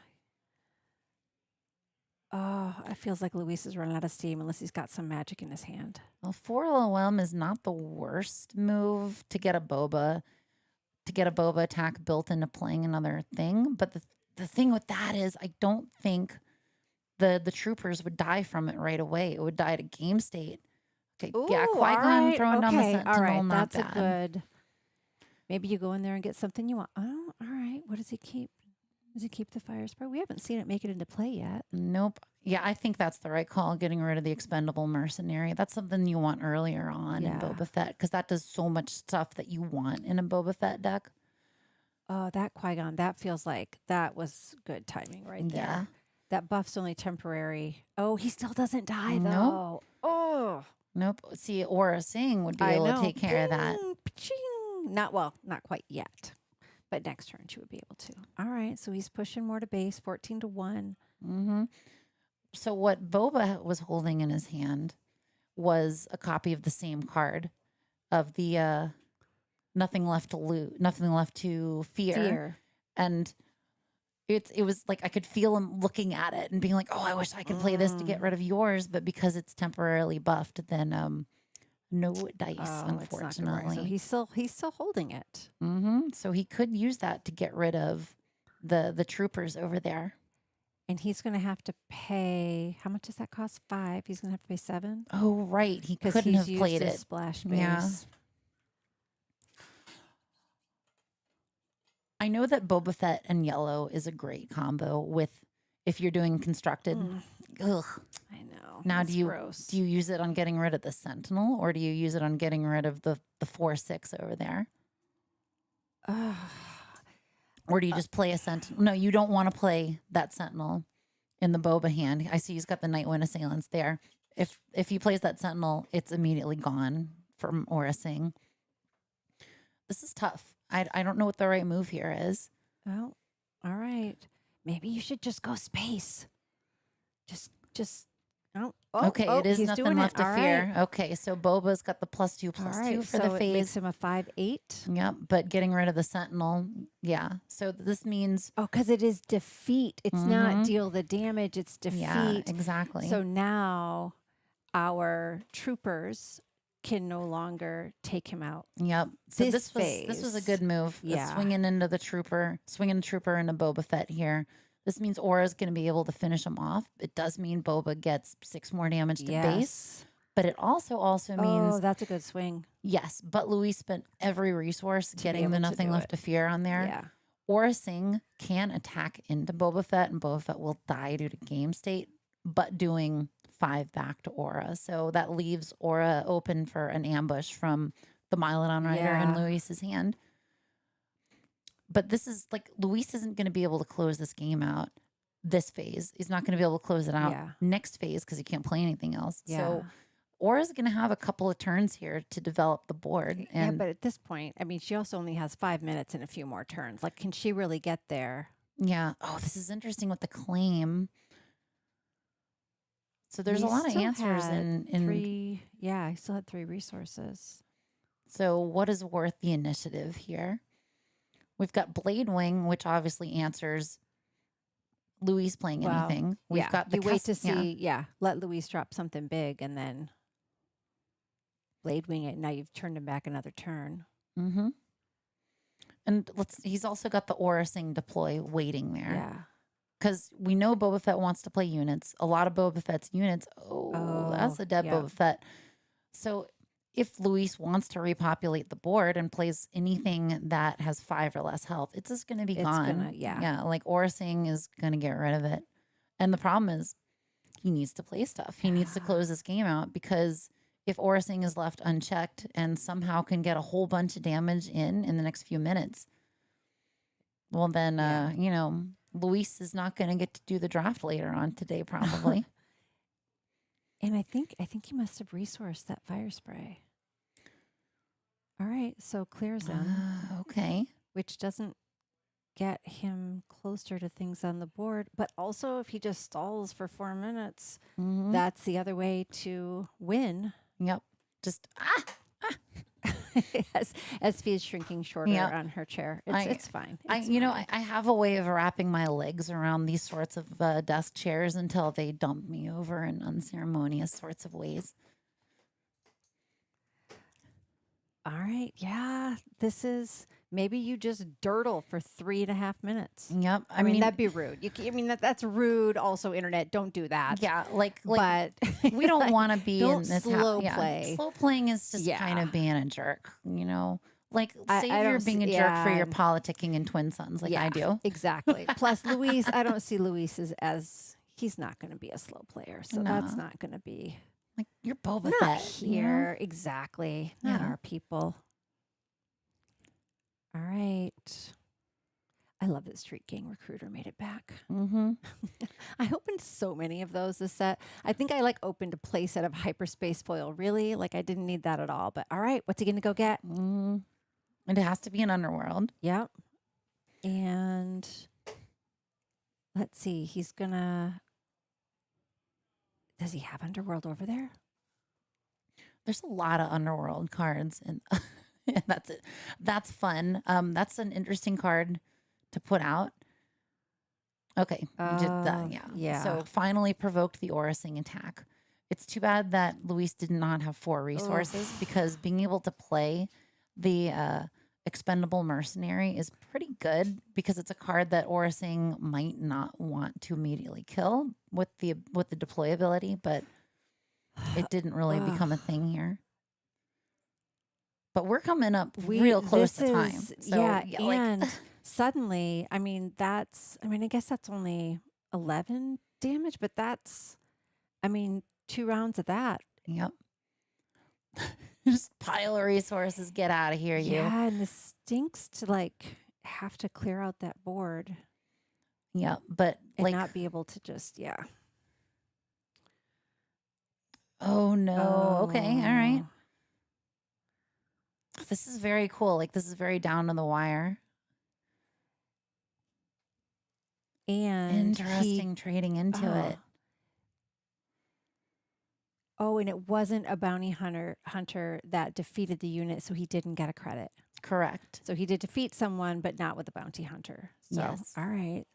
So he's got Forlom and Succus.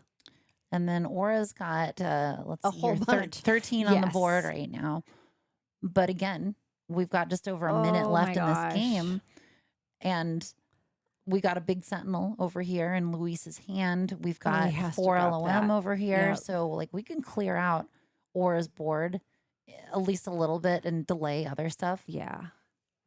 so that we can get into a situation where Aura's only going to be able to put a few damage on base and we might actually be able to delay enough to take the game. And if it goes to time, they finish their current phase. Yeah. And I think you usually get one I think you get one more. Yeah. more. Which Oh. play it again. Oh. Yes. Oh, that's right, because he still has resources. Okay. Oh, well, okay. Well, it saved him that 6. Yep. But like the damage keeps ramping up here. Yeah, So because now there's only 3 man. down, and look at all that on his board. I don't know if Luis can stop this. Yeah, because now we've got lethal from Morrison. Yes. Like Luis has definitely been working for Yes. this. It's just, this is the tough thing about Boba Fett is just stalling out. But it's been nice watching him not giving up on it. All right. I mean, so Kessel these- Hulk stops some damage, but we're finally Yeah, at a point. there it yeah. is. All right. That was That great. was good. Yeah, just at time. Good games, y'all. That was very cool matchup. I really liked the card interactions coming from both sides on this. Actually, Yes. that was really interesting to see. I've kind of missed the Escalation League this time. I just didn't get to spend as much time with this set. So this has been great to see these kind of specific interactions. Yeah, it's Yeah. very cool. Like I was saying earlier, the way these leader combinations work with each other is just it's real interesting. They did a great job with this set. Just in case they were wondering how you felt about it. I'm gonna keep telling them they're doing a case great they were job. I wondering, like telling people like, they're doing a yes, great job when they're doing a 100%. great job because that makes them hopefully want to do another great job with more product, and then Plus, eventually why not let me just do alternate art for their There cards. you go. There you go. Why not just send good into the world, right? Like if you Right. think someone's doing something good, you should just tell them. Right. And I bet we're having a lot of that here. We've seen a lot of sportsmanship, a lot of Yes. fist bumps, handshakes, Yep. players just like hanging out and vibing. And yeah. I do feel like I feel like our Portland community really is supportive and chill and welcoming. And I feel like this store also does a good job of keeping things casual and friendly and everybody being polite and having their big girl pants on. So I feel like Exactly. they do a really good job. Yes. And so speaking of this store, we're going to go hang out in the main area for a little bit. We're in between games. Don't forget to come back, check out we've got one more round, One right? more. One more Yep. round of sealed and then we'll go into the draft segment. So there's going to be a little bit of a break there, but still hours of entertaining Star Wars content to come. We can't wait to see you all back after just a few minutes.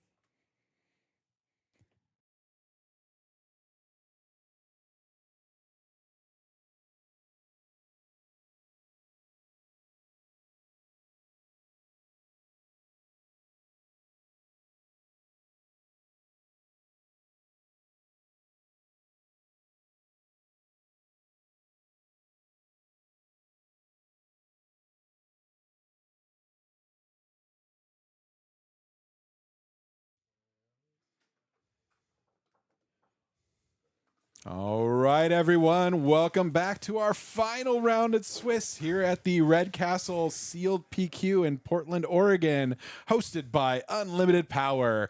I am Corey with Holotable Games Network. You might have heard me a little earlier today if you were listening in. I'm back for another round of Swiss because I've dropped out, and I've got with me my buddy Dave, our sealed expert here at Unlimited Power. We'll hold off on saying that. Everyone got to see my excellent deck build earlier today. That was had me panicking at the end, but we got through it and we managed to go 0-3 drop. Yep, I was doing surprisingly decent for a deck I didn't think was very good, and then actually Carson here just rolled me hard last round, and I was like, this is what I was expecting all day long. Oh. But that's the luck with sealed sometimes, is you're gonna get a bad pool. It happens. That is the way it goes. It's how can you deal with it, and how much luck do you have? Yeah. That said, we've got Carson on a Aura yellow, and we've got a Boba blue from Peter.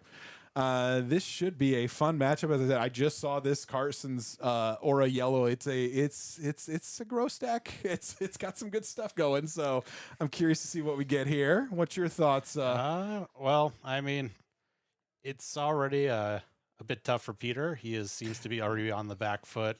Definitely with the 5 flip leader of Boba Fett versus Aura 7 flip, you want to be ahead on board or ahead on damage. And right now, it looks like the first couple of turns have not gone well. It looks like Leppy Lookout started off the game immediately eating a follower of the code. Mhm. And then the board is a little bit snowballing out of position for Boba, but we'll see what he can do to kind of catch up to that. Tamron's nice. Yeah. The Terraman coming down, and he's blowing up his own credit to pump his team. Yep, that seems like a good call right there. So that helps a lot. That's 2 5/7s.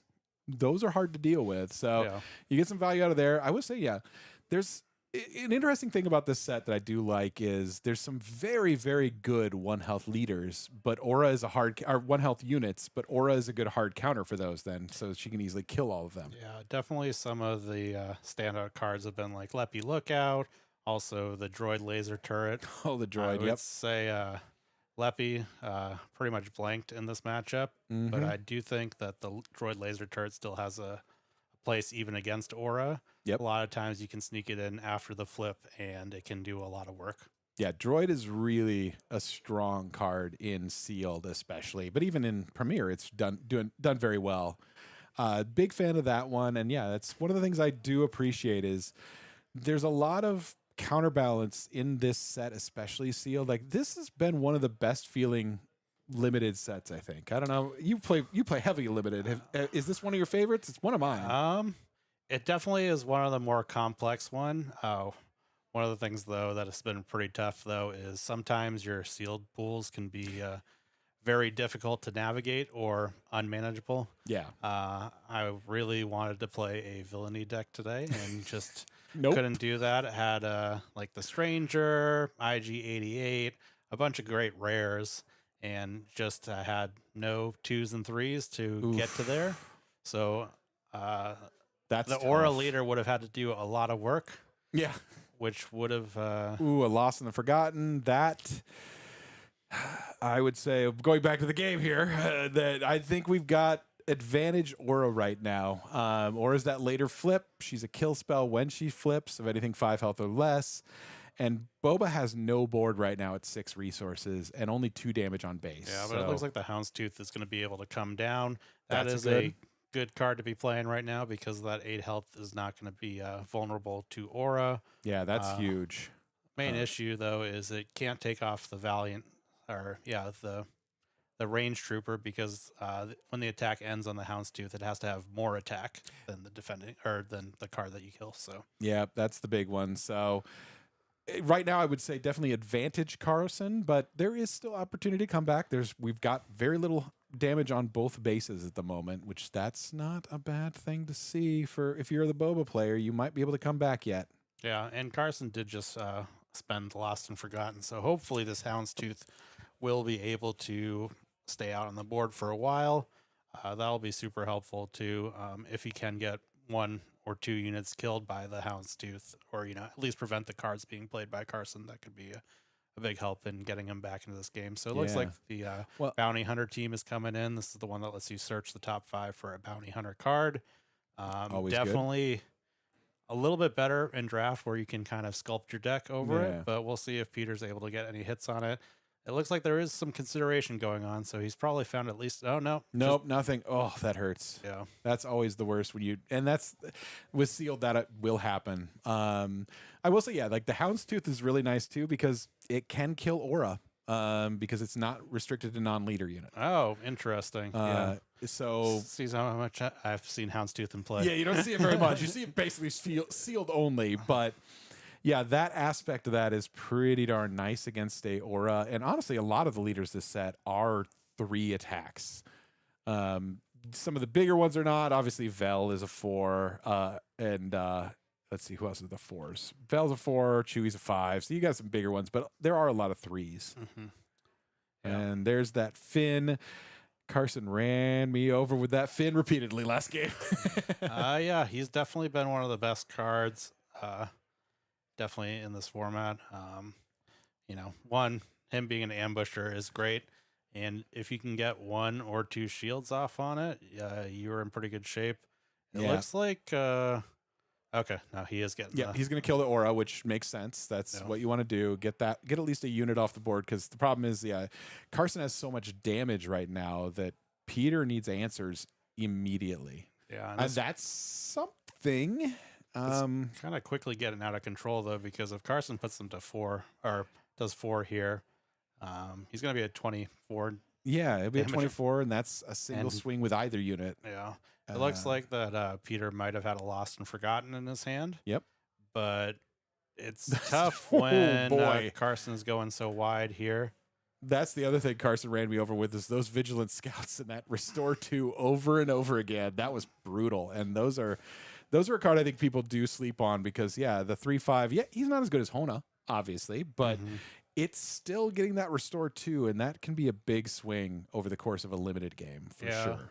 While I do agree the Restore on them can be very impactful, you do have to watch out. There are a lot of 5-power ambushers in the format, and all of them get to eat that card for free, which is a problem. See, yeah, we get 3 restore from the Lost and Forgotten. That's nice, but it's still, you've got 6-10 damage showing right now, and Yeah. even the 2 3s can swing in and kill you. So I think Peter, because he can kill that. He can kill one of those 2, but Yeah. he can't kill the other. So we're going to game 2, Carson. So I have a quick little game 1. We'll see if we get any sideboarding in beforehand. But these are 2 4-1, so both on the bubble for potentially going into the top 8. Win here will almost definitely get them in the top 8. Yeah. Well, I'm pretty sure definitely. I haven't actually looked at the numbers yet. 5 and 1 will 5 definitely and 1 will get definitely be in. and I don't think there will be any 4 and 2s that make it. And I know that the top table did ID, Which makes sense. Yeah. So we had a there's at couple least 2. undefeateds, right? There's 2 spots already accounted for, basically. Yeah. Yeah.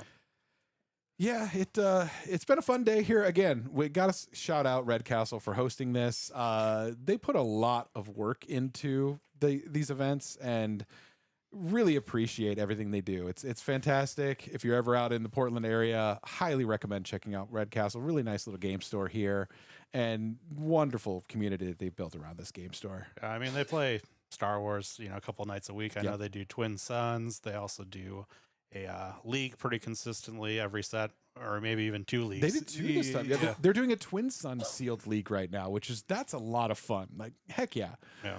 I love it.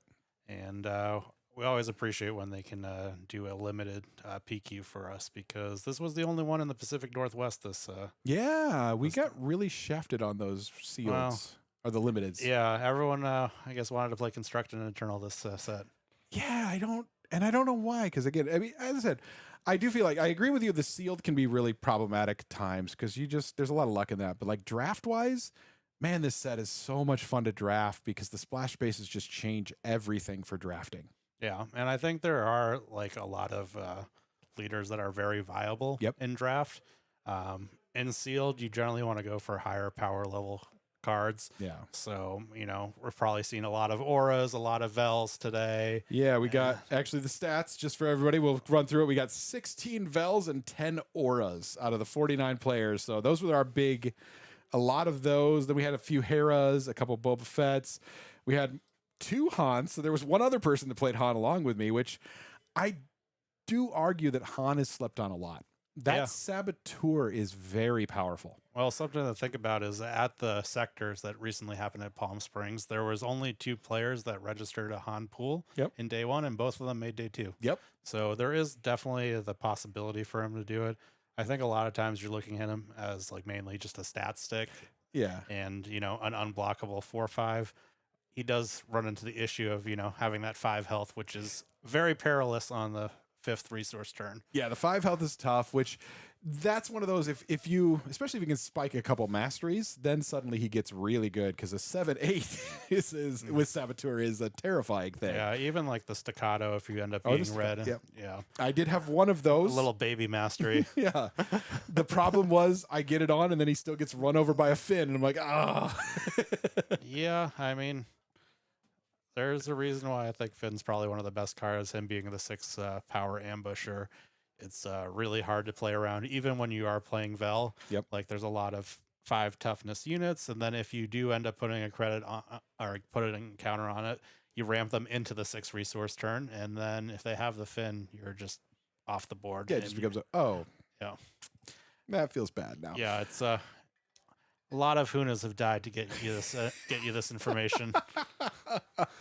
Oh, that's true. All right. So we've got, we had a mulligan from Peter, but Peter is all set now with his next hand. Carson was happy with his initial hand, which I haven't seen anything. I think I saw a Lost and Forgotten in there already, which yuck. Gross. But we'll see what we got going on.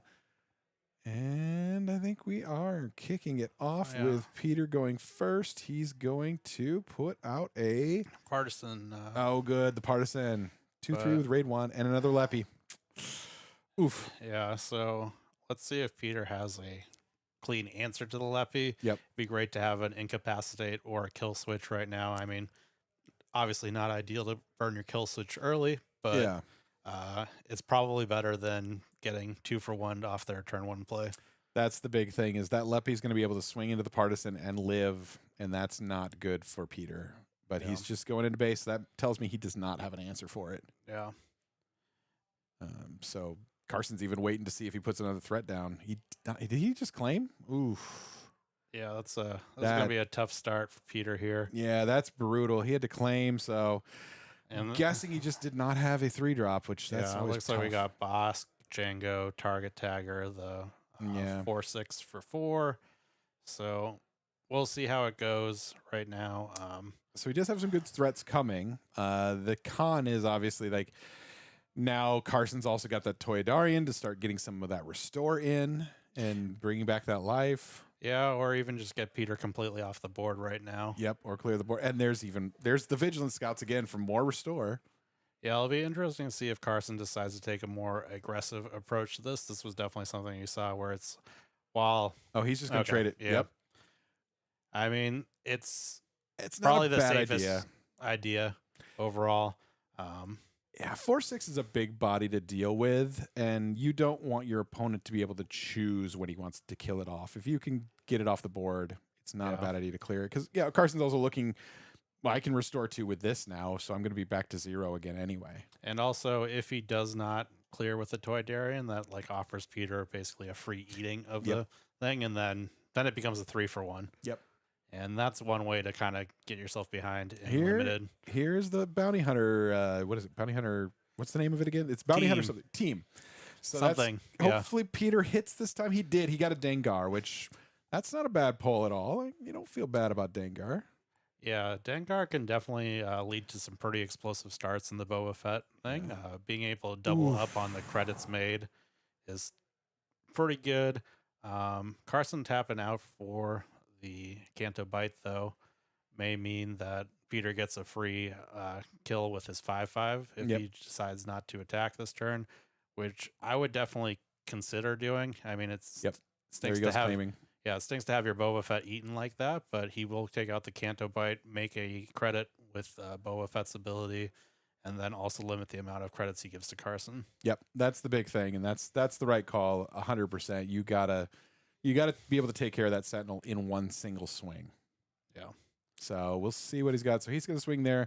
I'm going to bet that Carson's going to swing right into the Boba immediately as excuse me, hiccup as well. Yep, there we go. There's Boba off the board. So advantage currently to Peter. He's got more on the board than Carson does. Yeah. And unfortunately, we're looking at the Boba flip turn, or the Aura flip turn next turn. So it will be able to eat the Django Fett because it'll go through the shield with this 5 toughness. Yeah, that's a big thing. That might even be, does Carson even play something? I think you have to play something. Yeah. I mean, we're even on board right now in terms of life. Neither base has any damage currently, but I don't think you can just forego, using any resources on this turn. It's tough to do. That is going to put Peter in a place where at least he'll get a single swing with the Django. Yeah, but you can afford to probably take 6 damage once. Yeah. At this point. Yep, exactly. Yeah, he can take that. He's got 0 damage on base right now, so he takes 6. He's going to exhaust the jumper, but that's a 2/1 you're exhausting. That doesn't feel great. And then Aura can flip and kill it. So that's really tough. So yeah, we'll see what Peter's got for answers. I believe I saw a Lost and Forgotten in there, which that's going to be useful. Lost and Forgotten, a Mastery, it looked like. Yeah, Mastery's great. Actually, a Mastery on Django right now feels really good. Yeah. I mean, that could It's risky. give him some protection on there. I mean, you do have to worry about, Lost and Forgotten, Carson playing Lost and Forgotten. Yep. I mean, even Blade Wing is just a complete, complete non-starter, or not non-starter, but just, a shutdown. It just shuts it down. So yeah, there's a lot of things that could cause problems for it. 6 on the base. He should have exhausted that 2/1, but it is a may, so no, it's not a requirement. It's a you may. So he missed that trigger to exhaust the 2/1 from Django. Yeah, and it doesn't look like Peter really has any space threats either. Yeah, I don't know if he's going to be... I don't know. It's going to be a tough one from here. Yeah, it's gonna be brutal. Honestly, that's how I got as far as I did today. Was a lot of arena dodging of space units, like just dumping space units and going, all right, I'm just gonna keep swinging at you. Yeah. So that again, that's another one of those things. Even with a bad sealed pool, if you have enough space units, that could potentially spike you games, because the big thing about limited is always people are pretty limited on their space units. Yeah. The one thing you got to be careful though is the space units generally are weaker There is overall that, stats yes. wise, so it makes it harder to race ground opponents, especially because leaders flip onto the ground in this set. Yep. 100%. There is the Bosk out. That is a decent threat.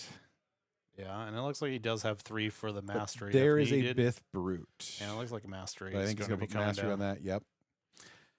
That does give him a pretty clean takeout of the rocket jumper too Mm-hmm. on the attack. It looks like Carson is claiming early rather than or foregoing any damage. Yep. Which makes sense. He's probably got that lost and forgotten, would be my guess. Yeah. Nope. A Kanan to bounce it. Oh, so Kanan for 6 here. And yeah, because he has a red unit, it's Super Kanan. Yep. And that That's, a lot of times that's going to be game when it's on turn 4, and it looks like it's probably going to be game here. Not to- Yeah, that's a huge swing. That's going to be tough to come back with, because yeah, Carson's got such a big board state right now that it's kind of like, well, what do you do now? You gotta clear this and stick some units as well. and do 22 damage. And do 22 damage while you're at it. Oof, that's a lot of Yeah, or damage. 21 damage. 21, yeah. We can do math here. It's not the end of a long No, day. see, this is math in the loser's bracket here. Yeah. This is how we got to the losers bracket. What's math? Yeah. I can count, right? No, I can't. Yeah. We're at the post eating an entire pizza phase. So, yeah. Like, That pizza looked good too. it was delicious. I don't know what that guy was talking about. That it was no good. Yeah, I had some of the tacos. That another shout out, Giacomo Tacos came in here and did our lunch. They came in to cater taco lunch. They do pop ups around Portland. So if you're in Portland, do give them a follow on Instagram, because their tacos are fire, absolute fire. Yeah. They it did look quite delicious. Oh, and there's an ambusher to clear the board and leave a 5/6 on the board as well. Yeah. Oof. That is a tough spot to be in right now. I felt like Peter does right now last game, like this, and it was A playing little bit Carson. helpless. I Yeah. was like, okay. It's tough when like things seem to be lining up in a way where it's like, oh, my opponent just gets to freely kill my unit, freely bounce my unit, Yeah. And gets to leave something on board. It allows them to, maintain the tempo advantage. I mean, Yeah. Sitting there even going, with 1 million resources up, barring a single reactor ignition, I don't see yeah, that's what I was gonna say. Like, a great line here. you're desperate for a single reactor ignition right now, but that's a legendary, so you probably don't have it. And, it would cost your whole turn too, because he's And- already used his 4 space. Yep. And there's a Forlom, which that is also paying 2 more for the Forlom, but it does take out a couple units, right? No, so yeah, when it comes into play, you get to attack with a bounty hunter, even Yep. if it's Which is exhausted. himself. Yeah. Yep. He has pseudo ambush basically. Yeah. Definitely took a couple times reading that card to understand it. But yeah, it's been a pretty big standout. I imagine it's been a pretty good card throughout the day.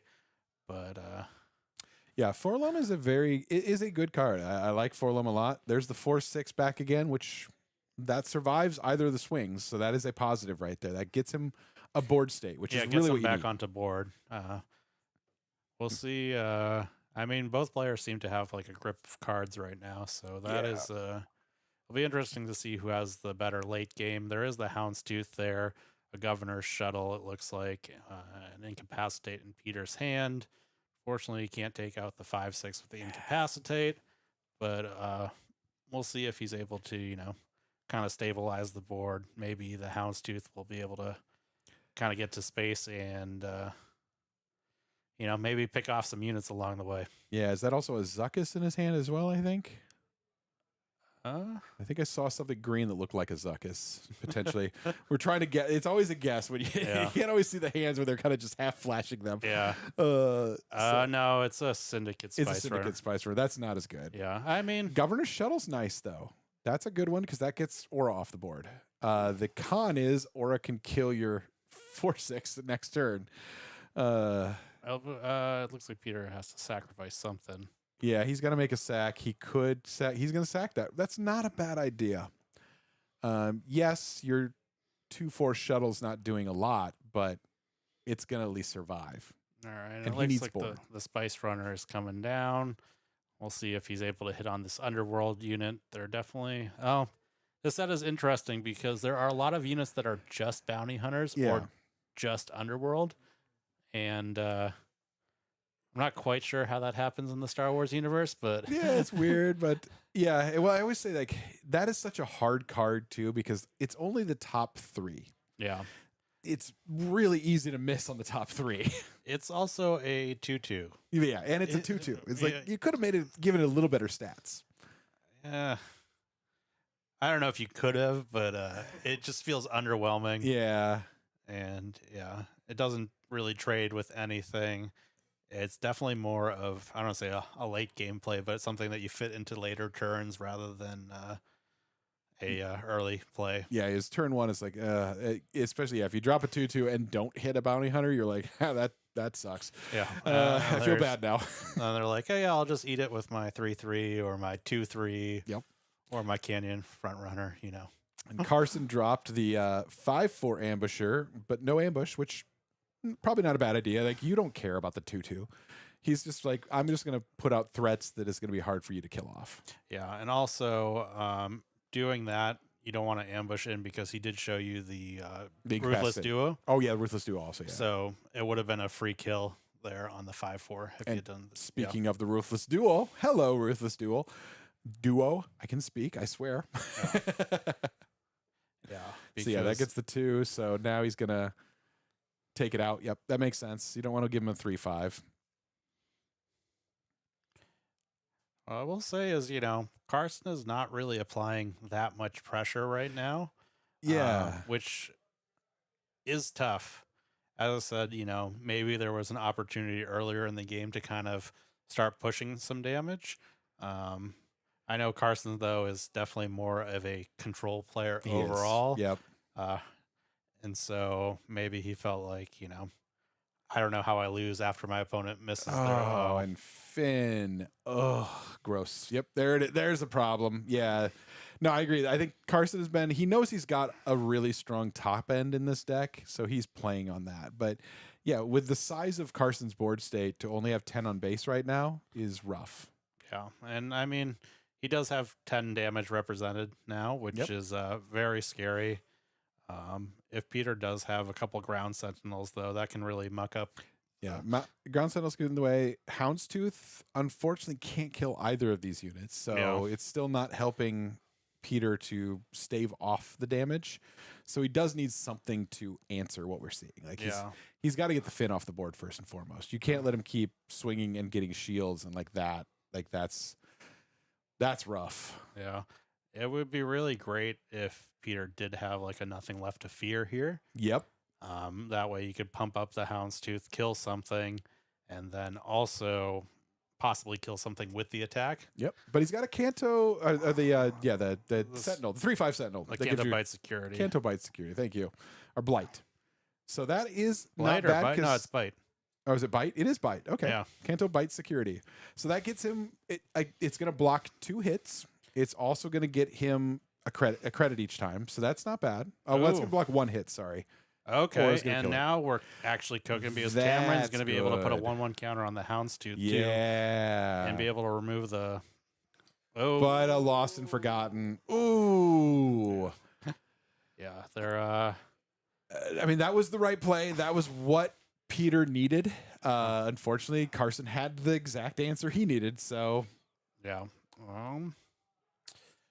Now, is this a time where you might claim early to take the Finn off the board here?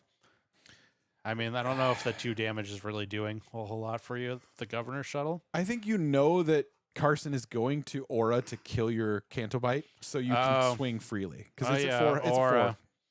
Yeah, I can't forget about aura. Yeah, so like you got a free swing at that point. You take it, and then you can claim. Yeah, and Carson just keeps. And spreading Peter's out, the out of cards in his deck also. So that's that's not a good place to be when you're the one that's at more damage on base. Yeah, he's definitely down to some limited resources here. Yeah, I'm gonna start taking 6 damage a turn just from drawing cards. Yeah, so he's got 9 resources, 10, 11 resources. He's got 11 resources. I don't know how many cards he's got left, but those are the last of his cards. Yeah, this is, I don't say the risk of it. You really can't afford to go to a late game when you are drawing extra cards like that. Yeah, card draw in limited can bite you hard. Yeah, because limited does have a tendency to go a little long at times, and if it does, all right. So he's gonna Lost and Forgotten the Finn, which to get some restore, but Carson's got enough damage to keep putting that pressure on, and then the ticking damage from just the card draw is gonna get Peter if he does not have a answer soon. Well, he'll be at 1 after this draw step. Yep. So, and there's another 4 there, so 20. 2 back. Yeah, so he'll be at 1. He's going to have 14 on base. Yeah, 14 on base. Yep, that's game. Good matches. Carson got a good draw. Like as I said, I saw him last round. I got to play against him. He's got look at that. Nothing left of fear in his hand as well. Like another Milodon rider on deck. Yeah. Yeah, it was a good pool for Carson. So that's always a tough thing. There is a lot of luck in limited. I think draft does mitigate that a lot because you are actually having to make some strategic choices. But limited is just, did you get 6 good packs? If not, you're going to struggle. Yeah. Did you get enough 2-drops? Yep. To play? Did you get enough 2-drops to play what you want to play? Yeah. Nope. Dave did not.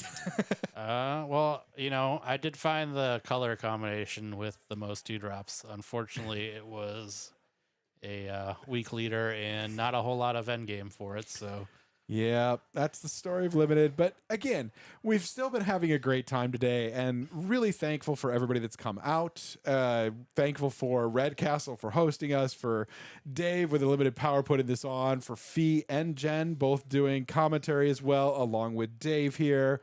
Really appreciate everybody that's tuning in. We will be going into the top 8 after a short break. And once again, I'll just shout out, if you get a chance, please give us a follow on Holotable Games Network. You can find it on YouTube, just Holotable GN. We do a lot of deck building. Joey and myself we love deck building, so we're going to be going really heavy into new set stuff when spoiler season begins this next week. So look in a couple weeks to start seeing us testing out new leaders, new potential uses for cards in older leaders. We're going to start doing our experimenting to see what might be good for Galactics. So do turn in if you'd like to see us doing some wacky, crazy decks. Yeah, and I do believe we might have some Twin Suns content to be playing in the next couple minutes while we are here. While you're there waiting. So, because we cannot do the top 8 draft. So yeah. Oh, we can't do the top 8 draft. Well, we can't do the draft part. Oh yeah, sorry. Yeah, we've got a little time frame. So yeah, some Twin Suns. It's a Twin Suns game with. Oh no, we're just gonna finish up a video for it. So. Okay. No, so just kidding. Video for tomorrow. Coming Twin Suns game on Unlimited Power. Yeah. They're going to get a game recorded, and we're going to have a new game tomorrow for you, which should be a lot of fun as well. So, yeah, do check out. Like David, Fee have a lot of great Twin Suns games. We also have a few in HGN, but we do not have as much as obviously Fee's got a ton of it. But yeah, once again, really appreciate everybody tuning in. Appreciate the team that's been running this.